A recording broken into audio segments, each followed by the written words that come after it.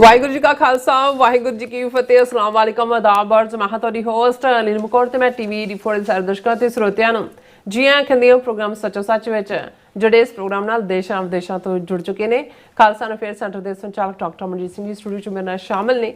ਉਹਨਾਂ ਨਾਲ ਗੱਲਬਾਤ ਕਰਕੇ ਅੱਜ ਦਾ ਇਸ਼ੂਜ਼ ਪਰ ਉਹਨਾਂ ਤੋਂ ਉਹਨਾਂ ਦਾ ਤਜਜ਼ੀਆ ਜਾਣਦੇ ਹਾਂ। ਜੀ ਡਾਕਟਰ ਸਾਹਿਬ ਵਾਹਿਗੁਰੂ ਜੀ ਕਾ ਖਾਲਸਾ ਵਾਹਿਗੁਰੂ ਜੀ ਕੀ ਫਤਿਹ। हाँ जी नीलम कौर जी ਤੁਹਾਨੂੰ ਵੀ ਤੇ ਦੁਨੀਆ ਭਰ ਚ ਬੈਠੇ ਸਾਡੇ ਬਹੁਤ ਹੀ ਪਿਆਰੇ ਸੋਹਣੇ ਸਿਆਣੇ ਸੁਨੱਖੇ TV24 ਦੇ ਦਰਸ਼ਕਾਂ ਨੂੰ ਵੀ ਵਾਹਿਗੁਰੂ ਜੀ ਕਾ ਖਾਲਸਾ ਵਾਹਿਗੁਰੂ ਜੀ ਕੀ ਫਤਿਹ। ਸਾਡੇ ਬਹੁਤ ਹੀ ਪਿਆਰੇ ਮੁਸਲਮਾਨ ਭੈਣਾਂ ਭਰਾਵਾਂ ਨੂੰ ਅਸਲਾਮ ਅਲੈਕਮ। ਗੰਗਾ ਜਮਨੀ ਤਹਿਜ਼ੀਬ ਦੇ ਹਿੰਦੂ ਤਵੀਆਂ ਨੂੰ ਨਮੋ ਨਮੈ ਤੇ ਹੋਰ ਸਭ ਵੀਰਾਂ ਭੈਣਾਂ ਨੂੰ ਆਦਾਬ ਅਰਜ਼। ਜੀ ਡਾਕਟਰ ਸਾਹਿਬ ਜੀ ਆਇਆਂ ਨੂੰ ਪ੍ਰੋਗਰਾਮ ਸੱਚੋ ਸੱਚ ਵਿੱਚ ਬਹੁਤ ਧੰਨਵਾਦ। ਜੀ ਡਾਕਟਰ ਸਾਹਿਬ ਅੱਜ 7 ਅਕਤੂਬਰ 2025 23 ਅਸੂ ਨਾਨਕਸ਼ਾਹੀ ਸੰਮਤ 557 ਦਾ ਦਿਨ ਹੈ ਤੇ ਡਾਕਟਰ ਸਾਹਿਬ ਪ੍ਰੋਗਰਾਮ ਸ਼ੁਰੂ ਕਰਨ ਤੋਂ ਪਹਿਲਾਂ ਅਸੀਂ ਦਰਸ਼ਕਾਂ ਤੇ ਸਰੋਤਿਆਂ ਨੂੰ ਹਮੇਸ਼ਾ ਤਰ੍ਹਾਂ ਦੱਸੀ ਵਿਊਅਰਸ ਜੇ ਤੁਸੀਂ ਹੱਕ ਸੱਚ ਇਨਸਾਫ ਤੇ ਪੈਰਾ ਦਿਨ ਦਾ ਇੱਕੋ ਇੱਕ ਚੈਨਲ TV84 ਨੂੰ ਦੇਖਣਾ ਚਾਹੁੰਦੇ ਹੋ ਤਾਂ ਤੁਸੀਂ ਦੇਖ ਸਕਦੇ ਹੋ ਸਪੈਕਟਰਮ ਕੇਬਲ ਆਰਸੀਨ cable working Canada roku Jadoo box ਸ਼ਾਵਾ ਫੇਸਬੁੱਕ TV84 ਦੀ ਐਪ ਰਾਹੀਂ online streaming and IP box ਤੇ ਤੁਸੀਂ TV84 ਨੂੰ ਦੇਖ ਸਕਦੇ ਹੋ। ਵਿਊਅਰਸ ਜੇ ਤੁਸੀਂ TV84 ਨਾਲ ਜਾਂ ਪ੍ਰੋਗਰਾਮ ਸੱਚੋ ਸੱਚ ਨਾਲ ਫੇਸਬੁੱਕ ਰਾਹੀਂ ਜੁੜੇ ਤਾਂ ਵੱਧ ਲਾਈਕ ਕਰੋ ਤੇ ਸ਼ੇਅਰ ਕਰੋ ਅਤੇ ਨਾਲ ਹੀ YouTube ਤੇ ਸਬਸਕ੍ਰਾਈਬ ਕਰੋ। ਇਹ ਵੀ ਦੱਸ ਦੇ ਕਿ ਤੁਸੀਂ TV84 ਦੀ ਐਪ ਨੂੰ ਐਂਡਰੋਇਡ ਐਪ ਸਟੋਰ ਤੇ ਡਾਊਨਲੋਡ ਕਰਕੇ ਜੋ TV84 ਦੀ ਲਾਈਵ ਸਟ੍ਰੀਮ ਹੈ ਇਸ ਨੂੰ ਤੁਸੀਂ 24 ਆਵਰਸ ਦੇਖ ਸਕਦੇ ਹੋ। ਸੋ ਵਿਊਅਰਸ ਪ੍ਰੋਗਰਾਮ ਦੀ ਸ਼ੁਰੂਆਤ ਕਰਾਂਗੇ ਅੱਜ ਦੀ ਸਪਾਂਸਰਸ਼ਿਪ ਦੇ ਵਾਲੇ ਨਾਲ ਕਿ ਅੱਜ ਦੇ ਪ੍ਰੋਗਰਾਮ ਸੱਚੋ ਸੱਚ ਨੂੰ ਸਪਾਂਸਰ ਕੀਤਾ ਗਿਆ ਹੈ ਗ੍ਰੀਨਵੁੱਡ ਇੰਡੀਆਨਾ ਤੋਂ ਗੁਰਦੁਆਰਾ ਗੁਰੂ ਹਰਗੋਬਿੰਦ ਸਾਹਿਬ ਜੀ ਦੀ ਕਮੇਟੀ ਵੱਲੋਂ। ਸੋ ਇਹਨਾਂ ਨੇ TV84 ਦੀ ਚੜ੍ਹਦੀ ਕਲਾ ਤੇ ਸਿੱਖ ਕੌਮ ਦੀ ਚੜ੍ਹਦੀ ਕਲਾ ਲਈ ਅਰਦਾਸ ਕੀਤੀ ਹੈ। ਸੋ ਅੱਜ ਦੀ ਸਪਾਂਸਰਸ਼ਿਪ ਲਈ ਅਸੀਂ ਇਹਨਾਂ ਦਾ ਤਹਿ ਦਿਲ ਤੋਂ ਧੰਨਵਾਦ ਕਰਦੇ ਹਾਂ। ਤੁਹਾਨੂੰ ਵੀ ਅਪੀਲ ਤੇ ਬੇਨਤੀ ਕਰਦੇ ਹਾਂ ਕਿ ਤੁਸੀਂ ਪ੍ਰੋਗਰਾਮ ਸੱਚੋ ਸੱਚ ਨੂੰ ਵੱਧ ਤੋਂ ਵੱਧ ਸਪਾਂਸਰ ਕਰੋ। ਸਪਾਂਸਰਸ਼ਿਪ ਲਈ ਤੁਸੀਂ ਸਾਨੂੰ ਕਾਲ ਕਰ ਸਕਦੇ ਹੋ ਸਾਡੇ ਫੋਨ ਨੰਬਰ ਤੇ 5166191984 ਸੇਮ ਨੰਬਰ ਤੇ WhatsApp ਕਰ ਸਕਦੇ ਹੋ। ਤੁਸੀਂ ਸਾਨੂੰ ਈਮੇਲ ਵੀ ਕਰ ਸਕਦੇ ਹੋ info@tv84.tv ਤੇ।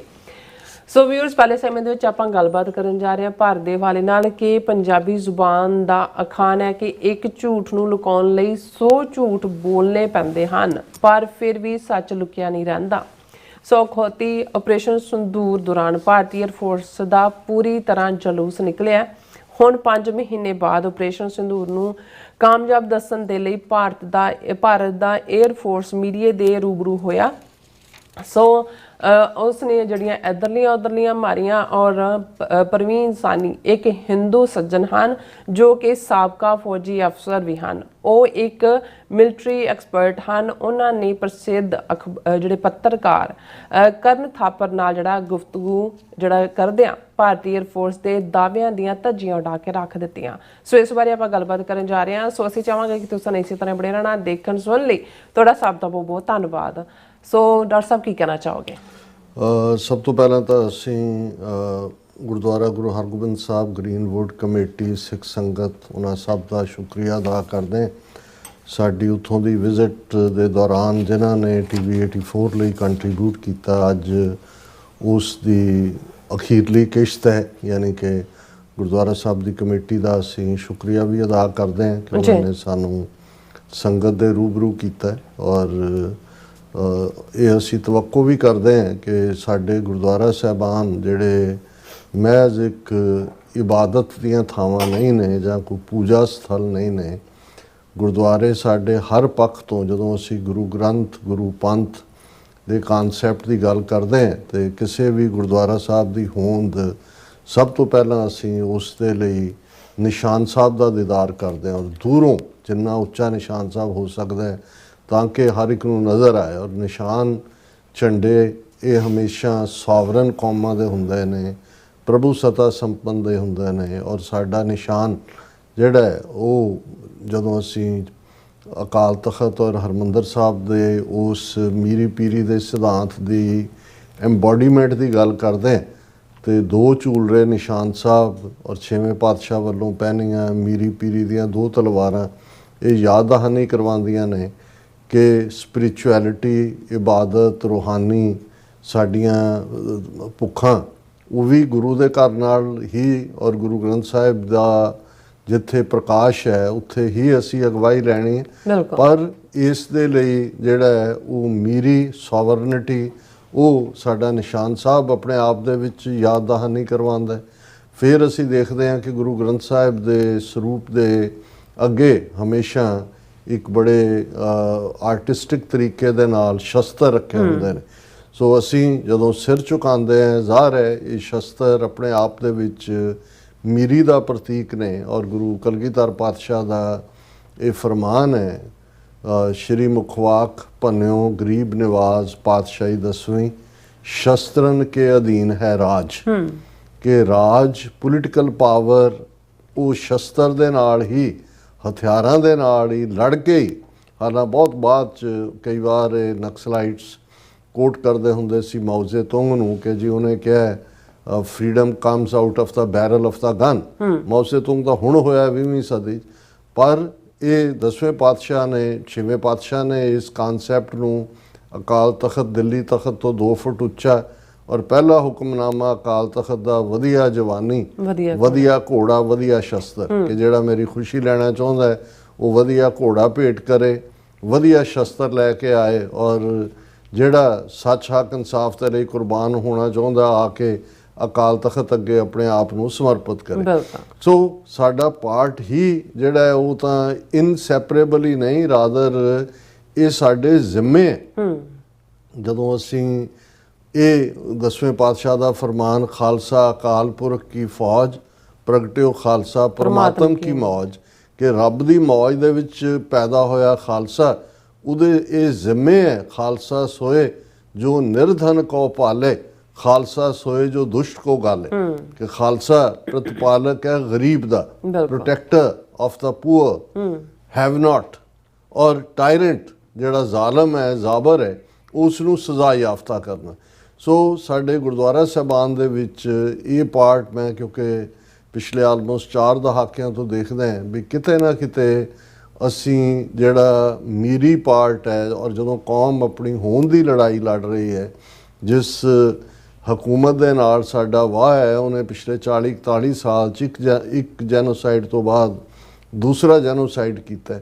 ਪਰ ਬਹੁਤ ਥਾਵਾਂ ਦੇ ਉੱਤੇ ਇਹ ਇੱਕ ਰੁਝਾਨ ਹੈ ਕਿ ਵੀ ਅਸੀਂ ਜ਼ਿਆਦਾ ਜ਼ੋਰ, ਜਾਂ ਸ਼ਾਇਦ ਗੁਰਦੁਆਰਿਆਂ ਦੇ ਖਰਚੇ ਇੰਨੇ ਕੁ ਵਧਾਏ ਹੁੰਦੇ ਨੇ, ਉਹਨਾਂ ਨੂੰ ਲੱਗਦਾ ਹੁੰਦਾ ਪਤਾ ਨਹੀਂ ਕੋਈ ਨਾਰਾਜ਼ ਨਾ ਹੋ ਜਾਏ, ਜਾਂ ਉਹਨਾਂ ਦੀ ਆਪਣੀ ਕਿਤੇ ਨਾ ਕਿਤੇ ਕਮਜ਼ੋਰੀ ਹੁੰਦੀ ਹੈ ਕਿ ਖਾਲਿਸਤਾਨ ਦੀ ਗੱਲ ਨੂੰ ਉਵੇਂ ਨਹੀਂ ਉਭਾਰਿਆ ਜਾਂਦਾ। ਇਹ ਠੀਕ ਹੈ ਕਿ ਮੈਜੋਰਿਟੀ ਗੁਰਦੁਆਰਿਆਂ 'ਚ ਪ੍ਰਬੰਧਕ ਔਰ ਜਿਹੜੇ ਹੋਰ ਨੇ ਉਹ ਪੰਥਕ ਸੋਚ ਵਾਲੇ ਹੀ ਨੇ, ਉਹਨਾਂ ਨੂੰ ਹੀ ਲਿਆਂਦਾ ਜਾਂਦਾ ਹੈ। ਔਰ ਕਾਰਨ ਇਹ ਹੈ ਵੀ ਡਾਇਸਪੋਰਾ ਸਿੱਖਾਂ ਦਾ ਤਾਂ ਬਾਰ-ਬਾਰ ਇਹੀ ਮੈਂਡੇਟ ਹੈ ਕਿ ਭਾਈ ਖਾਲਿਸਤਾਨ ਤੋਂ ਬਿਨਾਂ ਸਾਡਾ ਕੋਈ ਮਸਲਾ ਹੱਲ ਨਹੀਂ ਹੋਣਾ।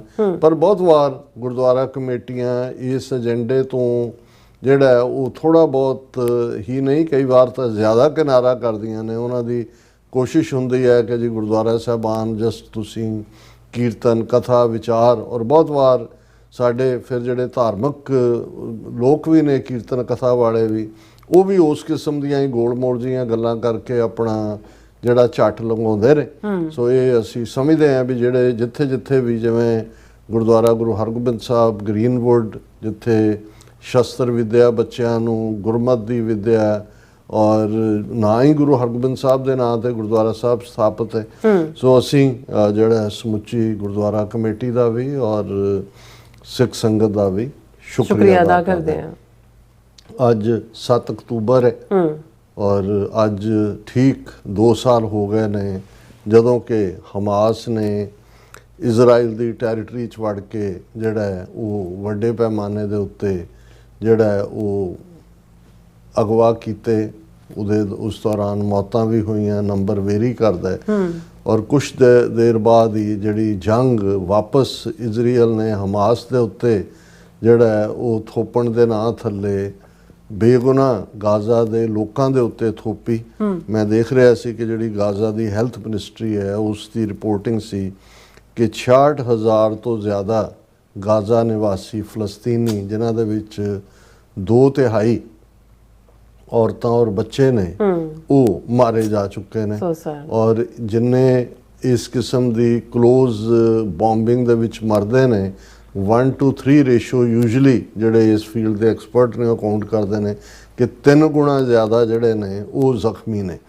ਔਰ ਬਾਕੀਆਂ ਦਾ ਕੀ ਹਾਲ ਹੈ? ਠੀਕ ਹੈ ਕਿ 20 ਨੁਕਾਤੀ ਪ੍ਰੈਜ਼ੀਡੈਂਟ ਟਰੰਪ ਦੀ ਸ਼ਾਂਤੀ ਜਾਂ ਅਮਨ ਪਲਾਨ ਦੇ ਉੱਤੇ ਇਜਿਪਟ ਦੇ ਵਿੱਚ ਗੱਲਬਾਤ ਚੱਲ ਰਹੀ ਹੈ। ਹਮਾਸ ਸਿੱਧੇ ਤੌਰ ਤੇ ਤਾਂ ਉਹਨਾਂ ਦੇ ਨੁਮਾਇੰਦੇ ਨਹੀਂ ਨੇ ਸ਼ਾਇਦ, ਲੇਕਿਨ ਕਤਰ ਔਰ ਇਜਿਪਟ ਜਿਹੜੇ ਹੈ ਔਰ ਦੂਸਰੇ ਪਾਸੇ ਇਜ਼ਰਾਈਲ ਵੱਲੋਂ ਜਿਹੜੀ ਹੈ ਰਿਪਰੈਜ਼ੈਂਟੇਸ਼ਨ। ਲੇਕਿਨ ਇਹਦੇ ਬਾਵਜੂਦ ਕਿ ਪ੍ਰੈਜ਼ੀਡੈਂਟ ਟਰੰਪ ਨੇ ਜਦੋਂ ਇਹ 20 ਨੁਕਾਤੀ ਪਲਾਨ ਜਿਹੜਾ ਅਨਾਉਂਸ ਕੀਤਾ ਔਰ ਹਮਾਸ ਨੇ ਇਸ ਦੇ ਉੱਤੇ ਜਿਹੜੀ ਪਹਿਲਾ ਪੋਜ਼ਿਟਿਵ ਇਹ ਲਾਈਨ ਦਿੱਤੀ ਕਿ ਭਾਈ ਅਸੀਂ ਜਿਹੜੇ ਸਾਡੇ ਕੋਲ ਨੇ, ਕੋਈ 40 ਕਹਿੰਦਾ, ਕੋਈ 50 ਕਹਿੰਦਾ, ਉਹਨਾਂ 'ਚ ਕਿੰਨੇ ਜਿਉਂਦੇ ਨੇ ਕਿੰਨੇ ਮਰੇ ਨੇ, ਉਹਨਾਂ ਦੀਆਂ ਡੈੱਡ ਬਾਡੀਜ਼ ਨੇ 50 ਦੇ ਨੇੜੇ ਤੇੜੇ ਰਫਲੀ ਫਿਗਰ ਕੋਟ ਹੁੰਦੀ ਹੈ, ਵੀ ਅਸੀਂ ਉਹਨਾਂ ਨੂੰ ਯਕਮੁਸ਼ਤ ਜਾਂ ਇੱਕੋ ਗੋਚ ਹੀ ਛੱਡਣ ਨੂੰ ਤਿਆਰ ਹੈ। ਪਰ ਉਹਨਾਂ ਨੇ 20 ਨੁਕਾਤੀ ਪ੍ਰੋਗਰਾਮ ਦੇ ਉੱਤੇ ਜਿਹੜਾ ਹੈ ਉਹ ਇਤਰਾਜ਼ ਵੀ ਕੀਤੇ ਨੇ। ਔਰ ਟਰੰਪ ਨੇ ਜਦੋਂ ਹਮਾਸ ਦੀ ਆਫਰ ਆਈ ਉਸ ਨੂੰ ਥੈਂਕ ਯੂ ਜਿਹੜਾ ਉਸ ਦਾ ਸ਼ੁਕਰਾਨਾ ਵੀ ਕੀਤਾ ਔਰ ਨਾਲ ਹੀ ਕਿਹਾ ਇਜ਼ਰਾਈਲ ਨੂੰ ਕਿ ਵੀ ਬੰਬਿੰਗ ਰੋਕ ਦਿੱਤੀ ਜਾਏ। ਹੁਣ ਅਸੀਂ 3-4 ਦਿਨ ਤੋਂ ਦੇਖ ਰਹੇ ਹਾਂ ਪਰ ਇਜ਼ਰਾਈਲ ਪਿੱਛੇ ਨਹੀਂ ਹਟਿਆ ਹੈ, ਰੋਜ਼ਾਨਾ ਹੀ ਕੋਈ ਨਾ ਕੋਈ ਫਿਗਰ ਹੁੰਦੀ ਹੈ, ਕਦੇ 25 ਕਦੇ 30। ਸੋ ਅਸੀਂ ਇਹ ਅਰਦਾਸ ਕਰ ਸਕਦੇ ਹਾਂ, ਦੁਆ ਕਰਦੇ ਹਾਂ ਅਕਾਲ ਪੁਰਖ ਅੱਲਾਹ ਤਾਲਾ ਦੇ ਦਰਬਾਰ ਦੇ ਵਿੱਚ ਕਿ ਭਾਈ ਉੱਥੇ ਅਮਨ ਪਰਤੇ। ਪਰ ਇੱਕ ਗੱਲ ਯਾਦ ਰੱਖਣ ਵਾਲੀ ਹੈ, ਜਿਹੜੀ ਮਾਰਟਨ ਲੂਥਰ ਕਿੰਗ ਜਿਹੜੇ ਅਮਰੀਕਾ ਦੇ ਬੜੇ ਵੱਡੇ ਕਾਲਿਆਂ ਦੇ ਲੀਡਰ ਹੋਏ ਨੇ, ਉਹਨਾਂ ਦੀ ਇੱਕ ਕੋਟ ਹੈ ਕਿ peace without justice has no meaning. ਬਿਲਕੁਲ, ਕਿ ਜੇ ਇਨਸਾਫ ਨਹੀਂ ਹੈ ਤੇ ਪੀਸ ਉਹ ਤਾਂ ਜਿਵੇਂ ਐਵੇਂ ਹੀ ਹੈ ਕਿ ਜੇ ਮਾਲਕ ਮਕਾਨ ਔਰ ਕਿਰਾਏਦਾਰ ਉਹਨਾਂ ਦੇ ਵਿੱਚ ਕੋਈ ਆਰਗੂਮੈਂਟ ਹੁੰਦਾ ਹੈ ਜਾਂ ਕੋਈ ਅਦਰਵਾਈਜ਼ ਜਿਹੜਾ ਹੈ ਉਹ ਕਿਰਾਏਦਾਰ ਕੋਈ ਐਕਸਟਰਾ ਸਹੂਲਤ ਮੰਗਦਾ ਹੈ ਤੇ ਮਾਲਕ ਮਕਾਨ ਕਹਿੰਦਾ ਹੈ ਕਿ ਜੀ ਫਿਰ ਘਰ ਖਾਲੀ ਕਰ ਜਾਓ, ਤੇ ਉਹ ਕਹਿੰਦਾ ਜੀ ਠੀਕ ਹੈ ਫਿਰ ਮੈਂ ਜਿਹੜਾ ਉਸੇ ਹੀ ਜਿਹੜੀਆਂ ਸ਼ਰਤਾਂ ਦੇ ਮੈਂ ਰਹਿ ਰਿਹਾ ਉਹਦੇ 'ਚ ਹੀ ਰਹੀ ਜਾਵਾਂਗਾ। ਜਾਂ ਅਦਰਵਾਈਜ਼ ਵੀ ਮਾਲਕ ਔਰ ਨੌਕਰ ਦੇ ਵਿਚਾਲੇ ਵੀ ਇਸ ਗੱਲ ਨੂੰ ਕੋਟ ਕੀਤਾ ਜਾ ਸਕਦਾ। ਸੋ ਫਿਰ ਤਾਂ ਜੇ ਤੁਸੀਂ ਚੈਲੰਜ ਨਾ ਕਰੋ ਔਰ ਜਿਸ ਹਾਲਤ ਦੇ ਵਿੱਚ ਰੱਖਿਆ ਹੋਇਆ ਫਲਸਤੀਨੀਆਂ ਨੂੰ, ਉਹ ਵੈਸਟ ਬੈਂਕ ਦੇ ਹੋਣ, ਗਜ਼ਾ 'ਚ ਤਾਂ 2 ਸਾਲ ਤੋਂ ਜੋ ਚੱਲ ਹੀ ਰਿਹਾ, ਉਸ ਤੋਂ ਪਹਿਲਾਂ ਕਿਹੜੇ ਉਹਨਾਂ ਨੇ ਫੁੱਲ ਪਾਏ ਹੋਏ ਸੀਗੇ। ਔਰ ਹਮਾਸ ਵੀ ਸੈਕਸ਼ਨ ਤੱਕ ਤਾਂ ਹੀ ਕਿਉਂਕਿ ਕੰਟੀਨਿਊਸ ਵਾਰ ਚੱਲ ਰਹੀ ਹੈ। ਹਮਾਸ ਮਹਿਜ਼ ਕੋਈ ਦਹਿਸ਼ਤਗਰਦ ਆਰਗੇਨਾਈਜੇਸ਼ਨ ਨਹੀਂ ਹੈ। ਉਹਨਾਂ ਨੇ ਗਜ਼ਾ ਦੇ ਵਿੱਚ ਜਦੋਂ ਡੈਮੋਕ੍ਰੈਟਿਕਲੀ ਇਲੈਕਸ਼ਨਸ ਹੋਈਆਂ, ਵੈਸਟ ਬੈਂਕ ਦੇ ਵਿੱਚ ਯਾਸਰ ਅਰਾਫਾਤ ਦੀ ਧਿਰ ਜਿਹੜੀ PLO ਫਲਸਤੀਨ ਲਿਬਰੇਸ਼ਨ ਆਰਗੇਨਾਈਜੇਸ਼ਨ ਉਹ ਜਿੱਤੀ, ਔਰ ਗਜ਼ਾ ਦੇ ਵਿੱਚ ਹਮਾਸ ਜਿਹੜੀ ਹੈ ਉਹਨਾਂ ਨੇ ਪੋਪੂਲਰ ਸਪੋਰਟ ਲਈ ਜਿੱਤਿਆ, ਉਹਨਾਂ ਨੇ ਚੋਣਾਂ ਜਿੱਤੀਆਂ ਨੇ। ਹੁਣ ਜਿਹੜੀ ਸਪਿਰਿਟ ਸੀ 1993 ਦੇ ਔਸਲੋ ਅਕੋਰਡ ਦੀ, ਜਿਹੜਾ ਕਿ ਯਾਸਰ ਅਰਾਫਾਤ ਔਰ ਸ਼ਾਇਦ ਏਰੀਅਨ ਸਨ ਇਜ਼ਰਾਈਲ ਦੇ ਪ੍ਰਾਈਮ ਮਿਨਿਸਟਰ, ਉਹਨਾਂ 'ਚ ਸਾਈਨ ਹੋਈ ਸੀ ਕਿ ਇਵੈਂਚੁਅਲੀ ਫਲਸਤੀਨੀ ਸਟੇਟ 2 ਸਟੇਟ ਫਾਰਮੂਲੇ ਦੀ ਗੱਲ, ਔਰ ਉਹਦੇ 'ਚ ਇਹ ਸੀ ਕਿ ਵੈਸਟ ਬੈਂਕ, ਗਜ਼ਾ ਔਰ ਇਵੈਂਚੁਅਲੀ ਈਸਟ ਜੈਰੂਸ਼ਲਮ ਉਸ ਦੀ ਕੈਪੀਟਲ ਹੋਏਗੀ। ਲੇਕਿਨ ਨੇਤਨਯਾਹੂ ਦੀ ਨੀਤੀ ਤਾਂ ਪਹਿਲੇ ਦਿਨ ਤੋਂ ਹੁਣ ਵੀ, ਇਹਦੇ ਬਾਵਜੂਦ ਕਿ ਜਿਹੜਾ 20 ਨੁਕਾਤੀ ਪ੍ਰੋਗਰਾਮ ਹੈ ਉਹਦੇ 'ਚ ਵੀ ਕੋਈ ਕਲੀਅਰਲੀ ਤਾਂ ਨਹੀਂ ਕਿਹਾ ਕਿ ਫਲਸਤੀਨੀ ਸਟੇਟ ਹੋਏਗੀ, ਲੇਕਿਨ ਉਹਦੀਆਂ ਸੰਭਾਵਨਾਵਾਂ ਦੇ ਉੱਤੇ ਗੱਲ ਹੁੰਦੀ ਹੈ ਕਿ ਜੀ ਉਸ ਨੇ। ਲੇਕਿਨ ਨੇਤਨਯਾਹੂ ਤਾਂ ਹਰ ਚੀਜ਼ ਨੂੰ ਜਿਹੜਾ ਹੈ ਉਹ ਤਬਾਹ ਕਰਨ ਦੇ ਉੱਤੇ ਤੁਲਿਆ ਹੋਇਆ। ਸੋ ਇਹਨਾਂ ਹਾਲਾਤਾਂ 'ਚ ਕਿੰਨੀ ਕੁ ਅਮਨ ਵਾਰਤਾ ਜਾਂ ਨੈਗੋਸ਼ੀਏਸ਼ਨ ਜਿਹੜੀ ਇਜਿਪਟ ਦੇ ਵਿੱਚ ਚੱਲ ਰਹੀ ਹੈ ਉਹ ਕਾਮਯਾਬ ਹੋਏਗੀ। ਅਸੀਂ ਇਹ ਦੁਆ ਹੀ ਕਰ ਸਕਦੇ ਹਾਂ ਕਿ ਅਮਨ ਅਮਾਨ ਹੋਏ। ਔਰ ਇਸ ਕੋਈ ਸ਼ੱਕ ਨਹੀਂ ਹੈ, ਦੁਨੀਆ ਦੀਆਂ ਬਹੁਤ ਸਾਰੀਆਂ ਫਰੀडम ਮੂਵਮੈਂਟਸ ਜਿਨ੍ਹਾਂ ਦੇ ਵਿੱਚ ਬੜੀ ਬਹਾਦਰੀ ਵਾਲੇ ਕਾਰਨਾਮੇ ਨੇ, ਹਰ ਮੁਲਕ ਦੇ ਵਿੱਚ ਤੁਹਾਨੂੰ ਉਹਨਾਂ ਦੀ ਜਿਹੜੀ ਹੈ ਉਹ ਹਿਸਟਰੀ ਦੇ ਵਿੱਚ ਉਸ ਕਿਸਮ ਦਾ ਮਿਲ ਜਾਏਗਾ। ਪਰ ਜਿਵੇਂ ਪਿਛਲੇ ਲਗਭਗ 77-78 ਸਾਲਾਂ ਤੋਂ ਹੀ 1948 ਤੋਂ ਬਾਅਦ ਹੀ ਜਦੋਂ ਕਿ ਫਲਸਤੀਨ ਨੂੰ ਡਿਵਾਈਡ ਕਰਨ ਦਾ ਮਤਾ UN ਦੇ ਵਿੱਚ ਪਾਸ ਹੋਇਆ, ਜਿਸ ਬਹਾਦਰੀ ਦੇ ਨਾਲ ਫਲਸਤੀਨੀ ਖੜੇ ਨੇ ਆਪਣੀ ਆਜ਼ਾਦੀ ਦੇ ਲਈ, ਔਰ ਜਿੰਨਾ ਜ਼ਬਰ 2 ਸਾਲ 'ਚ ਜਿੰਨੇ ਬੰਬ ਗਜ਼ਾ ਦੇ ਉੱਤੇ ਸੁੱਟੇ ਨੇ ਇਜ਼ਰਾਈਲ ਨੇ, ਮਿਜ਼ਾਈਲਾਂ ਔਰ ਟੈਂਕ ਔਰ ਦੂਜੇ, ਮੈਂ ਸਮਝਦਾ ਵੀ ਅਸੀਂ ਆਪਣੇ ਖਿੱਤਿਆਂ ਦੇ ਵਿੱਚ ਜਾਂ ਦੂਜੇ ਉੱਥੇ ਹਫ਼ਤਾ 2 ਹਫ਼ਤੇ ਕੋਈ ਵਾਰ ਚੱਲ ਜਾਏ ਤਾਂ ਸਭ ਕੁਝ ਹਿਲ ਜਾਂਦਾ ਹੈ। ਬਿਲਕੁਲ, ਔਰ ਲੋਕਾਂ ਦੇ ਵਿੱਚ ਅਫੜਾ ਤਫੜੀ ਮੱਚ ਜਾਂਦੀ ਹੈ। ਕਿਉਂ ਜੇ ਕਿਸ ਮਿੱਟੀ ਦੇ ਬਣੇ ਹੋਏ ਲੋਕ ਨੇ, ਉਹਨਾਂ ਦੀ ਬਹਾਦਰੀ, ਉਹਨਾਂ ਦਾ ਔਰਤਾਂ ਬੱਚੇ ਉਹਨਾਂ ਨੇ ਆਪਣੀ ਧਰਤੀ ਨਾ ਛੱਡਣ ਦਾ ਹੀ ਜਿਹੜਾ ਉਹ ਕੀਤਾ ਹੋਇਆ, ਉਹ ਬਾਰ-ਬਾਰ ਉਹਨਾਂ ਨੂੰ ਮਾਰ ਕੇ ਧਮਕੇ ਦਿਸ ਰਿਹਾ ਹੁੰਦਾ ਹੈ ਕਿ ਡੈੱਡ ਬਾਡੀ ਚੁੱਕੀਆਂ ਜਾ ਰਹੀਆਂ ਨੇ, ਮਾਰੇ ਜਾ ਰਹੇ ਨੇ। ਸੋ ਅਸੀਂ ਉਹਨਾਂ ਸਾਰਿਆਂ ਨੂੰ ਜਿਹੜੇ ਇਸ ਪੀਰੀਅਡ ਦੇ ਵਿੱਚ, ਹਾਲਾਂ ਜੋ ਹਮਾਸ ਦਾ ਦਹਿਸ਼ਤਗਰਦੀ ਦਾ ਕੋਈ ਵਾਕਿਆ, ਅਸੀਂ ਕੋਈ ਉਹਦੇ ਹਮਾਇਤੀ ਨਹੀਂ ਹੈ, ਪਰ ਜੇ ਇਹਨੂੰ ਤੁਸੀਂ ਕੁੱਲ ਕੰਟੈਕਸਟ ਦੇ ਵਿੱਚ ਦੇਖੋਗੇ ਕਿ ਵੀ ਅਲਟੀਮੇਟਲੀ ਜਿਸ ਪਾਸੇ ਵੱਲ ਉਹਨਾਂ ਨੂੰ ਧੱਕ ਦਿੱਤਾ ਗਿਆ ਹੈ, ਜੇ 40-40 50-50 ਸਾਲ ਤੋਂ ਕੈਂਪਾਂ ਦੇ ਵਿੱਚ ਬੈਠੇ ਉਹਨਾਂ ਦੇ ਬੱਚੇ ਜਿਨ੍ਹਾਂ ਦਾ ਕੋਈ ਫਿਊਚਰ ਨਹੀਂ ਹੈ, ਕੋਈ ਉਹਨਾਂ ਦੇ ਕੋਲ ਨਹੀਂ ਹੈ, ਉਹਨਾਂ ਦੇ ਲਈ ਜਿਹੜਾ ਉਹ ਜ਼ਿੰਦਗੀ ਔਰ ਮੌਤ ਦੇ ਵਿੱਚ ਫਰਕ ਵੀ ਕੀ ਰਹਿ ਜਾਂਦਾ ਜੇ ਤੁਸੀਂ ਉਹਨਾਂ ਤੋਂ ਉਹਨਾਂ ਦਾ ਬਚਪਨ, ਉਹਨਾਂ ਦੀ ਜ਼ਿੰਦਗੀ ਦੀ ਗ੍ਰੇਸ, ਉਹਨਾਂ ਦੀ dignity as a human being, as a ਇਨਸਾਨ ਖੋਹ ਲੈਂਦੇ ਹੋ, ਫਿਰ ਕੀ ਬਚਿਆ ਬਾਕੀ। ਸੋ ਅਸੀਂ ਜਿਹੜਾ ਜਦੋਂ ਅਸੀਂ ਇਹ ਸਾਰੇ ਪਾਰਟ ਨੂੰ ਦੇਖਦੇ ਹਾਂ ਤੇ ਇਹ ਅਗੇਨ ਜਿਹੜੀ ਕਲੋਨੀਅਲ ਮੈਪ ਮੇਕਿੰਗ ਮਿਸਚਿਫ ਸੀ, ਔਰ ਦੋਨਾਂ ਜਿਹੜੇ ਇਸ ਵੇਲੇ ਜੇ UN ਸਿਕਿਉਰਿਟੀ ਕੌਂਸਲ ਦੇ ਵਿੱਚ ਸਭ ਤੋਂ ਪੁਰਾਣੇ ਦੋ ਮੁੱਦੇ ਜਿਹੜੇ ਅੱਜ ਵੀ ਉਵੇਂ ਹੀ ਜਿਹੜੇ ਨੇ ਉਹ ਖੂਨੀ ਬਣੇ ਹੋਏ ਨੇ, ਜਿਨ੍ਹਾਂ ਦੀਆਂ ਧਰਤੀਆਂ ਉਹ ਇੱਕ ਫਲਸਤੀਨ ਹੈ, ਇੱਕ ਜੰਮੂ ਕਸ਼ਮੀਰ ਹੈ। ਅਸੀਂ ਤੇ ਜੇ ਸਿੱਖਾਂ ਦੇ ਨਾਲ ਵੀ ਜੋ ਵਾਪਰ ਰਿਹਾ, ਅਸੀਂ ਵੀ ਉਸ ਕਲੋਨੀਅਲ ਮੈਪ ਮੇਕਿੰਗ ਦਾ ਹੀ ਸ਼ਿਕਾਰ ਹੋਏ ਹਾਂ, ਪਰ ਉਹਦਾ ਇੱਕ ਡਿਫਰੈਂਟ ਕੰਟੈਕਸਟ ਹੈ। ਪਰ ਇੱਥੇ ਤਾਂ UN ਸਿਕਿਉਰਿਟੀ ਕੌਂਸਲ ਜਾਂ ਦੂਜੇ ਉਹਨਾਂ ਦੇ ਜਿਹੜੇ ਨੇ ਉਹ ਫਲਸਤੀਨ ਔਰ ਜੰਮੂ ਕਸ਼ਮੀਰ ਦੇ ਮਾਮਲੇ 'ਚ ਇਹਨਾਂ ਦੇ ਕੋਲ ਆਇਆ ਕੇਸ ਹੈ, ਕਿੰਨੇ ਮਤੇ ਕਸ਼ਮੀਰ ਦੇ ਮੁੱਦੇ ਤੇ 16-17 ਕੀਤੇ ਨੇ ਜੀ, ਪਲੇਬਸਾਈਡ ਕਰਵਾਓ। ਹੁਣ UN ਦਾ ਸੈਕਟਰੀ ਜਨਰਲ ਕੀ ਕਹਿੰਦਾ ਦੂਜਾ, ਲੇਕਿਨ ਜ਼ੋਰਾਵਰਾਂ ਦਾ 37ਵੀਂ 100 ਹੁੰਦਾ, ਔਰ ਜੋ ਕੰਮ ਨੇਤਨਯਾਹੂ ਫਲਸਤੀਨ 'ਚ ਕਰ ਰਿਹਾ ਉਹੀ ਕੁਛ ਮੋਦੀ ਨੇ ਜੰਮੂ ਕਸ਼ਮੀਰ 'ਚ ਕੀਤਾ ਕਰ ਰਿਹਾ, ਉਹੀ ਕੁਛ ਸਿੱਖਾਂ ਦੇ ਨਾਲ ਪੰਜਾਬ ਦੇ ਵਿੱਚ ਹੋ ਰਿਹਾ, ਔਰ ਉਹ ਡੈਮੋਕ੍ਰੇਸੀ ਦੇ ਨਾਂ ਥੱਲੇ ਕਰ ਰਹੇ ਨੇ, ਉਹ ਜੂਇਸ਼ ਸਟੇਟ ਆਪਣੇ ਆਪ ਨੂੰ ਅਜੇ ਵੀ ਵਿਕਟਮ ਸਾਬਤ ਕਰਨ ਕਰਕੇ ਕਰ ਰਹੇ ਨੇ।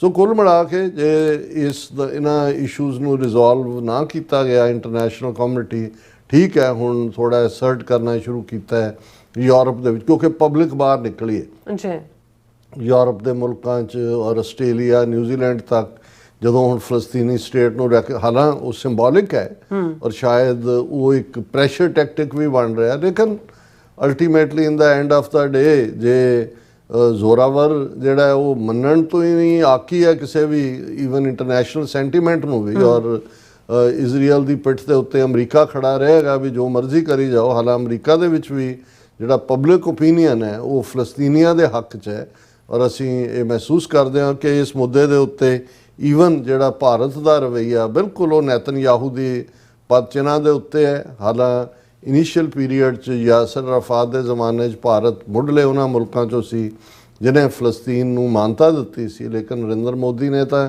ਸਭ ਕੁਛ ਇੰਨਾ ਕੁਝ ਚੱਲ ਰਿਹਾ ਗਜ਼ਾ 'ਚ ਉਹਨੇ ਜਿਹੜੇ ਨੇ ਉਹ ਬੁੱਲ ਸੀਤੇ ਹੋਏ ਨੇ। ਸੋ ਅਸੀਂ ਬੇਸ਼ੱਕ ਸਿੱਖ ਕੌਮ ਆਪਣੀ ਆਜ਼ਾਦੀ ਦੇ ਲਈ ਜਿਹੜਾ ਉਹ ਸੰਘਰਸ਼ਸ਼ੀਲ ਹੈ, ਜੂਝ ਰਹੀ ਹੈ, ਪਰ ਸਾਡੀਆਂ ਹਮਦਰਦੀਆਂ, ਸਾਡੇ ਦਿਲ ਫਲਸਤੀਨੀਆਂ ਦੇ ਨਾਲ ਧੜਕਦੇ ਨੇ। ਅਸੀਂ ਉਹਨਾਂ ਦੀ ਆਜ਼ਾਦੀ ਦੇ ਲਈ ਦੁਆਗੋ ਹੈ ਔਰ ਉਹਨਾਂ ਦੀ ਬਹਾਦਰੀ, ਰਿਜ਼ੀਲੀਅੰਸ ਔਰ ਕੁਰਬਾਨੀ ਉਸ ਨੂੰ ਸਜਦਾ ਕਰਦੇ। ਗੱਲ ਤੁਸੀਂ ਸ਼ੁਰੂ ਕੀਤੀ ਪੰਜਾਬੀ ਅਖਾਣ ਤੋਂ ਕਿ ਇੱਕ ਝੂਠ ਨੂੰ ਲੁਕਾਉਣ ਲਈ 100 ਝੂਠ ਬੋਲਣਾ ਪੈਂਦਾ, ਪਰ ਫਿਰ ਵੀ ਸੱਚ ਜਿਹੜਾ ਹੈ ਉਹ ਕੱਪੜੇ ਪਾਰ ਕੇ ਬਾਹਰ ਨਿਕਲ ਆਉਂਦਾ ਹੈ, ਜਾਂ ਬੰਪ ਬੈਕ ਕਰਦਾ ਹੈ, ਜਾਂ ਬਾਉਂਸ ਬੈਕ ਕਰਦਾ ਹੈ ਕਿਤੇ ਨਾ ਕਿਤੇ।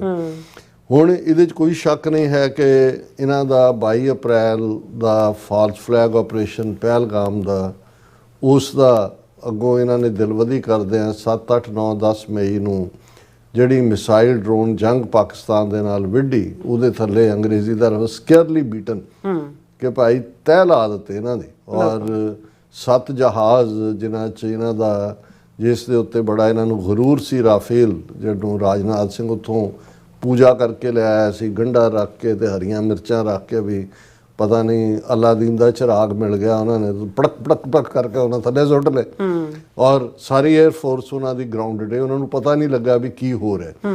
ਔਰ ਜ਼ਾਹਰ ਹੈ ਹੁਣ ਜੇ ਪ੍ਰੈਜ਼ੀਡੈਂਟ ਟਰੰਪ ਦਾ 50ਵੇਂ ਤੋਂ ਵੀ ਜ਼ਿਆਦਾ ਟਾਈਮ ਦਾ ਕਲੇਮ ਅੱਜ ਵੀ Canadian prime minister White House ਨੇ ਓਵਲ ਆਫਿਸ 'ਚ, ਉੱਥੇ ਵੀ ਟਰੰਪ ਨੇ ਮੈਂਸ਼ਨ ਕੀਤਾ, ਔਰ ਮਾਰਕ ਕਾਰਨੀ ਜਿਹੜੇ ਪ੍ਰਾਈਮ ਮਿਨਿਸਟਰ ਨੇ ਕੈਨੇਡਾ ਦੇ, ਉਹਨਾਂ ਨੇ ਤਾਰੀਫ ਕੀਤੀ ਜਨਾਬ ਟਰੰਪ ਦੀ ਕਿ ਜੀ ਤੁਸੀਂ ਭਾਰਤ ਔਰ ਪਾਕਿਸਤਾਨ ਵਿਚਾਲੇ ਜਿਹੜੀ ਆ ਉਹ ਜੰਗਬੰਦੀ ਕਰਵਾਈ, ਤਬਾਹੀ ਰੋਕੀ, ਉਹਦੇ ਬਾਰੇ ਤਾਂ ਕੋਈ ਭੁਲੇਖਾ ਨਹੀਂ ਹੈ। ਹੁਣ ਕਿਉਂਕਿ ਬੜਾ ਝੂਠਾ ਨੈਰੇਟਿਵ ਇਹਨਾਂ ਨੇ ਇਸ ਆਪਣੀ ਜਿੱਤ ਦੇ ਨੂੰ ਸਿਰਜਣ ਦੇ ਲਈ ਬਾਹਰ ਆਪਣੇ ਡੈਲੀਗੇਸ਼ਨ ਵੀ ਭੇਜੇ, ਝੂਠ ਬੋਲ, ਪਰ ਉਹਨਾਂ ਨੂੰ ਇਹ ਲੱਗਾ ਕਿ ਬਈ ਇਹ ਜਿਹੜਾ ਹੈਗਾ ਵਿਕ ਨਹੀਂ ਰਿਹਾ। ਹੁਣ ਇਹਨਾਂ ਦੀ ਕੀ ਮਜਬੂਰੀ ਸੀ ਕਿ ਵੀ 에ਅਰ ਚੀਫ ਅਮਰਪ੍ਰੀਤ ਸਿੰਘ ਨੂੰ ਲਿਆ ਕੇ ਪਿਛਲੇ ਦਿਨਾਂ 'ਚ ਇਹਨਾਂ ਨੇ ਜਿਸ ਅੰਦਾਜ਼ ਦੇ ਵਿੱਚ ਝੂਠ ਬੁਲਵਾਇਆ, ਹੁਣ ਕਿਉਂਕਿ ਉਹ ਵੀ ਝੂਠ ਬੋਲਦਾ ਹੈ ਇਸ ਲਈ ਕਿਉਂਕਿ ਜੇ ਕਿਸੇ ਹੋਰ ਮੁਲਕ ਦੇ ਵਿੱਚ ਇੱਦਾਂ ਦਾ 에ਅਰ ਚੀਫ ਹੁੰਦਾ ਔਰ ਇੰਨਾ ਨੁਕਸਾਨ ਹੋਇਆ ਹੁੰਦਾ ਤਾਂ ਹੁਣ ਤੱਕ ਉਹਨੂੰ ਡਿਸਮਿਸ ਕੀਤਾ ਹੁੰਦਾ, ਨੌਕਰੀਓਂ ਕੱਢਿਆ ਹੁੰਦਾ, ਪਰ ਉਹਨਾਂ ਨੂੰ ਵੀ ਸੂਟ ਕਰਦਾ ਕਿ ਵੀ ਇਹਨੂੰ ਰੱਖ ਕੇ ਇਹ ਤੋਂ ਝੂਠ ਵੀ ਬੁਲਵਾਓ ਤੇ ਉਹਨੂੰ ਵੀ ਲੱਗਦਾ ਕਿ ਵੀ ਮੇਰਾ ਤਾਂ ਅਹੁਦਾ ਹੀ ਤਾਂ ਬਚ ਸਕਦਾ ਜੋ ਮੈਨੂੰ ਹੁਣ ਇਹ ਸਰਕਾਰ ਲਿਖ ਕੇ ਦਿੰਦੀ ਹੈ। ਉਹ ਔਰ ਕੱਲਾ ਇਹੀ ਨਹੀਂ ਵੀ ਉਹਦਾ ਅਮਰਪ੍ਰੀਤ ਦਾ, ਕਿਉਂਕਿ ਜਿਉਂ ਹੀ ਉਹਨੇ ਪਿਛਲੇ ਦਿਨਾਂ 'ਚ ਪ੍ਰੈਸ ਕਾਨਫਰੰਸ ਕਰਕੇ ਜਿਹਨੂੰ ਉਰਲੀਆਂ ਪਰਲੀਆਂ ਮਾਰੀਆਂ, ਜਿਹਨੂੰ ਯੱਕੜੀ ਅਸੀਂ ਪੰਜਾਬੀ 'ਚ ਕਹਿ ਸਕਦੇ ਹਾਂ, ਔਰ ਉਸ ਤੋਂ ਬਾਅਦ ਵੀ ਕਿਉਂਕਿ ਲੋਕਾਂ 'ਚ ਤਾਂ ਜਾ ਚੁੱਕਾ ਕਿ ਵੀ ਇਹ ਝੂਠ ਬੋਲ ਰਹੇ ਨੇ, ਇਹ ਹੁਣ 5 ਮਹੀਨੇ ਬਾਅਦ ਇਹਨਾਂ ਨੂੰ ਸੁੱਝੀ ਹੈ ਵੀ ਇਹਨਾਂ ਨੇ ਕੀ ਕਹਿਣਾ, ਔਰ ਇਹਦੇ ਜਵਾਬ 'ਚ ਉਹਨਾਂ ਨੇ ਨਾਲ ਦੀ ਨਾਲ ਫਿਰ ਜਿਹੜਾ ਈਵਨ ਫੌਜ ਹੈ ਉਸ ਦਾ director general information and service ਹੈ ਲੈਫਟੀਨੈਂਟ ਜਨਰਲ ਰਾਜੀਵ ਸਾਨੀ, ਹੁਣ ਉਹਦੇ ਤੋਂ ਵੀ ਪ੍ਰੈਸ ਕਾਨਫਰੰਸ ਕਰਵਾਈ ਜਿਹਦੇ 'ਚ ਉਹਨੇ ਕਿਹਾ ਜੀ ਅਸੀਂ ਆਰਟੀਫਿਸ਼ੀਅਲ ਇੰਟੈਲੀਜੈਂਸ ਦੀ ਹੈਲਪ ਨਾਲ ਪਾਕਿਸਤਾਨ ਦੇ 94% ਜਿਹੜੇ ਟਾਰਗੇਟ ਨੇ ਉਹ ਐਕੂਰੇਸੀ ਦੇ ਨਾਲ ਫੁੰਡੇ ਨੇ। ਔਰ ਇਹ ਲੰਬੀ ਚੌੜੀ ਖਬਰ ਹੈ ਕਿ ਉਹ ਇਹ ਕਹਿ ਰਿਹਾ ਹੈ Rajiv Sahni lieutenant general director general information services ਕਿ ਜੀ ਅਸੀਂ ਜਿਹੜਾ ਉਹਦੇ 'ਚ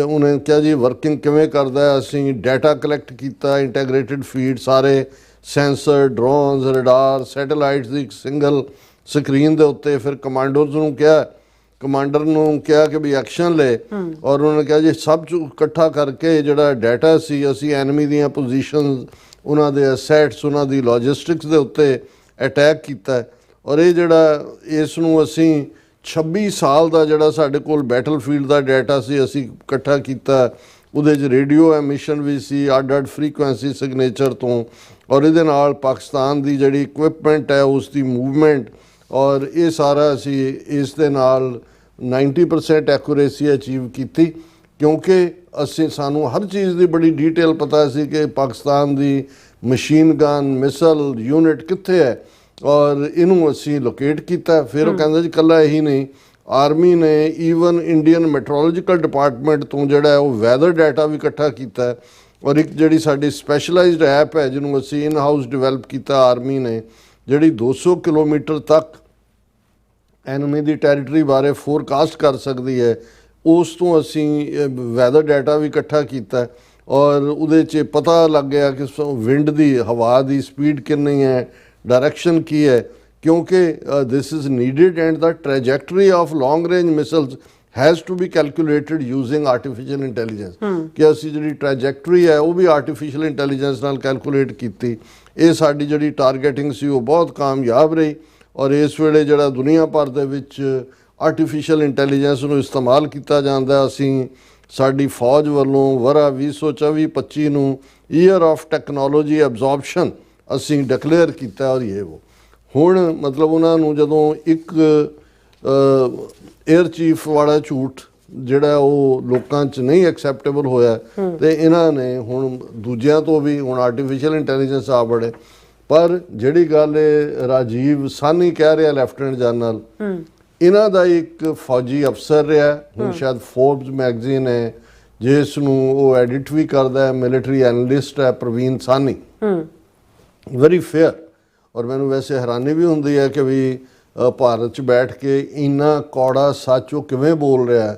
ਕੋਈ ਮੈਨੂੰ ਹੈਰਾਨੀ ਨਹੀਂ ਹੋਏਗੀ ਜੇ ਸੋਨਮ ਵਾਂਗਚੁਕ ਲਦਾਖ ਦੇ ਉਸ ਐਨਵਾਇਰਨਮੈਂਟਲਿਸਟ ਵਾਂਗ ਕੱਲ੍ਹ ਨੂੰ ਕਰਨਲ ਪ੍ਰਵੀਨ ਸਾਨੀ ਨੂੰ ਵੀ NSA ਦੇ ਥੱਲੇ ਜਾਂ ਯੂਆਪਾ ਦੇ ਥੱਲੇ ਜਾਂ ਪਾਕਿਸਤਾਨ ਦਾ ਏਜੰਟ ਦੱਸ ਕੇ ਜਿਹੜਾ ਉਹ ਅੰਦਰ ਦਿੱਤਾ ਹੋਏ।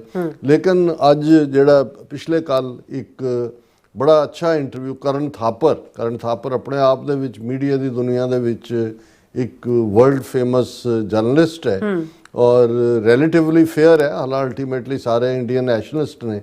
ਹੁਣ ਪ੍ਰਵੀਨ ਸਾਨੀ ਦੇ ਨਾਲ ਉਹਨੇ ਇੰਟਰਵਿਊ ਕੀਤਾ ਕਰਨ ਥਾਪਰ ਨੇ, ਔਰ ਫੋਕਸ ਹੀ ਇਹ ਸੀ ਕਿ ਜਿਹੜੇ 에ਅਰ ਚੀਫ ਅਮਰਪ੍ਰੀਤ ਸਿੰਘ ਨੇ ਜੋ ਕਿਹਾ ਪ੍ਰੈਸ ਕਾਨਫਰੰਸ ਦੇ ਵਿੱਚ ਉਹ ਕਿੰਨੇ ਕੁ ਠੀਕ ਨੇ ਕਲੇਮ, ਔਰ ਮੈਂ ਉਹਨਾਂ ਨੂੰ ਪੈਨ ਡਾਊਨ ਕੀਤਾ। ਉਸ ਦੇ ਵਿੱਚ ਉਹਨੇ ਪ੍ਰਵੀਨ ਸਾਨੀ ਨੇ ਕਿਹਾ ਕਿ ਵੀ ਜੋ ਵੀ ਗੱਲ ਉਹਨੇ ਅਮਰਪ੍ਰੀਤ ਸਿੰਘ ਨੇ ਕੀਤੀਆਂ ਨੇ ਵਿਦਆਊਟ ਪ੍ਰੂਫ, ਔਰ ਉਹ ਸ਼ੱਕ ਦੇ ਘੇਰੇ 'ਚ ਹੀ ਆਉਂਦਾ, ਉਹਨਾਂ ਦੇ ਉੱਤੇ ਯਕੀਨ ਨਹੀਂ ਕੀਤਾ ਜਾ ਸਕਦਾ। ਫਿਰ ਉਹਨੇ ਕਿਹਾ ਕਿ ਵੀ 에ਅਰ ਚੀਫ ਨੇ ਕਿਹਾ ਕਿ 12-13 ਪਾਕਿਸਤਾਨੀ 에ਅਰਕ੍ਰਾਫਟ ਅਸੀਂ ਸੁੱਟੇ, ਇਨਕਲੂਡਿੰਗ 9-10 ਉਹਨਾਂ 'ਚੋਂ ਫਾਈਟਰ ਸੀ, ਪਰ ਇਸ ਦੀ ਕੋਈ ਵੈਰੀਫੀਏਬਲ ਐਵੀਡੈਂਸ ਨਹੀਂ ਦਿੱਤੀ ਉਹਨੇ ਕਿਹਾ no gun camera footage, radar tracks, satellite imagery, wreckage ਔਰ ਮੇਨਟੇਨੈਂਸ ਲੌਗਸ। ਉਹਨੇ ਕਿਹਾ ਵੀ ਕਿਵੇਂ ਕੋਈ ਯਕੀਨ ਕਰੇਗਾ, ਤੁਸੀਂ ਕਹਿਤਾ ਜੀ ਅਸੀਂ ਸੁੱਟੇ ਨੇ 11-12, ਉਹਨੇ ਕਿਹਾ ਜੀ ਇਹਦਾ ਕੋਈ ਇਹ ਕ੍ਰੈਡੀਬਲ ਨਹੀਂ ਹੈ। ਫਿਰ ਉਹ ਕਹਿੰਦੇ ਵੀ ਜਿਹੜੀ ਲੈਂਗੁਏਜ ਉਹ ਵਰਤ ਰਿਹਾ ਹੈ ਅਮਰਪ੍ਰੀਤ ਸਿੰਘ, ਉਹਨੂੰ ਉਹਨੇ ਹੈਜਿੰਗ ਲੈਂਗੁਏਜ ਕਿਹਾ। ਉਹਨੇ ਕਿਹਾ ਵੀਕ ਕੇਸ ਹੈ। ਉਹਨੂੰ ਜਦੋਂ ਪੁੱਛਿਆ ਗਿਆ ਕਿ ਵੀ ਕਿੰਨੇ ਤੁਸੀਂ ਸੁੱਟੇ ਫਾਈਟਰ, ਉਹ ਕਹਿੰਦੇ this is what our system tells us. ਉਹ ਸਿਸਟਮ ਦੇ ਉੱਤੇ ਪਾ ਰਿਹਾ ਰਾਦਰ ਦੈਨ ਕਿ ਉਹ ਇਹ ਕਨਫਰਮ ਕਰੇ ਕਿ ਜੀ ਅਸੀਂ ਸੁੱਟੇ ਨੇ, ਉਹਦੀ ਓਨਰਸ਼ਿਪ ਤੋਂ ਦੌੜ ਰਿਹਾ। ਉਹ ਸਿਸਟਮ ਕਹਿ ਰਿਹਾ ਜੀ ਸਾਡਾ ਸਿਸਟਮ ਕਹਿੰਦਾ ਹੀ ਨੇ ਸੁੱਟੇ ਨੇ। ਫਿਰ ਉਹਨੇ S-400 ਦੀ ਗੱਲ ਕੀਤੀ ਕਿ S-400 ਵੀ ਜਿਹੜਾ ਉਹ ਕਾਂਟ ਕਨਫਰਮ ਫਾਈਟਰ ਕਿਲਸ, ਕਿਉਂਕਿ ਜਿਹੜਾ ਉਹਨਾਂ ਨੇ ਪ੍ਰਵੀਨ ਸਾਨੀ ਨੇ ਕਿਹਾ ਵੀ ਮੈਂ ਇੱਕ ਰਸ਼ੀਅਨ ਐਕਸਪਰਟ ਦੇ ਨਾਲ ਵੀ ਗੱਲ ਕੀਤੀ ਹੈ, ਔਰ ਉਹਨਾਂ ਨੇ ਕਿਹਾ ਕਿ ਵੀ ਇਹ ਤਾਂ ਠੀਕ ਹੈ ਕਿ S-400 ਮਲਟੀਪਲ ਟਾਰਗੇਟਸ ਨੂੰ ਐਨਗੇਜ ਕਰ ਸਕਦਾ ਹੈ, ਸ਼ਾਇਦ 70 ਦੇ ਕਰੀਬ ਉਹ ਫਿਗਰ ਸੀ, ਪਰ ਇਹ ਕਨਕਲੂਸਿਵਲੀ ਕੋਈ ਕਨਫਰਮ ਨਹੀਂ ਕਰਦਾ ਵੀ ਇਨਫੈਕਟ ਕਿੰਨੇ ਟਾਰਗੇਟ ਹਿੱਟ ਹੋਏ। ਸੋ ਇਹ ਜਿਹੜੀ ਸਾਰਾ ਹੀ ਕਲੇਮ ਹੈ ਇਹ ਐਵੇਂ ਇੱਕ ਸਿਸਟਮ ਦੀ ਕੈਪੇਬਿਲਿਟੀ ਨਾਲ ਜੋੜ ਕੇ ਉਹਨੂੰ ਜਿਹੜੇ ਫੈਕਟ ਹੈ ਉਹਨੂੰ ਐਜ਼ੰਪਸ਼ਨ ਦੇ ਨਾਲ ਜੋੜ ਦਿੱਤਾ ਹੈ, ਔਰ ਉਹਦਾ ਕੋਈ ਜਿਹੜੀ ਹੈ ਕਲੀਅਰ ਕਨਫਰਮੇਸ਼ਨ ਨਹੀਂ ਹੈ। ਫਿਰ ਉਹਨੇ ਕਿਹਾ ਵੀ ਸਿਰਫ ਇੱਕ ਜਹਾਜ਼ ਦੀ ਕਿਲਿੰਗ ਨੂੰ ਉਹਨੇ ਔਨ ਕੀਤਾ ਹੈ 에ਅਰ ਚੀਫ ਨੇ, ਓਨਲੀ ਵਨ ਓਨਡ ਕਿਲ, ਉਹ ਵੀ ਕੁਆਲੀਫਾਈਡ ਢੰਗ ਨਾਲ। ਉਹਨੇ ਕਿਹਾ ਜੀ ਕਿ ਸਾਡੇ ਕੋਲ ਸਿੰਗਲ ਲੌਂਗ ਰੇਂਜ ਕਿਲ ਜਿਹੜਾ ਹੈ ਉਹ ਸਲੋ ਹਾਈ ਵੈਲਿਊ 에ਅਰਕ੍ਰਾਫਟ ਦੇ ਉੱਤੇ, ਔਰ ਇਹ ਜਿਹੜਾ ਅਸੀਂ ਉਹਨੂੰ ਹਿੱਟ ਕਰ ਸਕਦੇ ਸੀ, ਬਾਕੀ ਕੋਈ ਉਸ ਦੇ ਉੱਤੇ ਨਹੀਂ ਹੈ। ਫਿਰ ਉਹਨੇ ਕਿਹਾ ਵੀ ਡਿਲੇਡ ਡਿਸਕਲੋਜ਼ਰਸ, ਵੀ 5 ਮਹੀਨੇ ਬਾਅਦ ਤੁਸੀਂ ਗੱਲ ਕਰ ਰਹੇ ਹੋ, ਉਹਦੇ ਥੱਲੇ ਤੁਹਾਡੀ ਕ੍ਰੈਡੀਬਿਲਿਟੀ ਦੇ ਸਵਾਲ ਉੱਠਦੇ ਨੇ। ਫਿਰ ਸਪੈਸੀਫਿਕ ਸਰਵਿਸ 5 ਮੰਥ ਆਫਟਰ ਦਾ ਆਪਰੇਸ਼ਨ। ਫਿਰ ਤੁਸੀਂ ਜਦੋਂ ਕੁਐਸਚਨ ਆਨਸਰ ਦੇ ਵਿੱਚ ਉਸ ਦਾ ਮਾੜਾ ਮੋਟਾ ਜ਼ਿਕਰ ਹੁੰਦਾ, ਪਰ ਤੁਸੀਂ ਬਰੀਫਿੰਗ 'ਚ ਈਵਨ ਉਹਦੇ ਉੱਤੇ ਗੱਲ ਵੀ ਨਹੀਂ ਕਰਦੇ ਕਿਸੇ ਸਬੂਤ ਦੀ, ਕੋਈ ਐਵੀਡੈਂਸ ਤੁਹਾਡੇ ਕੋਲ ਨਹੀਂ ਹੈ। ਫਿਰ ਸਿਲੈਕਟਿਵ ਟਰਾਂਸਪੇਰੈਂਸੀ, ਉਹਨੇ ਕਿਹਾ ਕਿ ਵੀ ਉਹਨੇ ਪਾਕਿਸਤਾਨ ਦੇ ਲਾਸ ਤਾਂ ਦੱਸੇ, ਪਰ ਜਦੋਂ ਉਹਨੂੰ ਪੁੱਛਿਆ ਗਿਆ ਕਿ ਇੰਡੀਆ ਦੇ ਕੀ ਲਾਸ ਨੇ ਉਹ ਵੀ ਸਵਾਲ ਜਵਾਬ ਉਦੋਂ ਉਹਨੇ ਮੂੰਹ ਬੰਦ ਕਰ ਲਿਆ, ਡਿਸਮਿਸਿੰਗ them ਐਜ਼ ਫੈਂਸੀਫੁਲ ਸਟੋਰੀਜ਼, ਕਿ ਇਹ ਮਨੋਹਰ ਕਹਾਣੀਆਂ ਹੈ। ਉਹ ਕਹਿ ਰਿਹਾ ਕਿ ਵੀ ਇਹ ਜਿਹੜਾ ਪਾਕਿਸਤਾਨ ਦਾ ਕਲੇਮ ਹੈ ਜਾਂ ਈਵਨ ਟਰੰਪ ਨੇ 7 ਜਹਾਜ਼ ਡਿੱਗਣ ਦੀ ਗੱਲ, ਇਹ ਕਹਿੰਦਾ ਮਨੋਹਰ ਕਹਾਣੀਆਂ ਨੇ, ਫੈਂਸੀਫੁਲ ਕਲੇਮ ਨੇ। ਔਰ ਉਹਨਾਂ ਨੇ ਕਿਹਾ ਵੀ ਇਹਦੇ ਬਾਵਜੂਦ ਕਿ ਭਾਰਤ ਦਾ ਆਪਣਾ ਚੀਫ ਆਫ ਡਿਫੈਂਸ ਸਟਾਫ ਤੇ ਡਾਇਰੈਕਟਰ ਜਨਰਲ 에ਅਰ ਆਪਰੇਸ਼ਨ ਪਹਿਲਾਂ ਮੰਨ ਚੁੱਕੇ ਨੇ ਕਿ ਸਾਡੇ ਲਾਸਿਸ ਹੋਏ ਨੇ, ਹਾਲਾਂਕਿ ਨੰਬਰ ਉਹਨਾਂ ਨੇ ਵੀ ਨਹੀਂ ਦਿੱਤਾ। ਇਹ ਆਪਣੇ ਆਪ 'ਚ ਹੀ ਉਸ ਦੀ ਕ੍ਰੈਡੀਬਿਲਿਟੀ ਨੂੰ ਕਿਲ ਕਰਦਾ। ਫਿਰ ਉਹਨਾਂ ਨੇ ਕਿਹਾ ਕਿ ਵੀ ਜਦੋਂ ਪਾਕਿਸਤਾਨ ਨੇ ਤਾਂ ਪਬਲਿਕਲੀ ਟੇਲ ਨੰਬਰ ਵੀ ਦਿੱਤੇ ਨੇ ਜਿਹੜੇ ਉਹਨਾਂ ਨੇ ਰਾਫੇਲ 4 ਸੁੱਟੇ, ਔਰ ਇੰਡੀਆ ਨੇ ਉਹਦੀ ਕੋਈ ਰਿਬਟਲ ਨਹੀਂ ਕੀਤੀ, ਔਰ ਵਰਲਡ ਸਟੇਜ ਦੇ ਉੱਤੇ ਜਿਹੜੀ ਗੱਲ ਰਿਸੀਵ ਹੋਈ ਹੈ ਜਾਂ ਮੰਨੀ ਗਈ ਹੈ ਉਹ ਪਾਕਿਸਤਾਨ ਦਾ ਕਲੇਮ ਹੈ। ਫਿਰ ਉਹਨੇ ਕਿਹਾ ਵੀ US ਇਹ ਜਿਹੜਾ ਇਹਦਾ ਕਹਿਣਾ ਸੀ ਕਿ ਜੀ ਅਸੀਂ US F-16 ਫੈਕਟਰ ਜਿਹੜਾ ਹੈ ਉਹ ਉਹਨਾਂ ਨੂੰ ਵੀ ਅਸੀਂ ਜਿਹੜਾ ਟਾਰਗੇਟ ਕੀਤਾ ਹੈ। ਉਹਨੇ ਕਿਹਾ ਜੀ F-16 ਜਿਹੜੇ ਨੇ ਅਮਰੀਕਾ ਦੇ ਨੇ, ਅਮਰੀਕਾ ਕਲੋਜ਼ਲੀ ਮੋਨੀਟਰ ਕਰਦਾ ਹੈ। If multiple F-16s were wrecked, Washington would likely know and say so. US silence cuts against India story, ਕਿ ਉਹ ਤਾਂ F-16 ਨੂੰ ਮੋਨੀਟਰ ਇੱਥੇ ਬਹਿ ਕੇ ਵੀ ਕਰਦੇ ਨੇ। ਉਹਨਾਂ ਨੇ ਤਾਂ ਕੋਈ ਇਹਦੇ ਤੇ ਕੋਈ ਨਹੀਂ ਲਿਆ ਹੈ ਐਕਸ਼ਨ ਜਾਂ ਕੁਝ ਵੀ ਨਹੀਂ ਕਿਹਾ। ਇਹਦਾ ਮਤਲਬ ਵੀ ਇੰਡੀਆ ਦਾ ਕਲੇਮ ਜਿਹੜਾ ਉਹ ਸ਼ੱਕ ਦੇ ਦਾਇਰੇ 'ਚ ਆਉਂਦਾ ਹੈ। ਫਿਰ ਸਪਿਨ ਉਹਨਾਂ ਨੇ ਕਿਹਾ spin over standard, saying it's good to let the enemy keep guessing. ਅੱਛਾ, ਜਦੋਂ ਉਹਨੂੰ ਇਹ ਕਿਹਾ ਕਿ ਜੀ ਪਾਕਿਸਤਾਨ ਤਾਂ ਕਹਿੰਦਾ ਵੀ ਤੁਹਾਡੇ ਇੰਨੇ ਸੁੱਟੇ ਨੇ 7, ਉਹ ਕਹਿੰਦਾ ਉਹਨਾਂ ਨੂੰ ਕਹਿਣ ਦਿਓ, ਸਗੋਂ ਅਗਲੀ ਜਦੋਂ ਲੜਾਈ ਹੋਏਗੀ ਉਹ ਸਮਝਣਗੇ ਵੀ ਸਾਡੇ ਕੋਲ ਜਹਾਜ਼ ਨਹੀਂ ਨੇ, ਸਾਡੇ ਕੋਲ ਤਾਂ ਹੈਗੇ ਨੇ। ਹੁਣ ਇਹ ਬਿਲਕੁਲ ਹੀ ਚਾਈਲਡਿਸ਼। ਮੈਂ ਵੀ ਉਹਨੂੰ ਲਾਈਵ ਦੇਖਿਆ, ਉਹਦੀ ਪ੍ਰੈਸ ਕਾਨਫਰੰਸ ਨੂੰ। ਮੈਂ ਕਿਹਾ ਕਰ ਲੋ ਘਿਓ ਨੂੰ ਭਾਡਾ, ਸੁਣ ਲਓ ਇਹਨਾਂ ਦੀਆਂ ਦਲੀਲਾਂ। ਸੋ ਉਹਦੇ ਤੇ ਵੀ ਪ੍ਰਵੀਨ ਸਾਹਨੀ ਨੇ ਕਿਹਾ ਕਿ ਵੀ ਇਹ ਜਿਹੜਾ ਪਾਰਟ ਹੈ, it dodges accountability and tells a lies you are managing optics not facts, ਕਿ ਤੁਸੀਂ ਆਪਟਿਕਸ ਤੇ ਰਹੀਏ ਕੰਮ ਕਰ ਰਹੇ ਹੋ, ਸੱਚ ਦੀ ਗੱਲ ਨਹੀਂ ਕਰ ਰਹੇ। ਫਿਰ ਉਹਨਾਂ ਨੇ ਕਿਹਾ ਵੀ no air to air story to match the rhetoric, ਜੋ ਤੁਸੀਂ ਕਹਿ ਰਹੇ ਹੋ ਉਸ ਦਾ ਐਕਸ਼ਨ ਦੇ ਵਿੱਚ ਕੋਈ ਸਾਹ ਨਹੀਂ ਸਟ੍ਰੈਸਿਸ। ਉਹਨੇ ਇਹ ਕਿਹਾ ਕਿ world observed Pakistan conducting the air to air fight the core missile for air force while India didn't show evidence of such engagement। Pakistan ਨੇ ਤਾਂ ਉਹ ਤਾਂ ਰੋਜ਼ਾਨਾ ਆਲਮੋਸਟ ਉਹਨਾਂ ਦਾ ਜਿਹੜਾ ਇੰਟਰ ਸਰਵਿਸ ਪਬਲਿਕ ਰਿਲੇਸ਼ਨ ਹੈ ਉਹ ਬਰੀਫਿੰਗ ਕਰਦੇ ਸੀ। ਜਿਹੜਾ ਗੈਪ ਹੈ ਆਪਰੇਸ਼ਨਲ ਰਿਐਲਿਟੀ ਔਰ ਪਬਲਿਕ ਬੂਸਟ ਦੇ ਵਿਚਾਲੇ, ਉਹ ਭਾਰਤ ਦੇ ਜਿਹੜਾ ਕੌਨਫੀਡੈਂਸ, ਭਾਰਤ ਦੀ ਕ੍ਰੈਡੀਬਿਲਿਟੀ ਹੈ ਉਹਨੂੰ ਐਰੋਡ ਕਰ ਰਿਹਾ। ਫਿਰ ਉਹਨਾਂ ਨੇ ਪ੍ਰਵੀਨ ਸਾਹਨੀ ਨੇ ਕਿਹਾ ਕਿ international reception is not buying, ਕਿ ਵੀ ਪਾਕਿਸਤਾਨ ਦੀ ਪਰਫਾਰਮੈਂਸ ਨੇ ਉਸ ਦੇ ਰੁਤਬੇ ਨੂੰ ਬੁਲੰਦ ਕੀਤਾ ਔਰ ਇਹ ਟਰੰਪ ਵੱਲੋਂ ਉਹਨੂੰ ਸਦਰਾਂ ਆਸਮ ਮੁਨੀਰ ਫੀਲਡ ਮਾਰਸ਼ਲ ਨੂੰ ਔਰ ਸਾਊਦੀ ਅਰੇਬੀਆ ਨਾਲ ਡਿਫੈਂਸ ਡੀਲ, ਇਹ ਉਹ ਸਾਰੇ ਉਹਨਾਂ ਨੇ ਗੱਲ। ਤੇ ਬਾਟਮ ਲਾਈਨ ਉਹਨਾਂ ਨੇ ਕਿਹਾ ਕਿ ਵੀ when leadership won't disclose evidence, won't own key claims, won't reconcile inter-contradictions, and won't answer adversary receipts, the message is simple, the narrative is doing the work, the facts won't। ਉਹਨੂੰ ਜੋ ਵੀ ਉਹਨੇ ਕਿਹਾ ਉਹਨੂੰ ਬੈਕ ਕਰਨ ਲਈ ਤੱਥ ਨਹੀਂ ਨੇ, ਇੱਕ ਬਿਰਤਾਂਤ ਸਿਰਜਿਆ ਜਾ ਰਿਹਾ, ਇੱਕ ਨੈਰੇਟਿਵ ਹੈ। ਔਰ ਨਾਲ ਦੀ ਨਾਲ ਉਹਨੇ ਕਿਹਾ ਕਿ ਵੀ ਇਸ ਲਈ ਜਿਹੜੀ ਗਵਰਨਮੈਂਟ ਦੀ ਲਾਈਨ ਹੈ ਇਟਸ ਨਾਟ ਕ੍ਰੈਡੀਬਲ। ਸੋ ਅਸੀਂ ਪਹਿਲਾਂ ਤਾਂ ਈਵਨ ਝੂਠ ਤਾਂ ਸਾਨੂੰ ਤਾਂ ਪਤਾ ਹੀ ਹੈ, ਲੇਕਿਨ ਇਹ ਉੱਥੇ ਬੈਠ ਕੇ ਇੰਨਾ ਸੱਚ ਬੋਲਣਾ, ਇਹ ਸੱਚਮੁੱਚ ਜਿਹੜਾ ਪ੍ਰਵੀਨ ਸਾਹਨੀ ਜਿਹੜੇ ਨੇ ਉਹ ਵਧਾਈ ਦਾ ਹੀ ਨਹੀਂ, ਬਹੁਤ ਕੁਛ ਦੇ ਹੱਕਦਾਰ ਨੇ ਔਰ ਉਹਨਾਂ ਦੀ ਸੇਫਟੀ ਸਿਕਿਉਰਿਟੀ ਦੀ ਅਸੀਂ ਦੁਆ ਕਰਦੇ ਹਾਂ। ਬਿਲਕੁਲ ਰਾਜ ਸਾਹਿਬ, ਤੁਹਾਡਾ ਬਹੁਤ ਬਹੁਤ ਸ਼ੁਕਰੀਆ। ਸੋ ਹੱਥ ਲੈਣ ਬ੍ਰੇਕ, ਔਰ ਬ੍ਰੇਕ ਤੇ ਜਾਣ ਤੋਂ ਪਹਿਲਾਂ ਅਸੀਂ ਦਰਸ਼ਕਾਂ ਤੇ ਸਰੋਤਿਆਂ ਨੂੰ ਅਪੀਲ ਤੇ ਬੇਨਤੀ ਕਰਦੀ ਹੈ, ਵਿਊਅਰਸ, ਜਿਸ ਤਰ੍ਹਾਂ ਤੁਸੀਂ ਜਾਣਦੇ ਹੋ ਕਿ ਟੀਵੀ 84 ਹੱਕ ਸੱਚ ਇਨਸਾਫ ਦੀ ਆਵਾਜ਼ ਬੁਲੰਦ ਕਰ ਰਿਹਾ ਹੈ। ਇਹ ਆਵਾਜ਼ ਤੁਹਾਡੇ ਪਿਆਰ ਸਦਕਾ, ਤੁਹਾਡੇ ਵਿਸ਼ਵਾਸ ਸਦਕਾ, ਤੁਹਾਡੇ ਡੋਨੇਸ਼ਨ ਸਦਕਾ ਹੀ ਹੋ ਸਕਦੀ ਹੈ।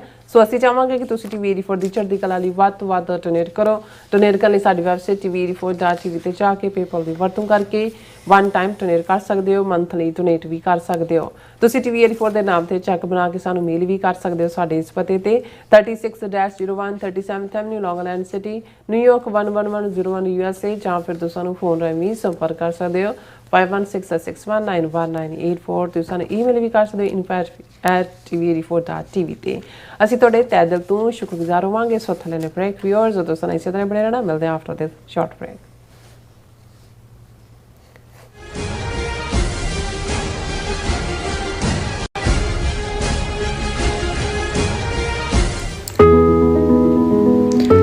ਭਾਈ ਹਰਜਿੰਦਰ ਸਿੰਘ ਜਿੰਦਾ ਅਤੇ ਭਾਈ ਸੁਖਦੇਵ ਸਿੰਘ ਸੁੱਖਾ ਦੀ ਸ਼ਹੀਦੀ ਨੂੰ ਸਮਰਪਿਤ ਡਿਸਕਸ਼ਨ ਅਤੇ ਲੈਕਚਰ 12 ਅਕਤੂਬਰ ਨੂੰ ਮਿਸ਼ੀਗਨ ਵਿਖੇ ਹੋਣ ਜਾ ਰਿਹਾ ਹੈ, ਜਿੱਥੇ ਖਾਲਿਸਤਾਨ ਅਫੇਅਰ ਸੈਂਟਰ ਦੇ ਸੰਚਾਲਕ ਡਾਕਟਰ ਅਮਰਜੀਤ ਸਿੰਘ ਸਿੱਖ ਸੰਗਤਾਂ ਦੇ ਨਾਲ ਸਿੱਖ ਡਾਇਸਪੋਰਾ ਅਤੇ ਸਿੱਖ ਕੌਮ ਦੇ ਭਵਿੱਖ ਬਾਰੇ ਵਿਚਾਰ ਚਰਚਾ ਕਰਨਗੇ। ਇਸ ਪ੍ਰੋਗਰਾਮ ਦਾ ਹਿੱਸਾ ਬਣਨ ਲਈ 12 ਅਕਤੂਬਰ ਨੂੰ ਸ਼ਾਮ 4 ਵਜੇ ਜ਼ਰੂਰ ਪਹੁੰਚੋ ਜੀ।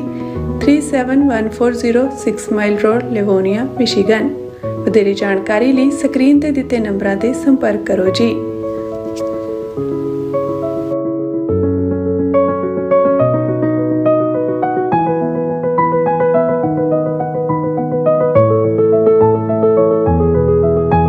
ਜਿਹੜਾ ਹੜ੍ਹ ਆਇਆ ਸੀਗਾ ਗੁਰਦੁਆਰਾ ਸਾਹਿਬ ਕਰਤਾਰਪੁਰ ਸਾਹਿਬ ਦੇ ਵਿੱਚ, ਬਹੁਤ ਹੀ ਤਬਾਹੀ ਮਚਾਈ ਹੈ ਉਸ ਹੜ੍ਹ ਨੇ।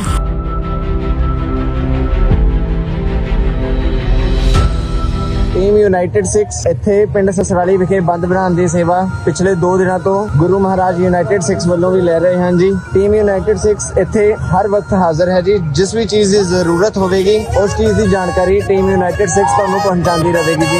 ਪੰਜਾਬ ਵਿੱਚ ਆਏ ਹੜ੍ਹਾਂ ਨੇ ਸਭ ਪਾਸੇ ਤਬਾਹੀ ਮਚਾਈ ਹੋਈ ਹੈ। ਚਾਰੇ ਪਾਸੇ ਪਾਣੀ ਹੀ ਪਾਣੀ ਹੈ। ਜਨ ਜੀਵਨ ਬੁਰੀ ਤਰ੍ਹਾਂ ਪ੍ਰਭਾਵਿਤ ਹੋਇਆ ਹੈ। ਫਸਲਾਂ ਤਬਾਹ ਹੋ ਚੁੱਕੀਆਂ ਹਨ ਤੇ ਲੋਕ ਬੇਘਰ ਹੋ ਗਏ ਹਨ।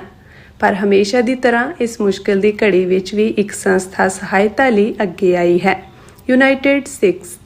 ਮੁਸੀਬਤ ਵਿੱਚ ਫਸੇ ਹਜ਼ਾਰਾਂ ਪਰਿਵਾਰਾਂ ਨੂੰ ਯੂਨਾਈਟਿਡ ਸਿਕਸ ਦੇ ਸੇਵਾਦਾਰ ਮੀਲਾਂ ਤੱਕ ਪੈਦਲ ਤੁਰ ਕੇ ਕਿਸ਼ਤੀਆਂ ਰਾਹੀਂ ਹਰ ਸੰਭਵ ਅਸੰਭਵ ਤਰੀਕੇ ਨਾਲ ਉਹਨਾਂ ਨੂੰ ਮਦਦ ਦੇਣ ਲਈ ਪਹੁੰਚ ਕਰ ਰਹੇ ਹਨ। ਪ੍ਰਭਾਵਿਤ ਪਰਿਵਾਰਾਂ ਲਈ ਹਰ ਰੋਜ਼ ਉਹ ਭੋਜਨ, ਸਾਫ਼ ਪਾਣੀ, ਦਵਾਈਆਂ, ਮੱਛਰਦਾਨੀਆਂ, ਪਸ਼ੂਆਂ ਲਈ ਚਾਰਾ ਅਤੇ ਹੋਰ ਜ਼ਰੂਰੀ ਵਸਤਾਂ ਦੀ ਸਪਲਾਈ ਕਰ ਰਹੇ ਹਨ। ਪ੍ਰਭਾਵਿਤ ਪਰਿਵਾਰਾਂ ਨੂੰ ਕੋਈ ਮੁਸ਼ਕਲ ਨਾ ਹੋਵੇ, ਇਕੱਲਾਪਣ ਨਾ ਲੱਗੇ, ਇਸ ਲਈ ਸੇਵਾਦਾਰ ਹਰ ਰੋਜ਼ ਉਹਨਾਂ ਲਈ ਤਨਦੇਹੀ ਨਾਲ ਸੇਵਾਵਾਂ ਨਿਭਾ ਰਹੇ ਹਨ। ਤੁਸੀਂ ਵੀ ਯੂਨਾਈਟਿਡ ਸਿਕਸ ਜਥੇਬੰਦੀ ਨਾਲ ਜੁੜ ਸਕਦੇ ਹੋ। ਆਪਣਾ ਯੋਗਦਾਨ ਪਾਓ ਅਤੇ ਪੀੜਤਾਂ ਦੀ ਸਹਾਇਤਾ ਕਰੋ। ਵਧੇਰੇ ਜਾਣਕਾਰੀ ਲਈ ਤੁਸੀਂ ਸਕਰੀਨ ਤੇ ਦਿੱਤੇ ਨੰਬਰਾਂ ਤੇ ਸੰਪਰਕ ਕਰ ਸਕਦੇ ਹੋ।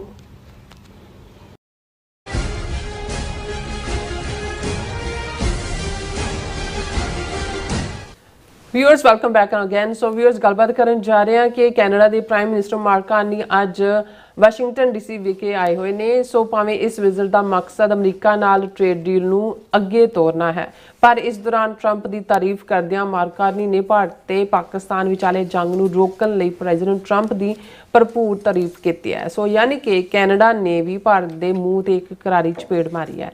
ਸੋ ਇਸ ਬਾਰੇ ਆਪਾਂ ਗੱਲਬਾਤ ਕਰਨ ਜਾ ਰਹੇ ਹਾਂ। ਸੋ ਅਸੀਂ ਚਾਹਾਂਗੇ ਕਿ ਤੁਸੀਂ ਨਾਲ ਇਸੇ ਤਰ੍ਹਾਂ ਬਣੇ ਰਹਿਣਾ। ਦੇਖਣ ਸੁਣ ਲਈ ਲਿਖਣ ਲਈ ਤੁਹਾਡਾ ਸਭ ਦਾ ਬਹੁਤ ਬਹੁਤ ਧੰਨਵਾਦ ਜੀ। ਡਾਕਟਰ ਸਾਹਿਬ ਕੀ ਕਹਿਣਾ ਚਾਹੋਗੇ?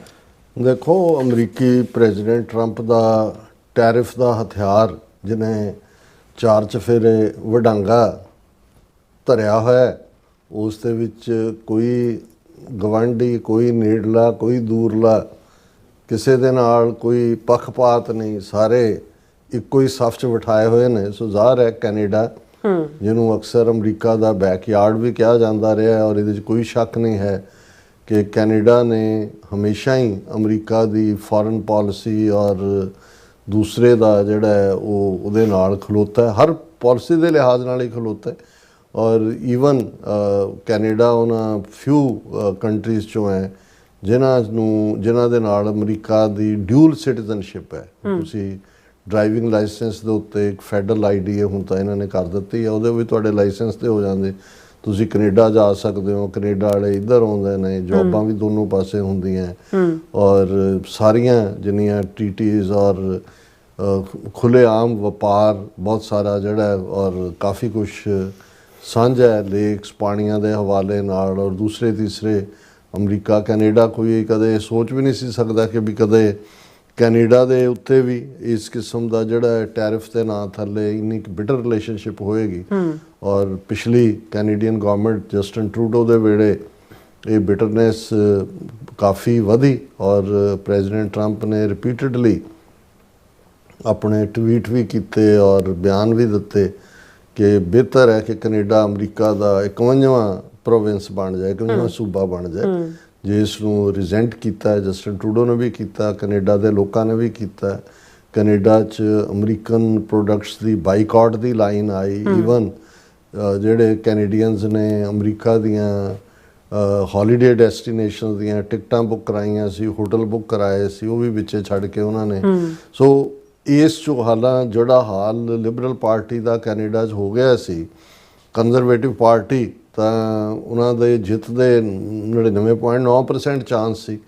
ਪਰ ਜਿਵੇਂ ਉਹਦਾ ਸ਼ਾਇਦ ਚਰਚਲ ਦੀ ਕੋਟ ਹੈ ਜਾਂ ਕਿਸੇ ਹੋਰ ਦੀ ਹੈ ਕਿ ਵੀ ਜਦੋਂ ਉਹਨੂੰ ਕੋਈ ਪੁੱਛਿਆ ਗਿਆ ਸੀ ਕਿ ਵੀ ਕੀ ਹੋਣ ਜਾ ਰਿਹਾ, ਅਜੇ ਵਿੱਚ ਦਿਨ ਰਹਿੰਦੇ ਸੀ ਇਲੈਕਸ਼ਨਾਂ ਦੇ ਔਰ ਦੂਜੇ, ਤਾਂ ਉਹਨੇ ਕਿਹਾ ਸੀ ਵੀ 24 hours is too long a time in politics, ਕਿ ਕੁਛ ਵੀ 24 ਘੰਟਿਆਂ ਦੇ ਵਿੱਚ ਵੀ ਬਦਲ ਸਕਦਾ। ਔਰ ਜੇ ਕਰੰਟ ਦੌਰ ਦੇ ਵਿੱਚ ਕਹਿਣਾ ਹੋਏ ਕਿ ਬਿਲਕੁਲ ਲੂਜ਼ਿੰਗ ਪਾਰਟੀ, ਜਿਹਦੇ ਬਾਰੇ ਕੋਈ ਸੋਚ ਵੀ ਨਹੀਂ ਸੀ ਸਕਦਾ ਲਿਬਰਲ ਪਾਰਟੀ ਕਿ ਉਹ ਪਾਵਰ 'ਚ ਆ ਸਕਦੀ ਹੈ, ਉਹ ਪਾਵਰ 'ਚ ਆਈ। ਮਾਰਕ ਕਾਰਨੀ, ਜਿਹਦਾ ਕੋਈ ਸਿਆਸਤਦਾਨ ਨਹੀਂ ਹੈ, ਬੈਂਕਰ ਹੈ ਸਾਬਕਾ, ਔਰ ਲਿਬਰਲ ਪਾਰਟੀ ਨੂੰ ਲੀਡ ਕੀਤਾ। ਜਸਟਨ ਟਰੂਡੋ ਨੂੰ ਰਿਜ਼ਾਈਨ ਕਰਨਾ ਪਿਆ, ਲੇਕਿਨ ਜਸਟਨ ਟਰੂਡੋ ਨੇ ਕੈਨੇਡਾ ਦੇ ਵਕਾਰ ਔਰ ਕੈਨੇਡੀਅਨ ਹੱਕਾਂ ਦੇ ਲਈ ਬਰਾਬਰ ਜਿਹੜਾ ਟਰੰਪ ਦੇ ਨਾਲ ਵੀ ਆਡਾ ਲਿਆ, ਜੇ ਪੰਜਾਬੀ 'ਚ ਕਹਿਣਾ ਹੋਏ। ਔਰ ਮਾਰਕ ਕਾਰਨੀ ਜਿਹੜਾ ਹੈ ਉਹ ਇਸ ਪ੍ਰੋਮਿਸ 'ਤੇ ਹੀ ਆਇਆ ਕਿ ਕਿਉਂਕਿ ਕੈਨੇਡੀਅਨਸ ਦੇ ਵਿੱਚ ਗੁੱਸਾ ਸੀ ਅਮਰੀਕਾ ਦੇ ਖਿਲਾਫ ਕਿ ਭਾਈ ਅਸੀਂ ਹਮੇਸ਼ਾ ਤੁਹਾਡੇ ਨਾਲ ਹੀ ਖੜ੍ਹੇ ਹਾਂ ਅਤੇ ਤੁਸੀਂ ਸਾਨੂੰ ਆਪਣੇ 'ਚ ਮਰਜ ਕਰਨਾ ਚਾਹੁੰਦੇ ਹੋ। ਔਰ ਇਹ ਸ਼ਾਇਦ ਜਿਹੜੇ ਇਸ ਕਿਸਮ ਦੇ ਸਿਆਸੀ ਦਬਾਅ ਹੁੰਦੇ ਨੇ, ਉਹ ਕਿਹਨੂੰ ਪੁੱਠਾ ਪਿਆ ਅਤੇ ਕਿਹਨੂੰ ਸਿੱਧਾ ਪਿਆ, ਪਰ ਇਹਦੇ 'ਚ ਕੋਈ ਸ਼ੱਕ ਨਹੀਂ ਹੈ ਕਿ ਅੱਜ ਜਦੋਂ ਕੈਨੇਡਾ ਦਾ prime minister Mark Carney White House 'ਚ ਹੈ, ਓਵਲ ਆਫਿਸ 'ਚ ਹੈ, ਤੇ ਟਰੰਪ ਜਿਹੜਾ ਹੈ ਉਹ ਜੋਕਿੰਗਲੀ ਕਹਿ ਰਿਹਾ ਕਿ ਵੀ I am the one who made you popular. ਔਰ ਇਹਦੇ 'ਚ ਕੋਈ ਸ਼ੱਕ ਨਹੀਂ ਹੈ ਵੀ ਜਿੰਨਾ ਟਰੰਪ ਨੇ ਨੈਗੇਟ ਕੀਤਾ ਕੈਨੇਡਾ ਨੂੰ, ਉਹਨਾਂ ਕੈਨੇਡਾ 'ਚ ਸੈਂਟੀਮੈਂਟ ਆਇਆ ਕਿ ਵੀ ਸਾਡੀ ਹੋਂਦ ਹੈ। ਔਰ ਲਿਬਰਲ ਵਾਲਿਆਂ ਨੇ ਬਰਾਬਰ, ਕਿਉਂਕਿ ਜਸਟਿਨ ਟਰੂਡੋ ਨੇ ਵੀ ਅੱਖ 'ਚ ਅੱਖ ਪਾ ਕੇ ਗੱਲ ਕੀਤੀ ਸੀ। ਮਾਰਕ ਕਾਰਨੀ ਨੇ ਥੋੜ੍ਹੀ ਜਿਹੀ ਟੋਨ ਡਾਊਨ ਰੱਖਿਆ, ਲੇਕਿਨ ਲਾਈਨ ਉਹੀ ਸੀ। ਔਰ ਲਿਬਰਲ ਪਾਰਟੀ ਭਾਵੇਂ ਬੜੀ ਮਾਰਜਨ, ਛੋਟੇ ਮਾਰਜਨ ਦੇ ਨਾਲ ਹੀ ਜਿਹੜੀ ਹੈ ਉਸ ਦੀ ਵਿਕਟਰੀ ਹੋਈ ਔਰ ਉਹਨਾਂ ਦੀ ਹਕੂਮਤ ਹੈ। ਪਰ ਟਰੰਪ ਨੇ ਜੋ ਆਪਣਾ ਇਕਰਾਰ ਸੀ ਉਹਦੇ ਮੁਤਾਬਕ ਪੂਰੇ ਟੈਰਿਫ ਠੋਕੇ ਹੋਏ ਨੇ। ਆਇਰਨ, ਐਲੂਮੀਨੀਅਮ, ਦੂਜੇ ਤੀਜੇ ਕੰਪਨੀਆਂ ਜਿਹੜੀਆਂ ਇੱਧਰ ਉੱਧਰ, ਆਟੋ ਪਾਰਟਸ, ਕੋਈ ਚੀਜ਼ ਇੱਧਰ ਹੈ ਕੋਈ ਉੱਧਰ ਹੈ।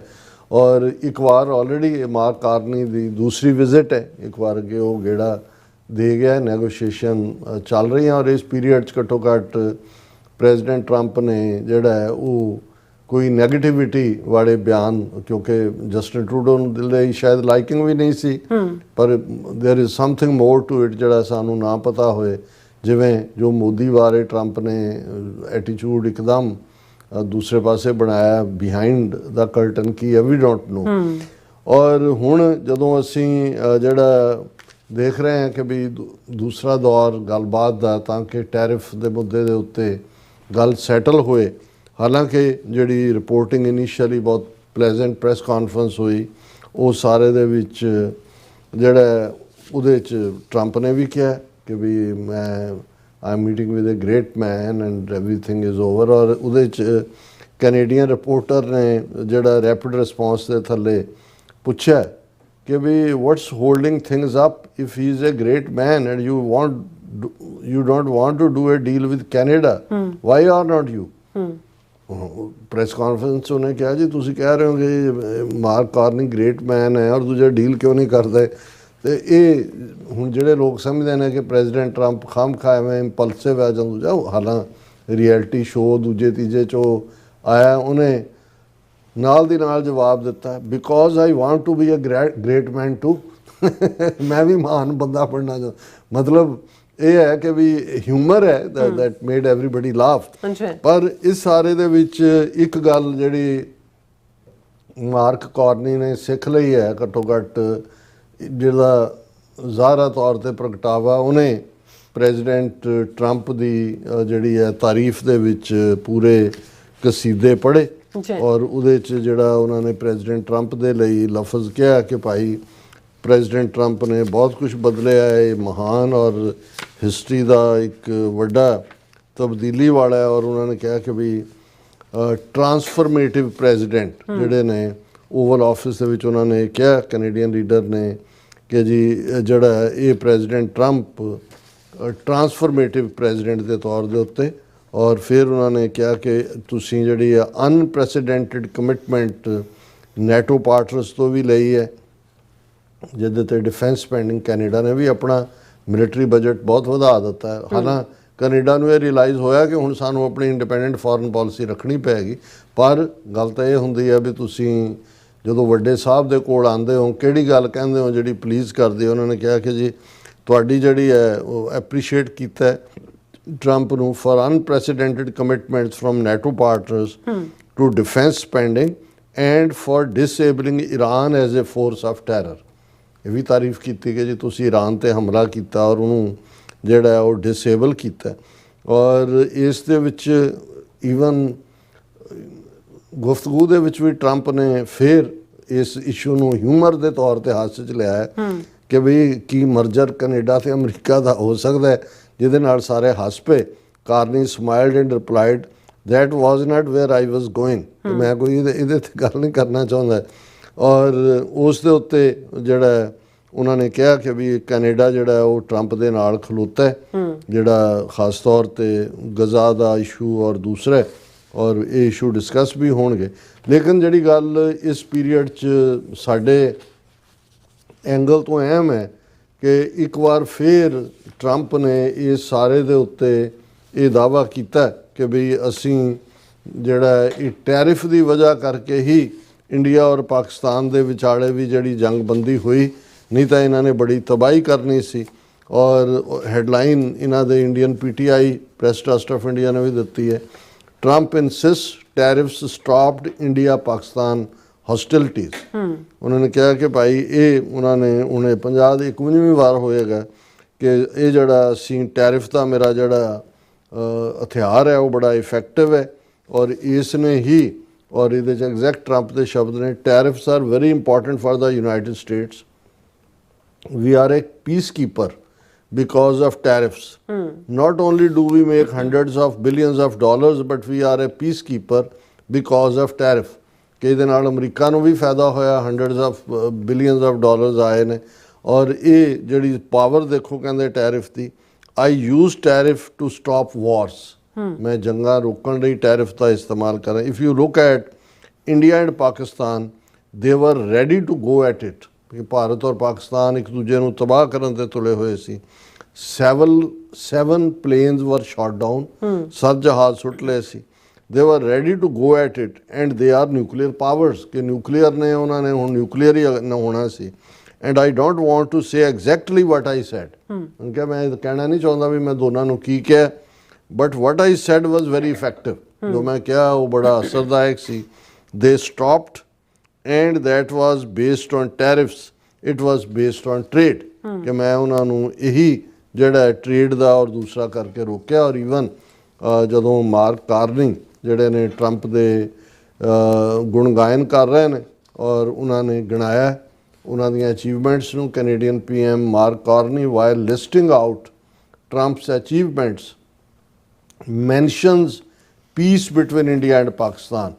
ਉਹਨਾਂ ਨੇ ਕਿਹਾ ਜੀ ਟਰੰਪ ਸਾਹਿਬ ਤੁਸੀਂ ਬਹੁਤ ਕੁਝ ਕੀਤਾ ਹੈ, ਤੁਸੀਂ ਮਿਡਲ ਈਸਟ, ਤੁਸੀਂ ਟਰਾਂਸਫੋਰਮੇਟਿਵ ਪ੍ਰੈਜ਼ੀਡੈਂਟ ਹੋ, ਤੁਸੀਂ ਮਿਡਲ ਈਸਟ ਦੀ ਜਿਹੜੀ ਹੈ ਉਹ ਪੀਸ ਜਿਹੜੀ ਹੈ ਫਾਰਮੂਲਾ ਦਿੱਤਾ ਹੈ, ਈਰਾਨ ਨੂੰ ਵੀ ਤੁਸੀਂ ਸਬਕ ਸਿਖਾਇਆ ਔਰ ਅਬਵ ਆਲ ਤੁਸੀਂ ਜਿਹੜਾ ਭਾਰਤ ਔਰ ਪਾਕਿਸਤਾਨ ਦੇ ਵਿਚਾਲੇ ਜਿਹੜੀ ਹੈ ਜੰਗਬੰਦੀ ਕਰਵਾਈ, ਇਹ ਤੁਹਾਡੀ ਗ੍ਰੇਟਨੈਸ ਨੂੰ ਹੋਰ ਵੀ 4 ਚੰਨ ਲਾਉਂਦੀ ਹੈ। ਮੈਂ ਕਿਹਾ ਵੀ ਟਰੰਪ ਦੇ ਤਾਂ 4 ਚੰਨ ਲੱਗ ਗਏ ਪਰ ਭਾਰਤ ਦੇ ਹੋਰ ਲਫੇੜਾ ਵੱਜਾ ਜ਼ੋਰ ਦੀ ਕਿ ਆ ਲੋ ਹੁਣ ਕੈਨੇਡਾ ਵੀ ਕਹਿਣ ਲੱਗ ਗਿਆ ਵੀ ਪ੍ਰੈਜ਼ੀਡੈਂਟ ਟਰੰਪ ਨੇ ਸੀਜ਼ ਫਾਇਰ ਕਰਵਾਇਆ। ਬਿਲਕੁਲ ਹੁਣ अब मोदी क्या बोलेगा। ਬਿਲਕੁਲ। ਸੋ ਇੱਥੇ ਲੈਣ ਬ੍ਰੇਕ ਵਿਊਅਰਸ, ਤੁਸੀਂ ਇਸ ਤਰ੍ਹਾਂ ਬਣੇ ਰਹਿਣਾ, ਮਿਲਦੇ ਹਾਂ ਛੋਟੇ ਜਿਹੇ ਵਕਫੇ ਤੋਂ ਬਾਅਦ।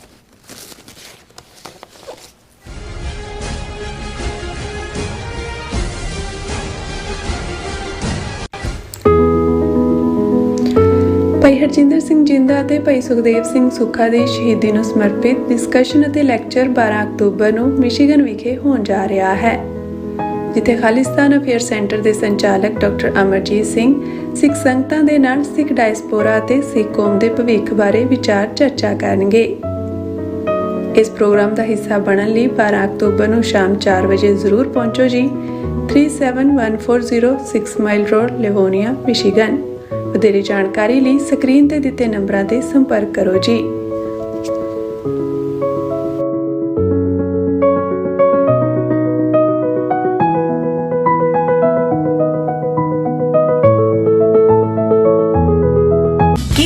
ਰੋਜ਼ਾਨਾ ਕੰਮ ਤੇ ਆਪਣਾ ਵਧੇਰੇ ਸਮਾਂ ਬਿਤਾਉਣ ਤੋਂ ਪਰੇਸ਼ਾਨ ਹੋ? ਆਪਣੀ ਪੂੰਜੀ ਨੂੰ ਕੰਮ ਤੇ ਲਗਾਓ, ਸਾਡੇ ਨਾਲ ਇਨਵੈਸਟ ਕਰੋ। ਅਸੀਂ ਤੁਹਾਡੀ ਪੂੰਜੀ ਤੋਂ ਤੁਹਾਡੇ ਲਈ ਵਧੇਰੇ ਪੈਸੇ ਬਣਾ ਸਕਦੇ ਹਾਂ। ਅਸੀਂ ਪ੍ਰਾਈਵੇਟ ਇਕੁਇਟੀ ਇਨਵੈਸਟਮੈਂਟ ਫਰਮ ਹਾਂ ਤੇ ਕਮਰਸ਼ੀਅਲ ਰੀਅਲ ਏਸਟੇਟ ਵਿੱਚ ਮਾਹਿਰ ਹਾਂ। Property management, leasing, asset management, commercial real estate investment ਵਿੱਚ ਸਾਰੀਆਂ ਸੇਵਾਵਾਂ ਲਈ ਅਮਰੀਕਾ ਭਰ ਵਿੱਚੋਂ ਤੁਸੀਂ ਸਾਡੇ ਤੱਕ ਪਹੁੰਚ ਕਰ ਸਕਦੇ ਹੋ। आजाद कमर्शियल रियलिटी सर्विसेज ते Azad family trust 701 north post oak road, suite number 204, Houston, Texas. तुसी सानू साडे फोन नंबर 7136861277 ते भी संपर्क कर सकते हो। आजाद कमर्शियल रियलिटी सर्विसेज।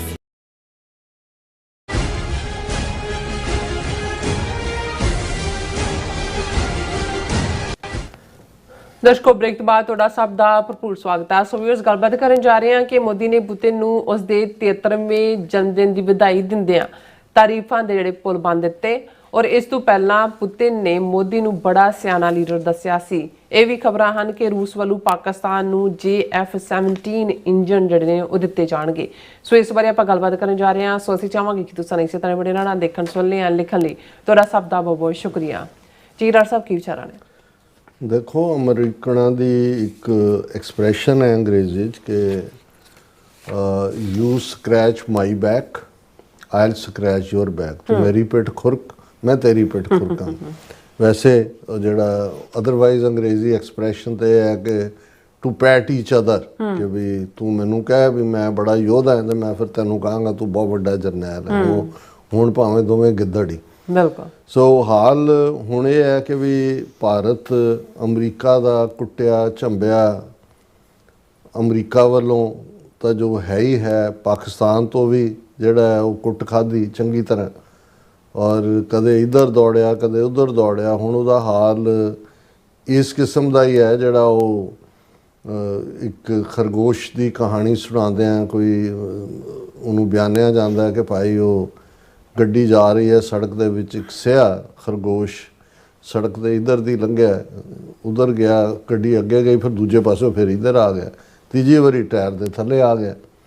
ਤੇ ਉਹ ਜਿਹੜਾ ਬੰਦਾ ਬੈਠਾ ਉਹ ਡਰਾਈਵਰ ਨੂੰ ਪੁੱਛਦਾ ਕਿ ਵੀ ਤੈਨੂੰ ਪਤਾ ਹੈ ਵੀ ਇਹ ਕਿਉਂ ਮਰਿਆ? ਉਹ ਕਹਿੰਦਾ ਜੀ ਹੋ ਸਕਦਾ ਹੈ ਇਹ ਰੋਸ਼ਨੀ ਕਿਉਂਕਿ ਹੈ ਇਹਦੀ ਅੱਖਾਂ 'ਚ ਪੈ ਰਹੀ ਹੋਏ ਜਾਂ ਇਹਨੂੰ ਪ੍ਰੋਪਰ ਦਿਸ ਨਾ ਰਿਹਾ ਹੋਏ। ਉਹਨੇ ਹੋਰ ਵੀ ਦਿੱਤਾ, ਉਹਨੇ ਕਿਹਾ ਵੀ ਨਹੀਂ ਇਹ ਇਸ ਲਈ ਮਰਿਆ ਵੀ ਇਹਨੂੰ ਇਹ ਪਤਾ ਹੀ ਨਹੀਂ ਸੀ ਵੀ ਇਹਨੇ ਕੀ ਕਰਨਾ, ਕਿ ਵੀ ਇੱਧਰ ਜਾਏ ਕਿ ਉੱਧਰ ਜਾਏ, ਡਿਸਾਈਡ ਹੀ ਨਹੀਂ ਕਰ ਪਾਇਆ। ਹਾਂ, ਕਿ ਹੁਣ ਹਾਲ ਤਾਂ ਵੈਸੇ ਜੇ ਤੁਸੀਂ ਇੰਡੀਆ ਦਾ ਕੁੱਲ ਮਿਲਾ ਕੇ ਦੇਖੋ, ਨੋ ਮੈਟਰ ਉਹ ਵਿਦਨ ਆਪਣੇ ਲੋਕਾਂ ਨੂੰ ਜਿਹੜਾ ਹਾਈ ਸਪਿਰਿਟ 'ਚ ਰੱਖਣ ਦੇ ਲਈ ਝੂਠ ਦੇ ਉੱਤੇ ਝੂਠ ਬੋਲਦੇ ਨੇ, ਚੋਣਾਂ ਵੀ ਜਿੱਤਣੀਆਂ ਨੇ, ਰੁਪਈਏ ਨੂੰ ਸਟੇਬਲ ਰੱਖਣ ਲਈ ਜਿਹੜੀ ਫੋਰਨ ਐਕਸਚੇਂਜ ਮਨੀ ਜਿਹੜੀ ਇਕੱਠੀ ਸੀ ਪਿਛਲੇ ਸਾਰੇ ਸਾਲਾਂ ਦੀ ਮਨਮੋਹਨ ਸਿੰਘ ਪੀਰੀਅਡ ਦੀ, ਉਹ ਦਵਾ-ਦਵ ਰਿਜ਼ਰਵ ਬੈਂਕ ਖਰੀਦ ਕੇ ਡਾਲਰ ਔਰ ਰੁਪਏ ਨੂੰ ਸਟੇਬਲ ਕਰਨ ਦੀ ਕੋਸ਼ਿਸ਼ ਕਰ ਰਹੇ ਨੇ।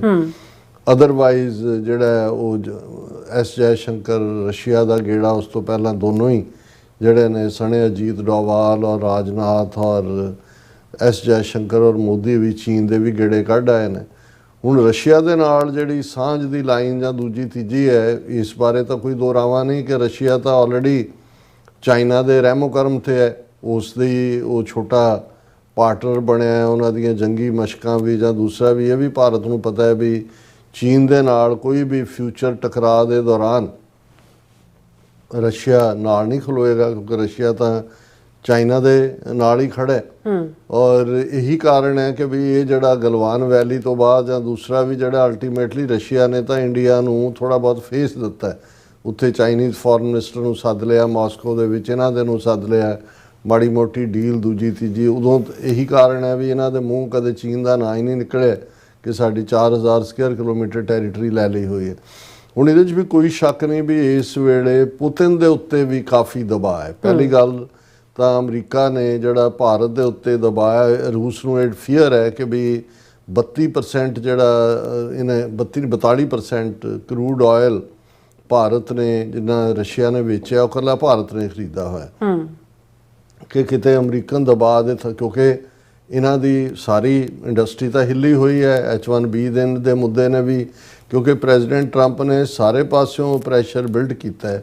ਔਰ ਹੁਣ ਈਵਨ ਇੱਕ ਲੈਜਿਸਲੇਸ਼ਨ ਜਿਹੜਾ ਅਮਰੀਕਨ ਕਾਂਗਰਸ ਔਰ ਸੈਨੇਟ ਦੋਨਾਂ ਦੇ ਵਿੱਚ ਆਇਆ ਹੈ, ਜਿਸ ਦੇ ਵਿੱਚ ਪਹਿਲਾਂ ਤਾਂ H1B ਦੇ ਉੱਤੇ, ਜਿਹਦੇ ਵਿੱਚ ਈਵਨ ਜਿਹੜੀਆਂ ਅਮਰੀਕਨ ਕੰਪਨੀਜ਼ ਚੀਪ ਲੇਬਰ ਕਰਕੇ IT ਸੈਕਟਰ ਦੀ ਜਿਹੜੀ ਆਲਮੋਸਟ ਇਹਨਾਂ ਦੀ $200 ਬਿਲੀਅਨ ਦੀ ਇੰਡਸਟਰੀ ਹੈ ਇੰਡੀਆ ਦੀ, ਉਹ ਇੰਡੀਆ 'ਚੋਂ ਭੇਜਦੇ ਨੇ ਜਾਂ ਦੂਜੇ, ਉਹਨਾਂ ਦੀ ਜਿਹੜੀ ਇਨਕਮ ਜਾਂ ਦੂਜੀ ਹੈ ਉਹਦੇ 'ਤੇ ਵੀ 25% ਐਕਸਟਰਾ ਟੈਕਸ। ਸੋ ਜ਼ਾਹਰ ਹੈ ਕਿ ਵੀ ਟਰੰਪ ਦਾ ਇਹੀ ਕਹਿਣਾ ਵੀ ਸਭ ਕੁਝ ਅਮਰੀਕਾ 'ਚ ਲਿਆਓ। ਹੁਣ ਇਹਦੇ 'ਤੇ ਵੀ ਬੜਾ ਉਹਨਾਂ ਨੂੰ ਚੱਲ ਰਿਹਾ।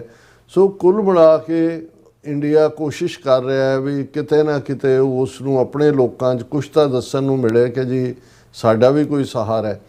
ਤੇ ਪੁਤਿਨ ਦੇ ਉੱਤੇ ਜਿਹੜਾ ਦਬਾਅ ਹੈ, ਔਰ ਹੁਣ ਈਵਨ ਲੌਂਗ ਰੇਂਜ ਹੋਰ ਮਿਸਲਸ ਵੀ ਯੂਕਰੇਨ ਨੂੰ ਦਿੱਤੀਆਂ। ਪਿਛਲੇ ਕੱਲ ਇੱਕ ਮਿਸਲ ਨੇ ਭਾਵੇਂ ਉਹ ਬਲਾਸਟ ਨੇ ਉਹ ਨਿਊਕਲੀਅਰ ਰਿਐਕਟਰ ਤੇ ਹਿੱਟ ਕੀਤਾ ਰਸ਼ੀਆ ਦੇ। ਰਸ਼ੀਆ ਵੀ ਐਵਰੀਡੇ ਉਹਨਾਂ ਦੇ ਕਦੇ ਕਹਿੰਦਾ 250 ਡਰੋਨ ਸੁੱਟ ਲਿਆ ਯੂਕਰੇਨ ਦਾ, ਕਦੇ ਦੂਜਾ।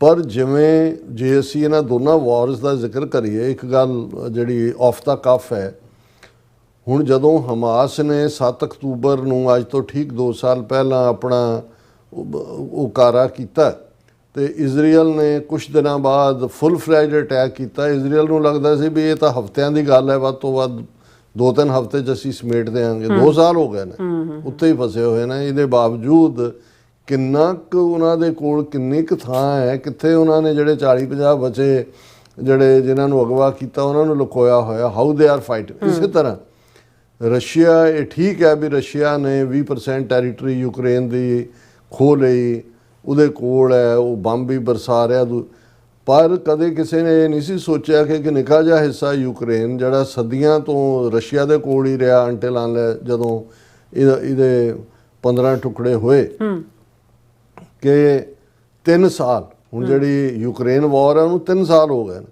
ਕਿ 3 ਸਾਲ 'ਚ ਰਸ਼ੀਆ ਜਿਹੜਾ ਉਹਨੂੰ ਯੂਕਰੇਨ ਨੂੰ ਸਾਇਲੈਂਟ ਨਹੀਂ ਕਰਵਾ ਸਕੇਗਾ। ਹਾਲਾਂ ਲੱਖਾਂ ਲੋਕ ਦੋਨੋਂ ਪਾਸੇ ਮਰੇ ਨੇ। ਸੋ ਜਿਹੜਾ ਲੱਗਦਾ ਸੀ ਵੀ ਰਸ਼ੀਆ ਇੰਨੀ ਸੁਪਰ ਪਾਵਰ ਤੇ ਇੰਨਾ ਫਸਿਆ ਹੋਇਆ, ਔਰ ਜੇ ਸੱਚਮੁੱਚ ਸੀਰੀਅਸਲੀ ਪ੍ਰੈਜ਼ੀਡੈਂਟ ਟਰੰਪ ਨੇ ਇਹ ਫੈਸਲਾ ਕੀਤਾ ਕਿ ਵੀ ਨਹੀਂ, ਪਹਿਲਾਂ ਤਾਂ ਗੁੱਡਵਿਲ ਸੀ ਕਿ ਵੀ ਰਸ਼ੀਆ ਫਰੈਂਡਲੀ ਆ, ਉਹਨੂੰ ਲੱਗਦਾ ਸੀ ਵੀ ਰਸ਼ੀਆ ਨਾਲ ਤਾਂ ਅਸੀਂ 24 ਘੰਟੇ ਦੇ ਵਿੱਚ ਕਰਾ ਦਾਂਗੇ ਸੀਜ਼ਫਾਇਰ, ਪਰ ਉਹ ਗੱਲ ਬਣੀ ਨਹੀਂ ਹੈ। ਔਰ ਉਸ ਲੈਵਲ ਦੇ ਉੱਤੇ ਜੇ ਰਸ਼ੀਆ ਨੂੰ ਇਹ ਲੱਗਦਾ ਹੈ ਕਿ ਬਈ ਉਹ ਅਮਰੀਕਾ ਨੂੰ ਚੜਾਉਣ ਲਈ ਇੰਡੀਆ ਨੂੰ ਹੋਰ ਪੈਟ ਕਰੇ, ਜਿਹੜਾ ਉਹ ਕਰ ਵੀ ਰਿਹਾ। ਹੁਣ 2-4 ਦਿਨ ਬਾਅਦ ਉਹਦਾ ਰਸ਼ੀਆ ਦੇ ਫੋਰਨ ਮਿਨਿਸਟਰ ਨੇ ਆ ਜਾਣਾ, ਕਿਉਂਕਿ 5 ਦਸੰਬਰ ਨੂੰ ਪ੍ਰੈਜ਼ੀਡੈਂਟ ਪੁਤਿਨ ਦਿੱਲੀ ਆ ਰਿਹਾ। ਹੁਣ 2021 ਤੋਂ ਬਾਅਦ 4 ਸਾਲ ਬਾਅਦ ਉਹਨੇ ਆਉਣਾ। ਹੁਣ ਇਸ ਸਟੇਜ ਤੇ ਇੰਡੀਆ ਉਹਨੂੰ ਹੋਸਟ ਕਰੇਗਾ, ਉਹਦੇ ਗੁਣ ਗਾਇਨ ਕਰੇਗਾ। ਔਰ ਪਹਿਲਾਂ ਹੀ ਜਦੋਂ ਮੋਦੀ ਦਾ 75 ਸਾਲਾ ਜਨਮ ਹੋਇਆ, ਜਿਹੜਾ ਅਵਤਾਰ ਹੀ ਹੋਇਆ, ਕਿਉਂਕਿ ਉਹ ਤਾਂ ਹੁਣ ਉਹੀ ਕਹਿੰਦਾ ਨਾ ਵੀ ਮੈਨੂੰ ਕਈ ਵਾਰੀ ਲੱਗਦਾ ਵੀ ਮੈਂ ਬਾਇਓਲੋਜੀਕਲੀ ਨਹੀਂ ਪੈਦਾ ਹੋਇਆ, ਮੈਂ ਉੱਤੋਂ ਹੀ ਉਤਰਿਆ। ਹੁਣ ਉਹਨੂੰ ਅਵਤਾਰ ਹੀ ਕਹਿ ਦੇਣਾ, ਇਹਨਾਂ ਦਾ ਹੀ ਅਵਤਾਰਵਾਦ। ਔਰ ਅੱਜ ਪੁਤਿਨ ਦਾ ਵੀ ਜਿਹੜਾ 73 ਸਾਲਾਂ ਦਾ ਹੋਇਆ, ਉਹ ਤਾਂ ਚਲੋ ਨਾਸਤਕ ਹੈ, ਉਹਨਾਂ ਦੇ ਅਵਤਾਰ ਅਵਤੂਰ ਦਾ ਕੰਮ ਨਹੀਂ ਹੈ, ਉਹ ਜੰਮਿਆ। ਤੇ ਪਹਿਲਾਂ ਜਿੱਦਣ ਮੋਦੀ ਦਾ ਜਨਮ ਦਿਨ ਸੀ ਉਦਣ ਵੀ ਪੁਤਿਨ ਨੇ ਕਾਲ ਕਰਕੇ ਬੜੀ ਸਿਫਤ ਕੀਤੀ, ਵਧਾਈ ਦਿੱਤੀ। ਔਰ ਜਿਹੜਾ ਉਹਨੇ ਈਵਨ ਪੁਤਿਨ ਨੇ ਉਸ ਤੋਂ ਇਲਾਵਾ ਵੀ ਵਡਾਈ ਡਿਸਕਸ਼ਨ ਕਲੱਬ ਹੈ ਸੋਚੀ ਦੇ ਵਿੱਚ, ਜਿੱਥੇ ਜਦੋਂ ਇਹ ਪੁਤਿਨ ਐਡਰੈਸ ਕਰ ਰਿਹਾ ਸੀ ਉਹਦੇ 'ਚ ਉਹਨੇ ਕਿਹਾ ਕਿ people in India do not forget about our relationship. I believe ਕਿ ਮੈਨੂੰ ਲੱਗਦਾ ਹੈ ਕਿ ਵੀ ਭਾਰਤ ਦੇ ਲੋਕ ਕਦੇ ਵੀ ਜਿਹੜੀ ਰੂਸ ਨਾਲ ਸਾਂਝਾਂ ਨੂੰ ਨਹੀਂ ਭੁੱਲਣਗੇ। Some 15 years ago, we made an announcement about a privileged strategic partnership, and that is the best description ਕਿ ਅਸੀਂ 15 ਸਾਲ ਪਹਿਲਾਂ ਭਾਰਤ ਦੇ ਨਾਲ strategic partnership ਦਾ ਸਮਝੌਤਾ ਕੀਤਾ ਸੀ, ਉਹ ਬੈਸਟ ਹੈ। Prime Minister Modi is a very wise leader who thinks first about his country, ਕਿ ਬਹੁਤ ਸਿਆਣਾ ਲੀਡਰ ਹੈ ਜਿਹੜਾ ਕਿ ਆਪਣੇ ਜਿਹੜਾ ਲੋਕਾਂ ਬਾਰੇ ਸੋਚਦਾ ਹੈ।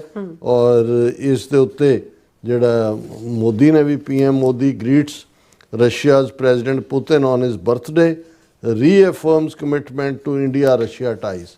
ਉਹ ਜਿਹੜਾ ਉਸ ਨੂੰ ਵਧਾਈ ਵੀ ਦੇ ਰਿਹਾ ਹੈ ਔਰ ਰੀਕਨਫਰਮ ਵੀ ਕਰ ਰਿਹਾ। ਹੁਣ ਇਸ ਸਾਰੇ 'ਚ ਜੇ ਇਹਨਾਂ ਨੂੰ ਲੱਗਦਾ ਹੈ ਕਿ ਵੀ ਅਮਰੀਕਾ ਔਰ ਪ੍ਰੈਜ਼ੀਡੈਂਟ ਟਰੰਪ ਜਿਹੜਾ ਇਸ ਕਿਸਮ ਦੀਆਂ ਚੀਜ਼ਾਂ ਨੂੰ, ਹਾਲਾਂ ਮੋਦੀ ਜਦੋਂ ਚੀਨ ਗਿਆ, SCO ਦੀ ਸੀ, ਉਹਨੂੰ ਉਸ ਮੀਟ ਦੇ ਉੱਤੇ, ਔਰ ਪ੍ਰੈਜ਼ੀਡੈਂਟ ਟਰੰਪ ਨੇ ਕਿਹਾ ਸੀ ਕਿ India is a dead economy and Modi in company of Xi Jinping and Putin, good luck. ਤੇ ਜੇ ਹੁਣ ਇੱਕ ਪਾਸੇ ਸੈਂਕਸ਼ਨਸ, ਇਹ ਵੀ ਕਹਿ ਰਿਹਾ ਉਹਨਾਂ ਦਾ ਪਿਊਸ਼ ਗੋਇਲ ਕਿ ਜੀ ਸਾਡੀ ਗੱਲਬਾਤ ਚੱਲ ਰਹੀ ਹੈ ਅਮਰੀਕਾ ਨਾਲ ਟ੍ਰੇਡ ਦੇ ਉੱਤੇ, ਵੀ ਤੁਸੀਂ ਗੱਲ ਕਿਹਦੇ ਨਾਲ ਕਰ ਰਹੇ ਹੋ, ਅਮਰੀਕਾ ਨੂੰ ਤੁਸੀਂ ਜਿਹੜਾ ਉਹ ਹੁਣ ਇਹ ਬਿਲਕੁਲ ਅੱਜ ਵੀ ਸਾਡੇ ਇੱਕ ਵੀਰ ਨਾਲ ਗੱਲ ਹੋ ਰਹੀ ਸੀ, ਮੈਂ ਕਿਹਾ ਵੀ ਅਮਰੀਕਨਾਂ ਦਾ ਸੁਭਾਅ ਜਿਹੜਾ ਨਾ ਬਹੁਤ ਸਾਰਾ ਸਾਡੇ ਪੇਂਡੂ ਕਿਸਾਨਾਂ ਦੇ ਸੁਭਾਅ ਵਰਗਾ ਕਿ ਵੀ ਜੇ ਭੋਲੇ ਭਾਲੇ ਵਿੱਚ ਫਸੇ ਰਹਿਣ, ਕਿਸੇ ਚੀਜ਼ ਦੇ ਫਸੇ ਰਹਿੰਦੇ ਨੇ, ਪਰ ਜਦੋਂ ਇਹ ਗੱਲ ਆ ਜਾਏ ਵੀ ਅੱਛਾ ਸਾਡੇ ਨਾਲ ਧੋਖਾ ਕਰ ਰਿਹਾ, ਫਿਰ ਕਹਿੰਦੇ ਵੀ ਹੁਣ ਨਹੀਂ ਛੱਡਦੇ। ਹਾਂ ਕਿ ਬਈ ਤੂੰ ਤਾਂ ਵਸਾ ਕੇ ਮਾਰਿਆ ਵੀ, ਅਸੀਂ ਤਾਂ ਟਰਸਟ ਕੀਤਾ। ਹੁਣ ਇਹਨਾਂ ਨੇ ਟਰਾਂਸਨੈਸ਼ਨਲ ਰਿਪਰੈਸ਼ਨ ਵੀ ਕੀਤਾ ਅਮਰੀਕਨ ਸੋਇਲ ਤੇ। ਇਧਰੋਂ ਅਮਰੀਕਾ ਤੋਂ ਜਿਹੜਾ ਉਹ ਰਿਆਇਤਾਂ ਲੈ ਰਹੇ ਨੇ, ਤੇਲ ਰਸ਼ੀਆ ਦਾ ਖਰੀਦ ਰਹੇ ਨੇ। ਵੀ ਗੱਲ ਜਿਹੜਾ ਹੁਣ ਤੁਸੀਂ ਇਸ ਕਿਸਮ ਦਾ ਵਰਤਾਰਾ ਰੱਖੋਗੇ ਤੇ ਫਿਰ ਐਕਸਪੈਕਟ ਕਰੋ। ਤੇ ਇਧਰ ਫਿਰ ਟਰੰਪ ਭਾਜੀ ਨੇ ਹਾਂ ਨਹੀਂ ਇਹ ਹੁਣ ਅਸੀਂ ਕਹਿ ਰਹੇ ਨਾ ਤੇ ਚਲੋ ਜੀ ਡਾਕਟਰ ਸਾਹਿਬ ਤੁਹਾਡਾ ਬਹੁਤ ਬਹੁਤ ਸ਼ੁਕਰੀਆ। ਸੋ ਇੱਥੇ ਲੈਣੇ ਬ੍ਰੇਕ। ਵਿਊਅਰਸ ਦੋਸਤਾਂ ਇਸੇ ਤਰ੍ਹਾਂ ਬੜੇ ਰਹਿਣਾ, ਮਿਲਦੇ ਹਾਂ ਛੋਟੇ ਜਿਹੇ ਵਕਫੇ ਤੋਂ ਬਾਅਦ।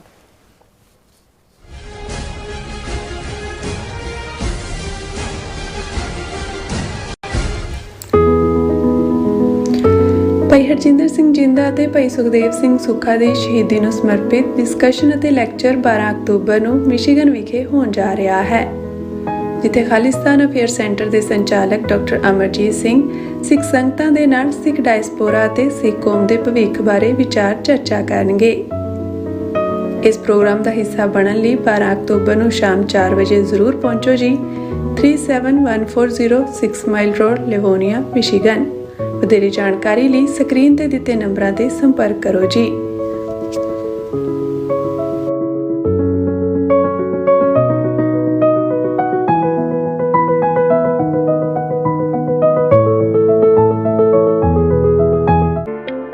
ਸਿਗਨੇਚਰ ਟਰੱਕ ਸਰਵਿਸ ਰਾਊਟ 81 ਉੱਤੇ ਐਗਜ਼ਿਟ 235 ਤੇ ਟਰੱਕਰ ਵੀਰਾਂ ਲਈ 24 ਘੰਟੇ ਰੋਡ ਸਰਵਿਸ ਦੀ ਸੁਵਿਧਾ ਮੌਜੂਦ।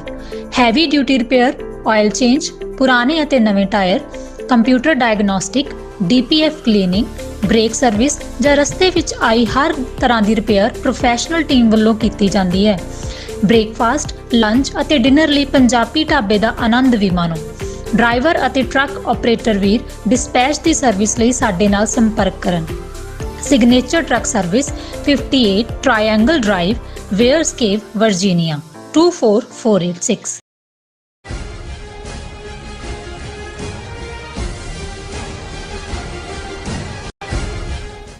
Viewers welcome back to programme. So viewers ਗੱਲਬਾਤ ਕਰਨ ਜਾ ਰਹੇ ਹਾਂ ਕਿ ਪਿਛਲੇ ਦਿਨੀ ਅਮਰੀਕਾ ਦੇ ਫੌਜੀ ਅਫਸਰਾਂ ਜਰਨੈਲਾਂ ਨੂੰ ਸੰਬੋਧਿਤ ਹੁੰਦਿਆਂ ਡਿਫੈਂਸ ਸੈਕਟਰੀ ਪੀਟ ਹੈਗਮੇਸ ਨੇ ਦਾੜੀ ਨੂੰ ਲੈ ਕੇ ਟਿੱਪਣੀ ਕੀਤੀ ਸੀ। ਸੋ ਇਸ ਦਾ ਸਿੱਖਾਂ ਨਾਲ ਜਾਂ ਅਮਰੀਕੀ ਫੌਜ ਵਿੱਚ ਸਰਵ ਕਰ ਰਹੇ ਸਿੱਖ ਫੌਜੀਆਂ ਨਾਲ ਕੋਈ ਸਬੰਧ ਨਹੀਂ ਸੀ, ਪਰ ਭਾਰਤ ਦੇ ਬੇਅਕਲੇ ਅਕਾਲੀ ਲੀਡਰਾਂ ਨੇ ਰਾਈ ਦਾ ਪਹਾੜ ਬਣਾਉਂਦਿਆਂ ਬੇਲੋੜੀਆਂ ਜਿਹੜੀਆਂ ਬਿਆਨਬਾਜ਼ੀਆਂ ਕੀਤੀਆਂ ਕਿ ਬਿਹਤਰ ਹੈ ਕਿ ਉਹਨਾਂ ਨੂੰ ਆਪਣਾ ਮੂੰਹ ਜਿਹੜਾ ਬੰਦ ਹੀ ਰੱਖਣਾ ਚਾਹੀਦਾ ਹੈ। ਸੋ ਇਸ ਬਾਰੇ ਆਪਾਂ ਗੱਲਬਾਤ ਕਰਨ ਜਾ ਰਹੇ ਹਾਂ। ਸੋ ਅਸੀਂ ਚਾਹਾਂਗੇ ਕਿ ਤੁਸੀਂ ਇਸ ਤਰ੍ਹਾਂ ਬਣੇ ਰਹਿਣਾ, ਦੇਖਣ ਸੁਣ ਲਿਆ, ਲਿਖਣ ਲਈ ਤੁਹਾਡਾ ਸਭ ਦਾ ਬਹੁਤ ਬਹੁਤ ਸ਼ੁਕਰੀਆ ਜੀ। ਡਾਕਟਰ ਸਾਹਿਬ ਕੀ ਕਹਿਣਾ ਚਾਹੋਗੇ?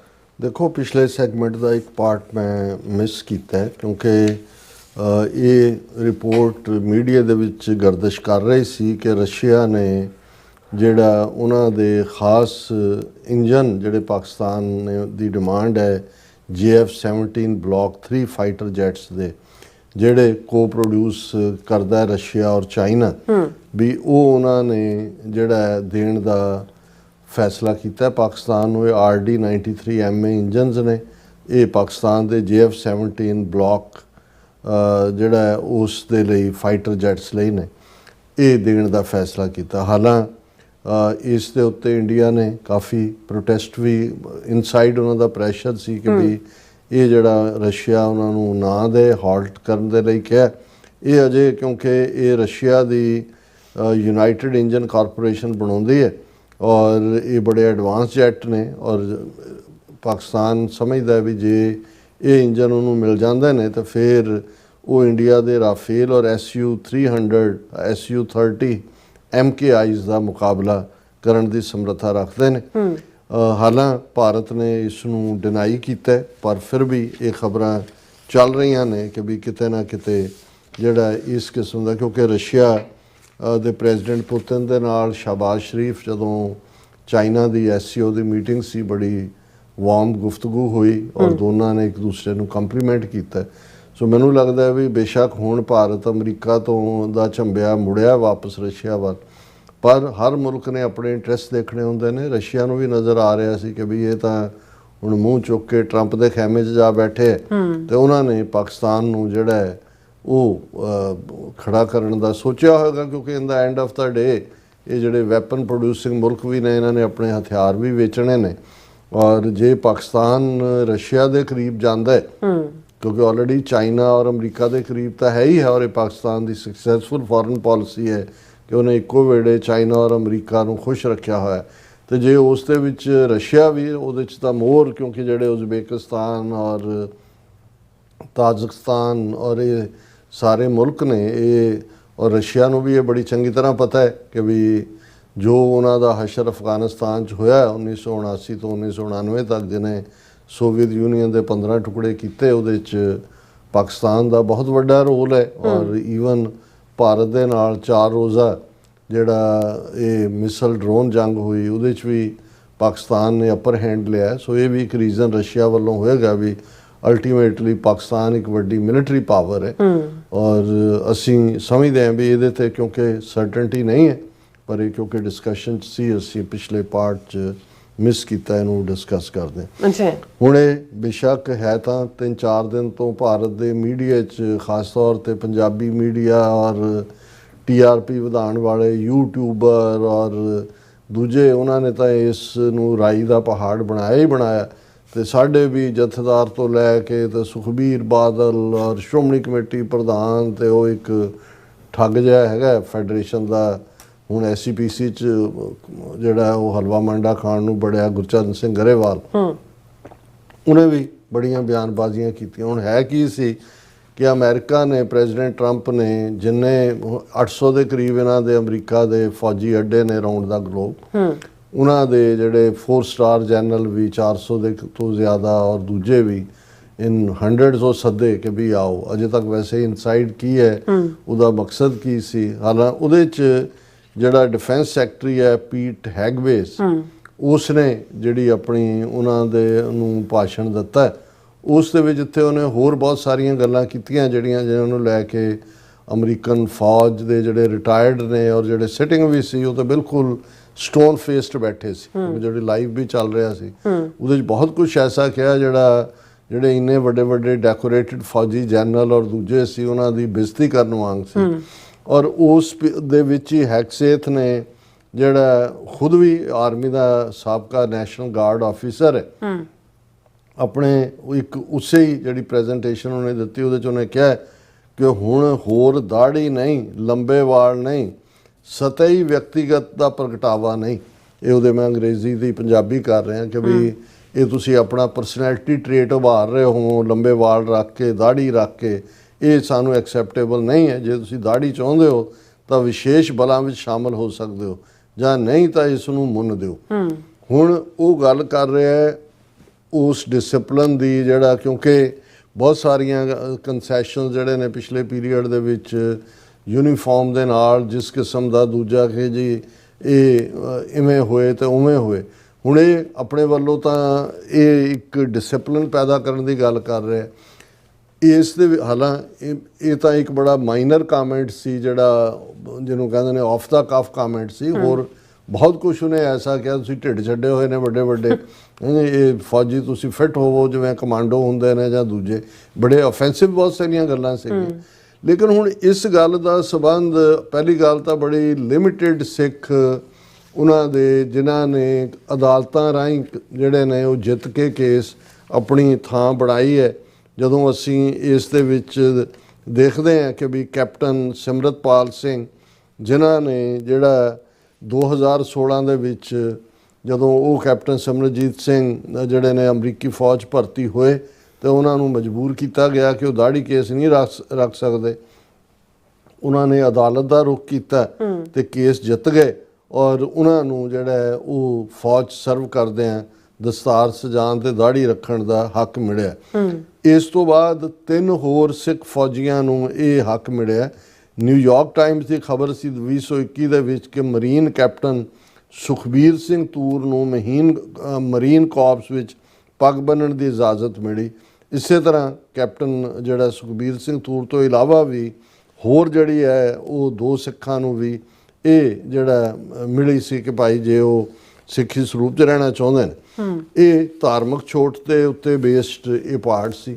ਸੋ ਇਹ ਜਿਹੜਾ ਪੀਟ ਹੈਗਬੇਸ ਦਾ ਬਿਆਨ ਸੀ, ਇਹਦਾ 'ਚ ਕੋਈ ਐਸਾ ਨਹੀਂ ਹੈ ਕਿ ਜੀ ਕੋਈ ਹੁਣ ਸੈਕਟਰੀ ਆਫ ਡਿਫੈਂਸ ਹੈ ਜਿਹਨੂੰ ਅਸੀਂ ਡਿਫੈਂਸ ਮਿਨਿਸਟਰ ਕਹਿੰਦੇ ਹਾਂ ਕਿ ਜੀ ਕੋਈ ਡਿਪਾਰਟਮੈਂਟ ਆਫ ਡਿਫੈਂਸ ਨੇ ਕੋਈ ਨਵੀਂ ਪਾਲਿਸੀ ਬਣਾ ਦਿੱਤੀ ਆ, ਉਹਨਾਂ ਨੇ ਕੋਈ ਆਰਡਰ ਕੱਢ ਦਿੱਤਾ ਹੈ ਕਿ ਜੀ ਜਿਹੜਾ ਉਹ ਕੋਈ ਵੀ ਪੱਗ ਨਹੀਂ ਬੰਨ੍ਹ ਸਕਦਾ, ਜਾਂ ਕਿਉਂਕਿ ਇਹਦੇ 'ਚ ਕੋਈ ਸ਼ੱਕ ਨਹੀਂ ਹੈ ਕਿ ਜਿਹੜੇ ਸਿੱਖ ਆਫਿਸਰ ਜਾਂ ਨੇ ਉਹਨਾਂ ਨੂੰ ਇਹ ਸਪੈਸ਼ਲ ਕੰਸੈਸ਼ਨ ਦਿੱਤਾ ਹੈ। ਜਿਵੇਂ ਯਹੂਦੀਆਂ ਨੂੰ ਉਹਨਾਂ ਦੇ ਧਾਰਮਿਕ ਬੇਸ ਦੇ ਉੱਤੇ ਅਕਮੋਡੇਟ ਕੀਤਾ ਜਾਂਦਾ ਹੈ, ਇਹ ਸਿੱਖਾਂ ਦੇ ਲਈ ਜਿਹੜਾ ਇਹ ਅਦਾਲਤਾਂ 'ਚੋਂ ਲੜ ਕੇ ਵੀ ਔਰ ਕੁਛ ਗੁੱਡਵਿਲ ਦੇ ਤੌਰ 'ਤੇ ਵੀ, ਔਰ ਜਦੋਂ ਜਿਹੜੀਆਂ ਸਿੱਖ ਜਥੇਬੰਦੀਆਂ ਨੇ ਜਾ ਕੇ ਇਹਨਾਂ ਨੂੰ ਦੱਸਿਆ ਕਿ ਭਾਈ ਤੁਹਾਡੇ ਤਾਂ ਫਸਟ ਵਰਲਡ ਵਾਰ 'ਚ ਜਿਹੜਾ ਪਰਪਲ ਹਾਰਟ ਜਿੱਤਣ ਵਾਲਾ ਡਾਕਟਰ ਭਗਤ ਸਿੰਘ ਥਿੰਦ ਹੈ, ਉਹ ਤਾਂ ਲੜਿਆ 1914 ਦੂਸਰੇ ਸੈਕੰਡ ਵਰਲਡ ਵਾਰ ਵੇਲੇ ਵੀ ਜਿਹੜੇ ਨੇ ਅਮਰੀਕਨ ਫੌਜ ਦੇ ਵਿੱਚ ਸਿੱਖ ਲੜੇ ਨੇ। ਇਹ ਜਿਹੜਾ ਇੱਕ ਆਰਡਰ ਸੀ ਸ਼ਾਇਦ ਰੀਗਨ ਪੀਰੀਅਡ ਦੇ ਵਿੱਚ, ਉਸ 'ਤੇ ਪਾਬੰਦੀ ਲੱਗੀ ਡਿਊ ਟੂ ਇਗਨੋਰੈਂਸ। ਹੁਣ ਕੋਈ ਐਸਾ ਪੀਟ ਹੈਗ ਬੇਸ ਦਾ ਲਾਈਨ ਨਹੀਂ ਹੈ ਜਿਹਦੇ ਥੱਲੇ ਕੋਈ ਸਿੱਖ ਫੌਜੀਆਂ ਦੇ ਇਸ ਹੱਕ ਦੇ ਉੱਤੇ ਛਾਪਾ ਹੋਏ। ਲੇਕਿਨ ਤੁਸੀਂ ਆਪਣੀ ਇਹ ਨਾਅਹਿਲ ਔਰ ਜਿਹੜੇ ਬਿਲਕੁਲ ਉੱਥੇ ਤਾਂ ਇਹਨਾਂ ਤੋਂ ਸਰਦਾ ਨਹੀਂ ਹੈ ਵੀ ਉੱਥੇ ਤਾਂ ਤੁਹਾਡੇ ਜੁਡੀਸ਼ਰੀ ਦੇ ਇਮਤਿਹਾਨ ਦੇਣ ਗਿਆ ਦੇ ਕੜੇ ਤੇ ਕਿਰਪਾਨਾਂ ਤੇ ਦੂਸਰੇ ਲੁਹਾਣ ਜਾ ਰਹੇ ਨੇ। ਉੱਥੇ ਤੁਹਾਨੂੰ ਹੱਕ ਮਿਲਿਆ ਹੋਇਆ ਕਿ ਵੀ ਤੁਸੀਂ ਛੋਟੀ 9 ਇੰਚ ਦੀ ਕਿਰਪਾਨ ਨਾਲ ਜਹਾਜ਼ 'ਚ ਸਫ਼ਰ ਕਰ ਸਕਦੇ ਹੋ। ਉਹ ਤੁਹਾਨੂੰ ਮੈਟਰੋ ਦਿੱਲੀ ਦੇ ਉੱਤੇ ਬਲਦੇਵ ਸਿੰਘ ਸਰਸਾ ਕਿਸਾਨ ਲੀਡਰ ਉਹਦੇ ਨਾਲ ਸਾਥੀ ਸੀ, ਉਹਨੂੰ ਮੈਟਰੋ ਨਹੀਂ ਚੜ੍ਹਨ ਦਿੱਤੀ, ਜਹਾਜ਼ ਤਾਂ ਦੂਰ ਦੀ ਗੱਲ ਹੈ। ਉਹਨਾਂ ਨੂੰ ਤੁਸੀਂ ਉੱਥੇ ਬੇਇੱਜ਼ਤ ਹੋ ਰਹੇ ਹੋ। ਪੰਜਾਬ ਦੇ ਵਿੱਚ ਭਈਏ ਤੁਹਾਨੂੰ ਕੁੱਟ ਕੇ ਤੁਹਾਡੀਆਂ ਦਸਤਾਰਾਂ ਦਾ ਅਪਮਾਨ ਕਰਦੇ ਨੇ, ਉੱਥੇ ਤੁਹਾਡਾ ਜ਼ੁਬਾਨ ਨਹੀਂ ਖੁੱਲਦੀ। ਔਰ ਹੁਣ ਸੁਖਬੀਰ ਬਾਦਲ ਨੇ US ਮਿਲਟਰੀ ਬੀਅਰਡ ਬੈਨ ਇਹਨਾਂ ਨੇ ਬਣਾਤਾ ਜੀ, ਦਾੜੀਆਂ ਦੇ ਪਾਬੰਦੀ। ਸੁਖਬੀਰ ਬਾਦਲ ਸੀਕਸ ਜੈ ਸ਼ੰਕਰਜ਼ ਇੰਟਰਵੈਂਸ਼ਨ। ਦੱਸੋ, ਉਹ ਜੈ ਸ਼ੰਕਰ ਆਪ ਉਹ ਕ੍ਰੋਨਿਕ ਕੌਨਸਟੀਪੇਸ਼ਨ ਦਾ ਮਾਰਿਆ, ਝੰਬਿਆ ਅਮਰੀਕਾ ਦਾ, ਮੂੰਹ ਨਹੀਂ ਕਰਦੇ ਅਮਰੀਕਾ ਆ ਕੇ। ਹੁਣ ਐਸ ਜੈ ਸ਼ੰਕਰ ਇਹਨਾਂ ਨੂੰ ਅਮਰੀਕਨ ਫੌਜ ਦੇ ਵਿੱਚ ਕੇਸਦਾੜੀ ਪੱਗ ਦਾ ਹੱਕ ਲੈ ਕੇ ਦੇ ਤੁਸੀਂ, ਯਾਨੀ ਕਿਉਂਕਿ ਉੱਥੋਂ ਬੋਲਿਆ ਉਹ ਹਿੰਦੂ ਤੋਂ ਵੀ ਖੁਸ਼ ਹੁੰਦੇ ਨੇ ਕਿ ਜੀ ਦੇਖੋ ਅਮਰੀਕਾ ਪਹਿਲਾਂ ਤਾਂ ਉਹਨਾਂ ਦਾ ਮੀਡੀਆ ਚੁੱਕਦਾ। ਦੇਖੋ ਜੀ ਸਿੱਖ ਬੜੇ ਸਮਝਦੇ ਸੀ ਜੀ ਕਿ ਟਰੰਪ ਖਾਲਿਸਤਾਨ ਦਾ ਹਮਾਇਤੀ ਤੇ ਬਣਾ ਕੇ ਦੇਗਾ ਖਾਲਿਸਤਾਨ, ਉੱਥੇ ਤਾਂ ਇਹਦੇ ਤੇ ਪਾਬੰਦੀਆਂ ਲਾਤੀ। ਹੁਣ ਇਹ ਬਾਦਲ ਜਿਹੜਾ ਉਹ ਕਹਿੰਦਾ ਜੀ ਮੈਂ ਚਿੱਠੀ ਲਿਖ ਦਿੱਤੀ ਹੈ, Sikhs all over the world are deeply anguished and concerned over the US Secretary of Defense Pete Hegseth's statement effectively banning beards for Sikhs serving in the US Defense Forces। ਇਹ ਟਵੀਟ ਕਰ ਰਿਹਾ ਅੰਨਾ ਆਦਮੀ, ਢਿੱਡ ਛੱਡਿਆ ਹੋਇਆ ਨਾ। ਮੈਨੂੰ ਨਹੀਂ ਲੱਗਦਾ ਵੀ ਉਹਨੂੰ ਚੱਜ, ਹਾਲਾਂਕਿ ਹੈ ਤਾਂ ਇਹ ਜੀ ਅਮਰੀਕਾ 'ਚੋਂ MBA ਕਰਕੇ ਗਿਆ ਜਾਂ ਦੂਜਾ, ਉਹਨੂੰ ਪਤਾ ਹੋਣਾ ਚਾਹੀਦਾ ਵੀ ਅਮਰੀਕਨ ਸਿਸਟਮ ਕੀ ਹੁੰਦਾ। ਇੱਥੇ ਵੀ ਉਹ ਐਸ਼ੀ ਉਸ਼ੀ ਕਰਦਾ ਰਿਹਾ। ਔਰ ਪੰਜਾਬ 'ਚ ਕਿਉਂਕਿ ਜੁਝਾਰੂ ਲਹਿਰ ਸੀ ਤਾਂ ਉਹਨੇ ਪਿਓ ਨੇ ਜਿਹੜਾ ਉਹ ਆਪਣਾ ਚਿੱਕ ਜਿਹੜਾ ਉਹ ਚੂਜ਼ਾ ਲਕੋਇਆ ਹੋਇਆ ਸੀ ਅਮਰੀਕਾ 'ਚ ਕਿ ਵੀ ਜਦੋਂ ਐਨ ਹੋਇਆ ਉਦੋਂ ਸੱਦਿਆ। ਫਿਰ ਉਹਨਾਂ ਨੇ ਕਿਹਾ ਜੀ on behalf of all Sikhs world wide I have written to external affairs minister. ਇਹਦੇ ਲਈ ਇਹਨਾਂ ਲਈ ਇਹੀ ਹੈ, keep your mouth shut, mind your own business. American ਸਿੱਖਾਂ ਦੀਆਂ ਕੀ ਸਮੱਸਿਆਵਾਂ ਨੇ, ਉਹਨਾਂ ਨੇ ਐਡਮਿਨਿਸਟ੍ਰੇਸ਼ਨ ਨਾਲ ਕਿਵੇਂ ਡੀਲ ਕਰਨਾ ਹੈ, ਉਹਨਾਂ ਨੇ ਕਿਸ ਲੈਵਲ ਦੇ ਉੱਤੇ ਕਰਨਾ ਹੈ, ਉਹਨਾਂ ਨੂੰ ਬਹੁਤ ਚੰਗੀ ਤਰ੍ਹਾਂ ਪਤਾ ਹੈ। ਇਹ ਆਪਣੇ ਬਰਾਉਨੀ ਪੁਆਇੰਟ ਬਣਾਉਣ ਦੇ ਲਈ ਔਰ ਦੂਜੇ ਲੱਗੇ ਹੋਏ ਨੇ। ਔਰ ਇਸੇ ਤਰ੍ਹਾਂ SGPC raise beard ban with US SGPC to centre. ਹੁਣ SGPC ਕਹਿ ਰਹੀ ਹੈ ਕਿ ਇਹ ਵਾਇਲੇਸ਼ਨ ਆਫ ਰਿਲੀਜੀਅਸ ਫਰੀडम ਹੈ। ਔਰ ਸ਼੍ਰੋਮਣੀ ਗੁਰਦੁਆਰਾ ਪ੍ਰਬੰਧਕ ਕਮੇਟੀ ਨੇ ਇੰਡੀਅਨ ਗਵਰਨਮੈਂਟ ਨੂੰ ਕਿਹਾ ਕਿ ਤੁਸੀਂ ਇਸ ਇਸ਼ੂ ਨੂੰ ਅਮਰੀਕਾ ਦੇ ਨਾਲ ਚੁੱਕੋ। ਉਹ ਭਾਈ ਤੁਹਾਡੇ ਤਾਂ ਬੇੜੀਆਂ ਦੇ ਹੱਥਕੜੀਆਂ 'ਚ ਜਿਹੜਾ ਉਹਨਾਂ ਨੇ ਭੇਜੇ ਅੰਮ੍ਰਿਤਸਰ ਦੇ 에ਅਰਪੋਰਟ 'ਤੇ, ਤੁਹਾਡਾ ਹੌਸਲਾ ਨਹੀਂ ਪਿਆ ਵੀ ਤੁਸੀਂ ਗਵਰਨਮੈਂਟ ਨੂੰ ਕਹੋ ਕਿ ਵੀ ਕੀ ਹੈ ਨਾ। ਔਰ ਇਹ ਇਸ਼ੂ ਵੀ ਨਹੀਂ ਹੈ, ਇਹ ਠੀਕ ਹੈ ਕਿ ਵੀ ਲਾਈਨ ਆਫ ਕੌਸ਼ਨ ਹੈ ਕਿ ਬਈ ਕੋਈ ਵੀ ਇਸ ਕਿਸਮ ਦਾ, ਪਰ ਇਹ ਉਹਦੀ ਜਿਹੜੀ ਹੈ ਬਿਲਕੁਲ ਜਿਹੜੀ ਹੈ ਇਸ ਦਾ ਕੰਟੈਕਸਟ ਹੀ ਡਿਫਰੈਂਟ ਸੀ ਡਿਫੈਂਸ ਸੈਕਟਰੀ ਦਾ। ਔਰ ਕੋਈ ਇਸ ਕਿਸਮ ਦਾ ਆਰਡਰ ਨਹੀਂ ਹੈ ਕਿ ਭਾਈ ਕੋਈ ਪਾਰਟ ਹੈ। ਜੇ ਹੋਇਆ ਵੀ ਤਾਂ ਪਹਿਲਾਂ ਵੀ ਜਿਹੜੀ ਕੋਈ ਰਾਹਤ ਹੈ ਉਹ ਸਿੱਖਾਂ ਨੇ ਅਦਾਲਤਾਂ 'ਚ ਜਾ ਕੇ ਜਿੱਤੀ ਹੋਈ ਹੈ। ਕੋਈ ਜੇ ਵਰਸਟ ਸਿਨੇਰੀਓ ਵੀ ਹੋਇਆ ਜਿਹੜਾ ਕਿ ਕੋਈ ਸੰਭਾਵਨਾਵਾਂ ਨਹੀਂ ਨੇ ਇਸ ਗੱਲ ਦੀਆਂ, ਲੇਕਿਨ ਤੁਸੀਂ ਖਾਮਖਾ ਉਹਨਾਂ ਹਿੰਦੂ ਤਵੀਆਂ ਨੂੰ ਖੁਸ਼ ਕਰਨ ਦੇ ਲਈ ਜਿਹੜਾ ਉਹ ਰਾਈ ਦਾ ਪਹਾੜ ਬਣਾ ਰਹੇ ਹੋ। ਇਹਨਾਂ ਨੂੰ ਇੱਕੋ ਹੀ ਹਦਾਇਤ ਹੈ ਕਿ ਕੀਪ ਯੋਰ ਮਾਊਥ ਸ਼ਟ। ਜੀ ਰਾਸਾ ਬਿਲਕੁਲ। ਸੋ ਲੈਣੇ ਬ੍ਰੇਕ। ਵਿਊਅਰਸ ਤੁਸੀਂ ਕਿਤੇ ਨਹੀਂ ਜਾਣਾ, ਮਿਲਦੇ ਹਾਂ ਛੋਟੇ ਜਿਹੇ ਬ੍ਰੇਕ ਤੋਂ ਬਾਅਦ।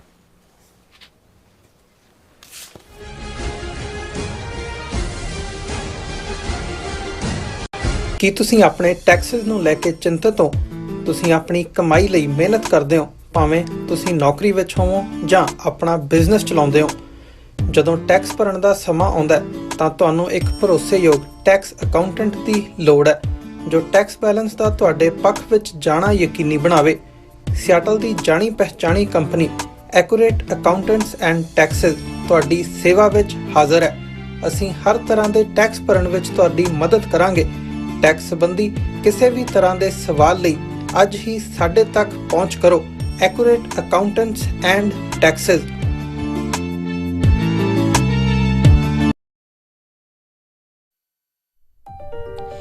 FBI ਤੋਂ ਮੈਂ ਹਾਂ ਸੁਖਵੀਰ ਕੌਰ ਤੇ ਹੁਣ ਸੁਣੋ FBI ਵੱਲੋਂ ਜ਼ਰੂਰੀ ਜਾਣਕਾਰੀ।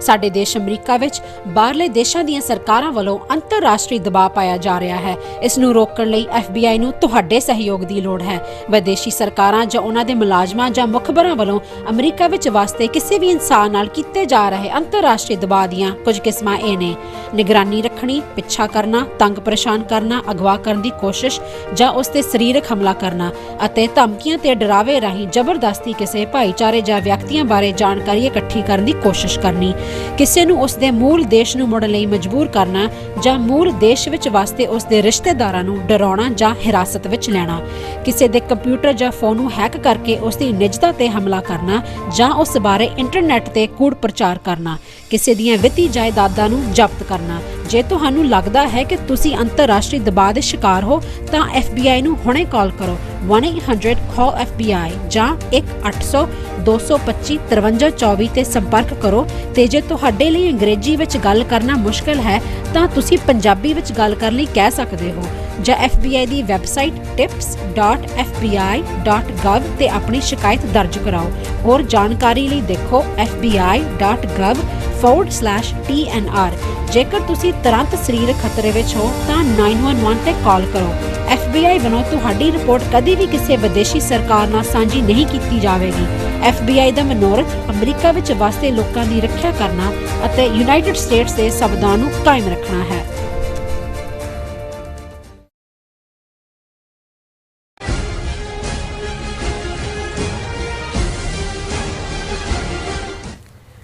Viewers welcome back to programme. So viewers ਗੱਲਬਾਤ ਕਰਨ ਜਾ ਰਹੇ ਹਾਂ ਕਿ ਨਿਖਿਲ ਗੁਪਤਾ ਕੇਸ ਵਿੱਚ ਅਮਰੀਕਨ ਪ੍ਰੋਸੀਕਿਊਟਰਸ ਨੇ ਜੱਜ ਵਿਕਟਰ ਮਾਰੋਰੇ ਦੀ ਅਦਾਲਤ ਵਿੱਚ ਨਵੀਂ ਜਾਣਕਾਰੀ ਦੇ ਸਬੂਤ ਜਿਹੜੇ ਨੇ ਉਹ ਦਾਖਲ ਕੀਤੇ ਨੇ। ਸੋ ਇਸ ਬਾਰੇ ਆਪਾਂ ਗੱਲਬਾਤ ਕਰਨ ਜਾ ਰਹੇ ਹਾਂ ਔਰ ਨਾਲ ਜਿਹੜੇ ਤੁਹਾਡੇ ਲਾਈਵ ਮੈਸੇਜ ਨੇ ਉਹ ਵੀ ਆਪਾਂ ਸ਼ੇਅਰ ਕਰਾਂਗੇ। ਸੋ ਅਸੀਂ ਚਾਹਾਂਗੇ ਕਿ ਤੁਸੀਂ ਇਸੇ ਤਰ੍ਹਾਂ ਬੜੇ ਰਹਿਣਾ, ਦੇਖਣ ਸੁਣ ਲਈ ਲਿਖਣ ਲਈ ਤੁਹਾਡਾ ਸਭ ਦਾ ਬਹੁਤ ਬਹੁਤ ਧੰਨਵਾਦ ਜੀ। ਡਾਕਟਰ ਸਾਹਿਬ ਕੀ ਕਹਿਣਾ ਚਾਹੋਗੇ?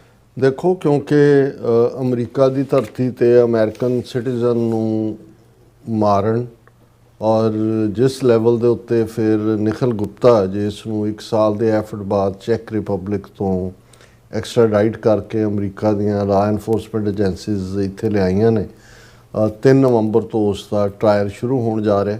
ਔਰ ਕਿਉਂਕਿ ਸਾਡੀ ਵੀ ਇਹਦੇ 'ਚ ਦਿਲਚਸਪੀ ਹੈ, ਬਹੁਤ ਸਾਰੇ ਸਾਡੇ ਵਿਊਅਰਸ ਵੀ ਇਸ ਬਾਰੇ ਪੁੱਛਦੇ ਨੇ ਔਰ ਦਿਲਚਸਪੀ ਸਾਡੀ ਇਸ ਲਈ ਹੈ ਕਿਉਂਕਿ ਇਹ ਇਕੱਲਾ ਇੱਕ ਜਿਹੜਾ ਕੰਟਰੈਕਟ ਫਾਰ ਹਾਇਰ ਲੈਵਲ ਤੱਕ ਦਾ ਕੇਸ ਨਹੀਂ ਹੈ। ਇਸ ਦੀਆਂ ਜਿਹੜੀਆਂ ਪਰਤਾਂ ਖੁੱਲ੍ਹ ਰਹੀਆਂ ਨੇ ਇਹਦੇ 'ਚ ਬਹੁਤ ਵੱਡੇ ਲੈਵਲ ਦੇ ਉੱਤੇ ਜਿਹੜਾ ਇੰਡੀਆ ਦਾ ਆਪਰੇਸ਼ਨ ਜਿਸ ਦੇ ਵਿੱਚ ਕੋਲੰਬੀਆ ਤੋਂ ਜਿਹੜਾ ਉਹ ਜਹਾਜ਼ ਭਰ ਕੇ ਕੋਕੇਨ ਦਾ ਭੇਜਣ ਦੀ ਲਾਈਨ ਔਰ ਉੱਥੋਂ ਹਥਿਆਰ ਉਹਨਾਂ ਦੇ ਅਡਾਨੀ ਪੋਰਟ ਰਾਹੀਂ ਇੱਥੇ ਆਉਣ ਦੇ ਸਬੂਤ, ਮਨੀ ਲਾਂਡਰਿੰਗ ਔਰ ਡਰੱਗ ਟ੍ਰੈਫਿਕਿੰਗ, ਵੈਪਨ ਟ੍ਰੈਫਿਕਿੰਗ, ਇਹ ਸਾਰੇ ਐਡੀਸ਼ਨਲ ਐਵੀਡੈਂਸ ਜਿਹੜੀ ਹੈ ਅਮਰੀਕਨ ਪ੍ਰੋਸੀਕਿਊਟਰਸ ਨੇ ਅੱਡ-ਅੱਡ ਸੋਰਸਿਸ ਰਾਹੀਂ ਇਕੱਠੀ ਕੀਤੀ ਹੈ। ਔਰ ਜਿਵੇਂ ਅਸੀਂ ਲਾਸਟ ਜਿਹੜਾ ਇਸ ਦੇ ਉੱਤੇ ਸੈਗਮੈਂਟ ਕੀਤਾ ਸੀ ਉਹਦੇ 'ਚ ਅਸੀਂ ਇਹ ਕਿਹਾ ਸੀ ਕਿ ਇਹਨੂੰ ਐਡਮਿਸਿਬਲ ਨਾ ਹੋ ਸਕੇ, ਇਸ ਦੇ ਲਈ ਜਿਹੜੇ ਨਿਖਿਲ ਗੁਪਤਾ ਦੇ ਡਿਫੈਂਸ ਅਟਾਰਨੀ ਨੇ ਉਹਨਾਂ ਨੇ ਅਪੋਜ਼ ਕੀਤਾ ਸੀ ਕਿ ਜੀ ਇਸ ਐਕਸਕਲੂਸਿਵ ਇੱਕ ਜਿਹੜਾ ਕੇਸ ਹੈ ਉਹੀ ਰਨ ਹੋਏ, ਲੇਕਿਨ ਜੱਜ ਨੇ ਕਿਹਾ ਸੀ ਕਿ ਵੀ ਨਹੀਂ, ਇਹ ਜਿਹੜੀ ਐਡਮਿਸਿਬਲ ਹੈ। ਹੁਣ ਬੀਤੇ ਕੱਲ੍ਹ 6 ਅਕਤੂਬਰ ਨੂੰ ਜਿਹੜੀ US ਗਵਰਨਮੈਂਟ ਪ੍ਰੋਸੀਕਿਊਟਰਸ ਨੇ ਉਹਨਾਂ ਨੇ ਸਾਊਦਰਨ ਡਿਸਟ੍ਰਿਕਟ ਆਫ ਨਿਊਯਾਰਕ ਦੇ ਕੋਰਟ ਦੇ ਵਿੱਚ ਜਿੱਥੇ ਜੱਜ ਵਿਕਟਰ ਮੈਰੇਰੋ ਨੇ ਇਹ ਜਿਹੜੇ ਨੇ ਆਲ ਕੀ ਐਵੀਡੈਂਸ ਜਿਹੜੀ ਹੈ ਉਹ ਉਹਨਾਂ ਨੇ ਸਬਮਿਟ ਕੀਤੀ ਹੈ ਔਰ ਉਸ ਦੀ ਬਰੀਫਿੰਗ ਸਾਡੇ ਕੋਲ 5 ਨੁਕਤਿਆਂ ਦੇ ਵਿੱਚ ਹੈਗੀ ਹੈ ਕਿ ਵੀ ਇਹਦੇ 'ਚ ਕੀ ਹੈ ਜਿਹੜੀ ਐਡ ਹੋਈ ਹੈ। ਹਾਲਾਂਕਿ ਇਹ ਜੱਜ ਵਿਕਟਰ ਮੈਰੇਰੋ ਨੇ ਡਿਸਾਈਡ ਕਰਨਾ ਅਲਟੀਮੇਟਲੀ ਕਿ ਉਹਨਾਂ ਨੇ ਜਿਹੜਾ ਜਿਊਰੀ, ਕਿਉਂਕਿ ਜਿਹੜਾ ਟਰਾਇਲ ਹੁੰਦਾ ਹੈ ਇਸ ਤੋਂ ਬਾਅਦ ਜਿਊਰੀ ਬਣੇਗੀ 3 ਨਵੰਬਰ ਨੂੰ, ਤੇ ਜਿਊਰੀ ਨੂੰ ਕੀ ਦਿਖਾਇਆ ਜਾਣਾ ਹੈ ਉਹ ਜਿਹੜੀ ਐਵੀਡੈਂਸ 5 ਨੁਕਤਿਆਂ ਦੇ ਵਿੱਚ ਜਿਹਨੂੰ ਅਸੀਂ ਸਮਅਪ ਕੀਤਾ ਇਹ ਸਬਮਿਟ ਕੀਤੀ ਹੈ, ਇਹ ਜੱਜ ਨੇ ਡਿਸਾਈਡ ਕਰਨਾ। ਔਰ ਹਾਲਾਂਕਿ ਜਿਹੜੀ ਸਾਡੀ ਐਕਸਪੈਕਟੇਸ਼ਨ ਹੈ ਕਿ ਵੀ ਬਹੁਤ ਸਾਰੀ ਐਵੀਡੈਂਸ ਉਹਦੇ 'ਚੋਂ ਅਲਾਉਡ ਹੀ ਹੋਏਗੀ, ਕੁਛ ਜਿਹੜੀਆਂ ਨੇ ਉਹ ਉਹਦੇ 'ਤੇ ਡੀਪ ਕਲਾਸੀਫਾਈਡ ਮਾਰਕ ਹੋ ਕੇ ਉਹ ਜਿਹੜਾ ਉਹ ਆਪਣੀ ਉਹਨਾਂ ਨੇ ਉਸ ਦੇ ਉੱਤੇ ਜੱਜ ਰਾਖਵਾਂ ਕਰਨ ਰੱਖੇਗਾ। ਸੋ ਪਹਿਲਾਂ ਤਾਂ ਜਿਹੜੀ ਨਿਖਿਲ ਗੁਪਤਾ ਦੇ ਖਿਲਾਫ ਹੈ ਕਿ ਵੀ ਐਵੀਡੈਂਸ ਆਫ ਅਦਰ ਕ੍ਰਾਈਮਸ, ਵੀ ਇਕੱਲਾ ਇਹ ਰੈਂਟਲ ਕਿਸੇ ਨੂੰ ਰੈਂਟ ਕਰਨਾ ਕਿਲ ਕਰਨ ਲਈ ਤੱਕ ਨਹੀਂ ਹੈ। ਉਹਦੇ 'ਚ ਇਹ ਹੈ ਕਿ ਗੁਪਤਾ ਜਿਹੜਾ ਉਹ ਕਿਵੇਂ ਐਵੀਡੈਂਸ ਨੂੰ ਬਲੌਕ ਕਰ ਰਿਹਾ ਸੀ। He discussed other killings not just the main victim. ਹੁਣ ਜਦੋਂ ਉਹ FBI ਦੇ ਅੰਡਰ ਕਵਰ ਦੇ ਨਾਲ ਗੱਲ ਕਰ ਰਿਹਾ ਤਾਂ ਉਹਨੂੰ ਕਹਿ ਰਿਹਾ ਵੀ ਆਹ ਕੰਮ ਕਰਦੇ ਗੁਰਪਤਵੰਤ ਪੰਨੂਵਾਲਾ, ਉਸ ਤੋਂ ਬਾਅਦ ਤੁਹਾਨੂੰ ਅਸੀਂ ਟਾਰਗੇਟ ਹਰ ਮਹੀਨੇ ਦੇਵਾਂਗੇ। ਹੋਰ ਬਹੁਤ ਸਾਰੀਆਂ ਵੀ ਜਿਹੜੇ ਨੇ ਉਹ ਕਿਲਿੰਗ ਵਾਲੇ ਲੋਕ ਨੇ, ਜਿਹੜਾ ਇਹ ਉਹਨਾਂ ਨੇ ਕਿਹਾ ਕਿ ਵੀ ਇਹਦਾ ਐਵੀਡੈਂਸ ਹੈ ਸਾਡੇ ਕੋਲ। ਫਿਰ ਸੈਕੰਡਲੀ ਜਿਵੇਂ ਅਸੀਂ ਡਿਸਕਸ ਕੀਤਾ ਕਿ ਵੀ Nikhil Gupta was involved in drugs, weapons and money laundering. ਇਹ ਐਡੀਸ਼ਨਲ ਚਾਰਜ ਉਹ ਲਾ ਰਹੇ ਨੇ। ਹੁਣ ਗਵਰਨਮੈਂਟ ਦਾ ਇਸ ਦੇ ਉੱਤੇ ਜਿਹੜੀ ਟੇਕ ਹੈ ਕਿ ਵੀ ਇਹ ਤਾਂ ਇਸੇ ਹੀ ਕ੍ਰਿਮੀਨਲ ਪਲਾਟ ਦਾ ਹਿੱਸਾ ਨੇ, ਇਹ ਕੋਈ ਸੈਪਰੇਟ ਕ੍ਰਾਈਮ ਨਹੀਂ ਨੇ, ਕਿਉਂਕਿ ਡਿਫੈਂਸ ਵਾਲੇ ਕਹਿ ਰਹੇ ਨੇ ਜੀ ਇਹ ਤਾਂ ਫਿਰ ਸੈਪਰੇਟ ਕ੍ਰਾਈਮ ਤੁਸੀਂ ਕਰ। ਉਹਨਾਂ ਨੇ ਕਿਹਾ ਜੀ ਨਹੀਂ, ਇਹ ਇਸੇ ਦਾ ਹੀ ਹਿੱਸਾ ਨੇ। ਔਰ ਗੁਪਤੇ ਨੇ ਇਹਨਾਂ ਸਭ ਨੂੰ ਮਰਡਰ, ਗਨ ਔਰ ਡਰੱਗਸ ਇਹ ਟੁਗੈਦਰ ਨੇ, ਇਹਨਾਂ ਦੀ ਟੁਗੈਦਰਨੈਸ ਹੈ। ਔਰ ਇਹ ਜਿਹੜਾ ਐਵੀਡੈਂਸ ਆ ਉਹ ਸ਼ੋਅ ਕਰਦਾ ਵੀ ਮੋਟਿਵ ਕੀ ਸੀ, ਇੰਟੈਂਟ ਕੀ ਸੀ, ਔਰ ਜਿਹੜਾ ਉਹਦਾ ਅਲਟੀਮੇਟ ਟੇਕ ਕੀ ਸੀ। ਫਿਰ ਜਿਹੜੀਆਂ ਰਿਕਾਰਡਿੰਗਸ ਆਈਆਂ ਨੇ ਉਹਦੇ 'ਚ ਆਇਆ ਕਿ ਵੀ ਗੁਪਤਾ ਇਹ ਕਹਿ ਰਿਹਾ ਵੀ ਹੈਵ ਸੋ ਮੈਨੀ ਟਾਰਗੇਟਸ, ਜਿਹੜੀ ਇਮੀਡੀਏਟ ਉਹਦੀ ਰਿਕਾਰਡਿੰਗ ਹੋਏ। ਫਿਰ ਜਿਹੜੇ ਉਹ ਕੋਡ ਵਰਡ ਯੂਜ਼ ਕਰ ਰਿਹਾ ਹੈ ਗਨਸ ਦੇ ਲਈ, ਵਰਡ ਕੋਡ ਹੈ ਟੋਏ, ਅਤੇ ਪ੍ਰੋਡਕਸ਼ਨ ਜਿਹੜਾ ਹੈ ਉਹ ਡਰੱਗਸ ਦੇ ਲਈ ਕੋਕੇਨ ਔਰ ਦੂਸਰਾ। ਫਿਰ ਜਿਹੜਾ ਕਿਲਿੰਗ ਜਿਹੜਾ ਵਿਕਟਮ ਹੈ ਉਸ ਨੂੰ ਫਸਟ ਜੌਬ ਟਰਾਇਲ ਦੇ ਤੌਰ 'ਤੇ ਦੇਖਿਆ ਜਾ ਰਿਹਾ। ਸੋ ਇਹ ਪਹਿਲਾ ਐਵੀਡੈਂਸ ਉਹਨਾਂ ਨੇ ਦੂਸਰੇ ਕ੍ਰਾਈਮ ਕੀ ਕੀਤੇ ਨੇ ਜਿਨ੍ਹਾਂ 'ਚ ਮਨੀ ਲਾਂਡਰਿੰਗ, ਵੈਪਨਸ, ਡਰੱਗਸ ਹੈ, ਉਹ ਉਹਨਾਂ ਨੇ ਬੀਤੇ ਕੱਲ੍ਹ 6 ਅਕਤੂਬਰ ਨੂੰ ਸਬਮਿਟ ਕੀਤੇ। ਹੁਣ ਜਿਹੜੀ ਜੂਰੀ ਬੈਠੇਗੀ ਉਹਨਾਂ ਨੂੰ ਤਾਂ ਪਤਾ ਨਹੀਂ ਹੈ ਵੀ ਇੰਡੀਆ ਕੀ ਹੈ, ਸਿੱਖ ਕੀ ਕਰ ਰਹੇ ਨੇ, ਕਿਉਂ ਖਾਲਿਸਤਾਨੀਆਂ ਨੂੰ ਮਾਰਨਾ ਚਾਹੁੰਦੇ ਨੇ, ਉਹਨਾਂ ਦਾ ਕੀ ਹੈ। ਸੋ ਇੱਕ ਐਕਸਪਰਟ ਜਿਹੜੀ ਉਹਨਾਂ ਨੇ ਡਾਕਟਰ ਨਤਾਸ਼ਾ ਕੌਲ, ਇਹ ਹਾਲਾਂਕਿ ਕਸ਼ਮੀਰੀ ਪੰਡਤਾਣੀ ਹੈ UK ਬੇਸਡ, ਪਰ ਕਿਉਂਕਿ ਇਹਨੂੰ ਖੁਦ ਨੂੰ ਵੀ ਇੰਡੀਅਨ ਗਵਰਨਮੈਂਟ ਨੇ ਹਰਾਸ ਕੀਤਾ ਹੋਇਆ ਜਾਂ ਦੂਜਾ, ਇਹ ਇੱਕ ਐਕਸਪਰਟ ਦੇ ਤੌਰ ਦੇ ਉੱਤੇ ਉਸ ਨੂੰ ਐਕਸਪਰਟ ਵਿਟਨੈਸ ਗਵਰਨਮੈਂਟ ਪ੍ਰੋਸੀਕਿਊਟਰਸ ਲਿਆ ਰਹੇ ਨੇ।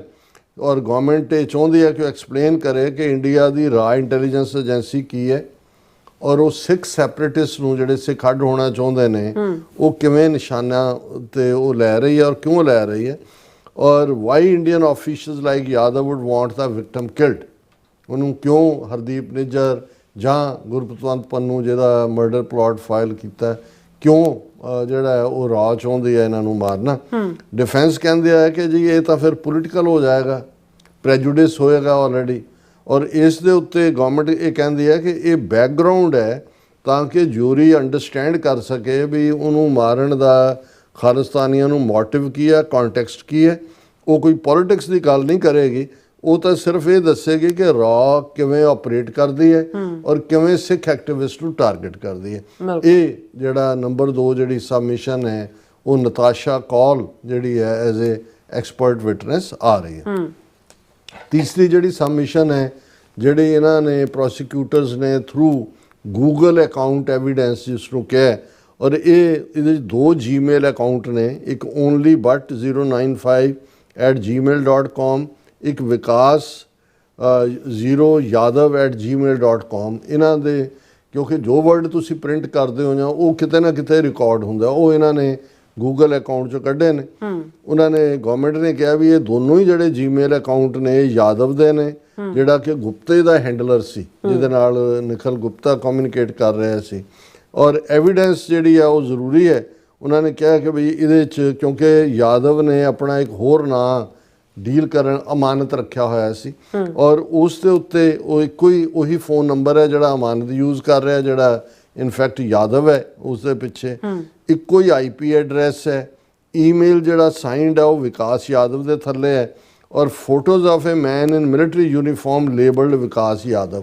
ਇਹ ਵਿਕਾਸ ਯਾਦਵ ਦੇ ਉਹਨਾਂ ਨੇ ਫੋਟੋਆਂ ਵੀ ਕੱਢ ਲਈਆਂ ਮਿਲਟਰੀ ਯੂਨੀਫਾਰਮ, ਕਿਉਂਕਿ IPS ਹੈ ਜਿਹੜਾ ਔਨ ਡੈਪੂਟੇਸ਼ਨ ਰਾਹ ਦੇ ਕੋਰਸ। ਹੁਣ ਡਿਫੈਂਸ ਇਸ ਦੇ ਉੱਤੇ ਜਿਹੜੀ ਨਿਖਿਲ ਗੁਪਤਾ ਦੀ ਸਾਈਡ ਦੇ ਵਕੀਲ ਨੇ ਉਹ ਕਹਿ ਰਹੇ ਨੇ ਕਿ government can't prove the accounts belong to Yadav, ਕਿ ਉਹ ਪ੍ਰੂਵ ਤਾਂ ਕਰ ਨਹੀਂ ਸਕੇ ਵੀ ਯਾਦਵ ਦੇ ਅਕਾਊਂਟ ਨੇ। Prosecutors reply the digital trail and meta data makes it obvious ਕਿ ਅਸੀਂ ਇਹਨਾਂ ਦਾ ਅਕਾਊਂਟਸ ਦਾ ਡਿਜੀਟਲ ਟ੍ਰੇਲ ਫੋਲੋ ਕੀਤਾ ਔਰ ਮੈਟਾ ਡੇਟਾ ਜਿਹੜੀ ਹੈ ਉਹ ਕਨਫਰਮ ਕਰਦਾ ਵੀ ਇਹ ਵਿਕਾਸ ਯਾਦਵ ਦੇ ਅਕਾਊਂਟ ਨੇ ਔਰ ਉਹ ਨਿਖਿਲ ਗੁਪਤਾ ਨਾਲ ਕਮਿਊਨੀਕੇਟ ਕਰ ਰਿਹਾ। ਜੀ ਹੁਣ ਚੌਥਾ ਜਿਹੜਾ ਐਵੀਡੈਂਸ ਉਹਨਾਂ ਨੇ ਦਿੱਤਾ ਨਿੱਜਰ ਮਰਡਰ ਵੀਡੀਓਜ਼।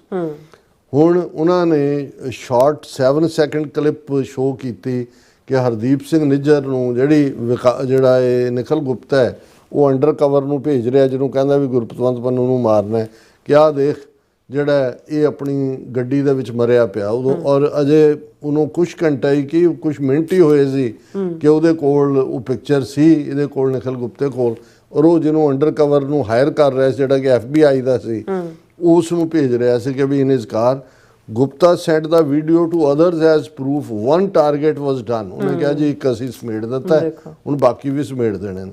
ਹੁਣ ਗਵਰਨਮੈਂਟ ਕਹਿੰਦੀ ਹੈ ਕਿ ਵੀ it shows real killing link to the same plot, ਕਿ ਜਿਹੜਾ ਪਲਾਟ ਹਰਦੀਪ ਨਿੱਜਰ ਦਾ ਉਹੀ ਗੁਰਪਤਵੰਤ ਪੰਨੂ ਵਾਲਾ ਸੀ, ਉਹੀ ਪਿੱਛੋਂ ਹੈਂਡਲਰ ਨੇ, ਉਹੀ ਐਗਜ਼ੀਕਿਊਟ ਕਰਨ ਵਾਲੇ ਸੀ।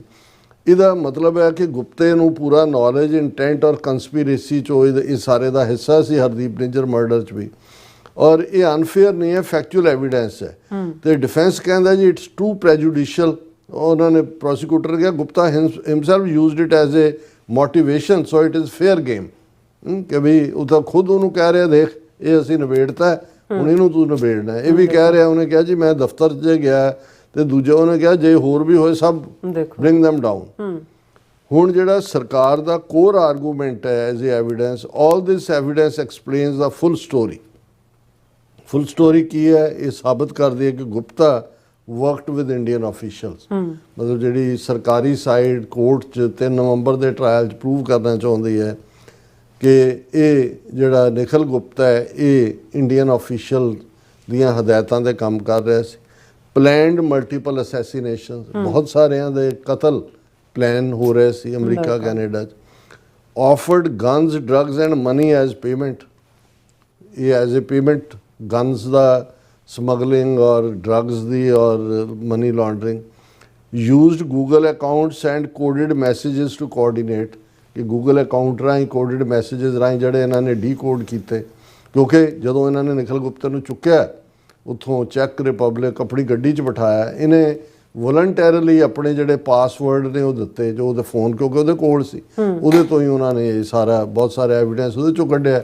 ਬਾਅਦ 'ਚ ਉਹਦਾ ਦੂਜਾ ਟ੍ਰਾਇਲ, ਫਿਰ ਉਹਨਾਂ ਨੇ ਇਹ ਜਿਹੜਾ ਗੂਗਲ ਅਕਾਊਂਟ ਤੇ ਐਵੀਡੈਂਸ ਜਿਹੜੀ ਹੈ ਉਹ ਉਹਨੂੰ ਐਡਮਿਟ ਕਰਨਾ ਜੱਜ ਨੂੰ ਉਹਨਾਂ ਨੇ ਕਿਹਾ, ਔਰ ਜੱਜ ਵਿਕਟਰ ਮਾਰੀਓ ਇਹ ਡਿਸਾਈਡ ਕਰੇਗਾ ਕਿ ਭਾਈ ਐਵੀਡੈਂਸ ਤਾਂ ਐਡਮਿਟ ਹੋ ਗਈ, ਵੀ ਜਿਹੜੀ ਜੂਰੀ ਹੈ ਜਿਨ੍ਹਾਂ ਨੇ ਫਾਈਨਲੀ ਉਸ ਨੂੰ ਉਸ ਦਾ ਟਰਾਇਲ ਕਰਨਾ ਹੈ, ਜਦੋਂ ਉਹਨਾਂ ਸਾਹਮਣੇ ਟਰਾਇਲ ਹੋਣਾ, ਉਹ ਇਹਦੇ 'ਚੋਂ ਕਿੰਨੇ % ਐਵੀਡੈਂਸ ਦੇਖ ਸਕਦਾ ਜਿਹੜੀ ਹੈ ਉਹ ਦੇਖ ਸਕਦੀ ਹੈ। ਸੋ ਇਹ ਅਪਡੇਟ ਹੈ ਇਸ ਕੇਸ ਦੀ ਪਿਛਲੇ ਕੱਲ ਦੀ ਉਸ ਫਾਈਲਿੰਗ ਤੋਂ। ਜੀ ਰਾਸਾ ਤੁਹਾਡਾ ਬਹੁਤ ਬਹੁਤ ਸ਼ੁਕਰੀਆ। ਸੋਨ ਆਪਾਂ ਜਿਹੜੇ ਵਿਊਅਰਸ ਮੈਸੇਜ ਨੇ ਉਹ ਲੈਣ ਜਾ ਰਹੇ। ਨਿਹੰਗ ਸਿੰਘ ਜੀ ਜਿਹੜੇ ਸਾਡੇ ਪਹਿਲੇ ਵਿਊਅਰ ਨੇ, ਫਤਿਹ ਬੁਲਾਉਂਦੇ ਨੇ। ਵਾਹਿਗੁਰੂ ਜੀ ਕਾ ਖਾਲਸਾ ਵਾਹਿਗੁਰੂ ਜੀ ਕੀ ਫਤਿਹ। ਧਰਮ ਸਿੰਘ ਜੀ, ਸੋਨਮਾਲ ਜੀ ਔਰ ਬਸਰਾ ਜੀ, ਫਿਰ ਇਸੇ ਤਰ੍ਹਾਂ ਬਲਵਿੰਦਰ ਸਿੰਘ ਜੀ, और फिर इसी तरह अमरजीत सिंह सैनी जी, और जून 84 अखी देखे मज़र, और फिर मंजूर कोहनूर जी, इंद्रप्रीत सिंह जी, टोनी ढींडसा जी, और राजविंदर कौर जी, फिर इतना फखर जी, और राजनप्रीत सिंह जी, फिर इसी तरह हाँ जी हाँ जी मोहम्मद जॉनस जी भी, और बिलाल अहमद जी भी, फिर मोहम्मद जॉनस जी कहते डॉक्टर साहब एंड नीलम कौर जी, अस्सलाम वालेकुम। वालेकुम सलाम जी। और नासर चौधरी जी ये कहते हैं excellent 6 brothers are very lucky to have you. You both are fighting for Sikh cause and all Sikhs should support you. We fully support you. Thank you so much. नासर चौधरी जी बहुत बहुत शुक्रिया। ਅਸੀਂ ਤਾਂ ਇੱਕ ਸੱਚ ਹੱਕ ਇਨਸਾਫ ਦੇ ਰਸਤੇ ਦੇ ਪਾਂਧੀ ਹੋਣ ਦੇ ਨਾਤੇ ਆਪਣਾ ਫਰਜ਼ ਨਿਭਾ ਰਹੇ ਹਾਂ। ਤੁਹਾਡੀ ਨਿਵਾਜ਼ਿਸ਼ ਹੈ ਕਿ ਤੁਸੀਂ ਇਹਨਾਂ ਲਫ਼ਜ਼ਾਂ ਦੇ ਨਾਲ ਨਵਾਜਿਆ। ਬਿਲਕੁਲ ਜੀ। ਹਰਜੀਤ ਸਿੰਘ ਸੰਧੂ ਜੀ ਫਤਿਹ ਬੁਲਾਉਂਦੇ ਨੇ ਔਰ ਕਹਿੰਦੇ ਨੇ ਕਿ thanks doctor Amarjit Singh ji and ਪੁੱਤਰ ਨੀਲਮ ਕੌਰ ਜੀ, ਜ਼ਿੰਦਾਬਾਦ ਖਾਲਸਾ ਜ਼ਿੰਦਾਬਾਦ, ਪੰਜਾਬ। ਬਹੁਤ ਸ਼ੁਕਰੀਆ ਸੰਧੂ ਸਾਹਿਬ। ਹਾਂਜੀ, ਡਾਕਟਰ ਪਰਮਜੀਤ ਸਿੰਘ ਸਮਰਾ ਜੀ ਵੀ, ਔਰ ਗੁਰਵੀਰ ਸਿੰਘ ਜੀ ਵੀ। ਸਭ ਤੁਹਾਡੇ ਮੈਸੇਜ ਪ੍ਰੋਗਰਾਮ ਤੋਂ ਬਾਅਦ ਵੀ ਹੁੰਦੇ ਨੇ। ਕੱਲ ਵੀ ਤੁਸੀਂ ਬੜੀ ਡੀਟੇਲ ਦੇ ਵਿੱਚ ਮੈਸੇਜ ਲਿਖਿਆ ਸੀ, ਬਹੁਤ ਬਹੁਤ ਸ਼ੁਕਰੀਆ। ਹੁਣ ਤੁਸੀਂ ਲੱਗਦਾ ਵੀ ਕੈਲਗਰੀ 'ਚ ਸੈਟਲ ਹੋ ਗਏ ਹੋ ਪ੍ਰੋਪਰਲੀ ਔਰ ਲਾਈਵ ਤੁਸੀਂ ਬਿਲਕੁਲ। ਜੁਆਇਨ ਕਰਦੇ ਹੋ ਸਾਨੂੰ, ਬਹੁਤ ਮਿਹਰਬਾਨੀ। ਗੁਰਜੀਤ ਸਿੰਘ ਜੀ ਵੀ, ਜਤਿੰਦਰ ਸਿੰਘ ਜੀ, ਸੁਖਜੀਵਨ ਬੱਚੂ ਜੀ, ਬਿੱਲਾ ਮੋਹਨ ਜੀ ਔਰ ਨਾਸਰ ਚੌਧਰੀ ਜੀ ਕਹਿੰਦੇ ਬਾਬਾ ਨਾਨਕ ਜੀ ਦਾ ਦੂਜਾ ਦੇਸ਼ ਖਾਲਿਸਤਾਨ ਜ਼ਿੰਦਾਬਾਦ। ਜ਼ਿੰਦਾਬਾਦ ਜ਼ਿੰਦਾਬਾਦ। ਬਲਾਲ ਅਹਿਮਦ ਜੀ ਵੀ ਆਏ ਨੇ ਔਰ ਇਹ ਕਹਿੰਦੇ ਨੇ ਕਿ ਸਾਨੂੰ ਹਲੋ ਕਹਿੰਦੇ ਨੇ ਔਰ ਕਹਿੰਦੇ ਨੇ ਕਿ ਕਲਾਉਡੀ ਜਿਹੜੀ ਮਾਰਨਿੰਗ ਹੈਗੀ ਹੈ ਇੱਥੇ, ਖਾਲਸਾ ਜ਼ਿੰਦਾਬਾਦ। ਵਾਹ, ਹਾਂਜੀ, ਬਹੁਤ ਸ਼ੁਕਰੀਆ। ਔਰ ਇਸੇ ਤਰ੍ਹਾਂ ਹਰਜੀਤ ਸਿੰਘ ਜੀ ਕਹਿੰਦੇ ਨੇ ਕਿ ਵਾਹਿਗੁਰੂ ਜੀ ਕਾ ਖਾਲਸਾ ਵਾਹਿਗੁਰੂ ਜੀ ਕੀ ਫਤਿਹ। Doctor Sahib, on another day I was hearing a debate. There was some Hindu sitting in a debate saying why Sikhs left India despite everything. Left ਇਹ ਤਾਂ ਮੈਨੂੰ ਨਹੀਂ ਪਤਾ ਹੈ ਹਰਜੀਤ ਸਿੰਘ ਜੀ ਤੁਸੀਂ ਕਿਹਦਾ ਜ਼ਿਕਰ ਕਰ ਰਹੇ ਹੋ, ਪਰ ਉਹਨਾਂ ਨੂੰ ਬਹੁਤ ਚੰਗੀ ਤਰ੍ਹਾਂ ਪਤਾ ਹੈ ਕਿ ਭਾਈ ਕਿਹਨਾਂ ਹਾਲਾਤਾਂ 'ਚ ਸਿੱਖ ਬਾਹਰ ਨਿਕਲੇ ਨੇ। ਔਰ ਜਿਹੜਾ ਬਾਹਰ ਨਿਕਲਿਆ ਸਿੱਖ ਹੈ ਡਾਇਸਪੋਰਾ 'ਚ ਇਸ ਵੇਲੇ ਇੰਡੀਅਨ ਸਿਸਟਮ ਰਾ ਔਰ ਉਹਨਾਂ ਦੀਆਂ ਏਜੰਸੀਆਂ ਲਈ ਕਿੰਨੀ ਵੱਡੀ ਸਿਰਦਰਦ ਬਣਿਆ ਹੋਇਆ। ਇਸੇ ਕੰਮ ਲਈ ਅਸੀਂ ਬਾਹਰ ਨਿਕਲੇ ਤਾਂ ਕਿ ਜਿਹੜੀ ਖਾਲਿਸਤਾਨ ਦੀ ਗੱਲ ਹੈ ਉਹ ਦੁਨੀਆ ਦੇ ਕੋਨੇ-ਕੋਨੇ ਤੱਕ ਪਹੁੰਚ ਸਕੇ। ਬਿਲਕੁਲ ਜੀ। ਔਰ ਫਿਰ ਇਸ ਤਰ੍ਹਾਂ ਗੁਰਜੰਟ ਸਿੰਘ ਕੰਗ ਜੀ ਵੀ ਔਰ ਕੁਲਦੀਪ ਕੌਰ ਜੀ, ਬਲਾਲ ਅਹਿਮਦ ਜੀ ਕਹਿੰਦੇ ਕਿ डॉक्टर साहब क्या लगता है कि जो एयर चीफ है देसी इंडियन का जड़ा एयर चीफ है वो देसी जड़े पैग ने कहते लगा के सो गया होना। फिर कहते 2 महीने बाद ਉਹਦਾ ਨਸ਼ਾ ਉਤਰਿਆ ਤੇ ਅੱਜ ਉਹ ਪਾਕਿਸਤਾਨ ਨੂੰ ਕਹਿ ਰਿਹਾ ਸੀ ਕਿ ਉਹਨਾਂ ਦੇ 15 ਜਿਹੜੇ 에ਅਰਕ੍ਰਾਫਟ ਜਿਹੜੇ ਆ ਉਹ ਇੰਡੀਆ ਨੇ ਗਿਰਾਏ ਨੇ। ਨਹੀਂ ਦੇਖੋ, ਕਿਉਂਕਿ ਸਭ ਤੋਂ ਜ਼ਿਆਦਾ 에ਅਰ ਫੋਰਸ ਦਾ ਜਲੂਸ ਨਿਕਲਿਆ ਔਰ ਆਮ ਹਾਲਤਾਂ 'ਚ ਕੋਈ ਵੀ ਜਿਹੜਾ ਹਕੂਮਤ ਹੁੰਦੀ ਜਿਹੜੀ ਥੋੜ੍ਹੀ ਬਹੁਤ ਵੀ ਗੈਰਤਮੰਦ ਹੁੰਦੀ ਤੇ ਉਹ ਇਹਨੂੰ ਅਮਰਪ੍ਰੀਤ ਸਿੰਘ ਨੂੰ ਡਿਸਮਿਸ ਕਰਦੀ। ਲੇਕਿਨ ਕਿਉਂਕਿ ਇਹ ਬਿਲਕੁਲ ਉਹਨਾਂ ਦਾ ਚਮਚਾ ਹੈ ਔਰ ਫੌਜੀ ਜਿਹੜਾ ਇੱਕ ਡੈਕੋਰਮ ਹੁੰਦਾ ਹੈ ਜਾਂ ਪ੍ਰੋਟੋਕੋਲ ਨੂੰ ਵੀ ਪਾਸੇ ਰੱਖ ਕੇ ਚੀਪ ਉਹਨਾਂ ਦਾ ਪਬਲਿਕ ਸਟੰਟ ਉਹਨੂੰ ਪ੍ਰਮੋਟ ਕਰਨ ਲਈ ਤਿਆਰ ਹੋਇਆ, ਇਸ ਲਈ ਹੁਣ 5 ਮਹੀਨੇ ਬਾਅਦ ਉਹਨੂੰ ਕੱਢਿਆ ਬਾਹਰ ਕਿ ਵੀ ਚੱਲ ਹੁਣ ਤੂੰ ਉਹੀ ਝੂਠ ਬੋਲ।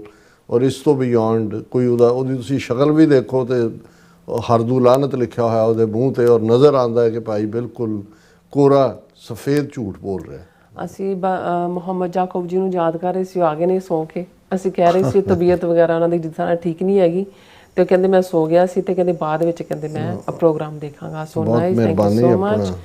और बिलाल जी फिर कहते हैं कि डॉक्टर साहब इंडिया में कहते RSS ने बहुत जुल्म किए हैं और नफरत इंडिया अवाम में भरी हुई है और कहते जड़ा इंडिया 50 साल पीछे चला गया, अब इंडिया का की कहते सर्वाइव होना बहुत मुश्किल है। हाँ नहीं, हुण ये 50 साल नहीं, ये तो टुटण दे कंढे ते आ जाणगे बहुत जल्दी। अजे थोड़ा बहुत इन्हां नूं साह मिलेगा थोड़ी देर, लेकिन ये हाल इन्हां दा सोवियत यूनियन ते यूगोस्लाविया वर्गा ही होएगा। ते कहंदे थैंक्स फॉर मोदी। हाँ जी, कहंदे थैंक्स फॉर मोदी। हाँ जी, हाँ जी, हाँ जी, बिल्कुल सारे कार्य वास्ते। गुरविंदर मान जी भी और सिंह गरचा जी भी और सब का बहुत बहुत शुक्रिया। इस तरह अपने व्यूअर्स को लेने इजाजत। व्यूअर्स साडे प्रोग्राम का समा इत्थे मुक्ता। तुसीं अपनी राय ते सुझाव सानूं भेजना भुलना साडे इस पते ते SOS@TV ते असीं अपना प्रोग्राम लैके फिर दोबारा तुहाडे सन्मुख होवांगे। तद तक लई मैनूं ते अपना सुना गया तो देखते रहो TV बुला दिओ फतेह। वाहिगुरू जी का खालसा, वाहिगुरू जी की फतेह। रब राखा।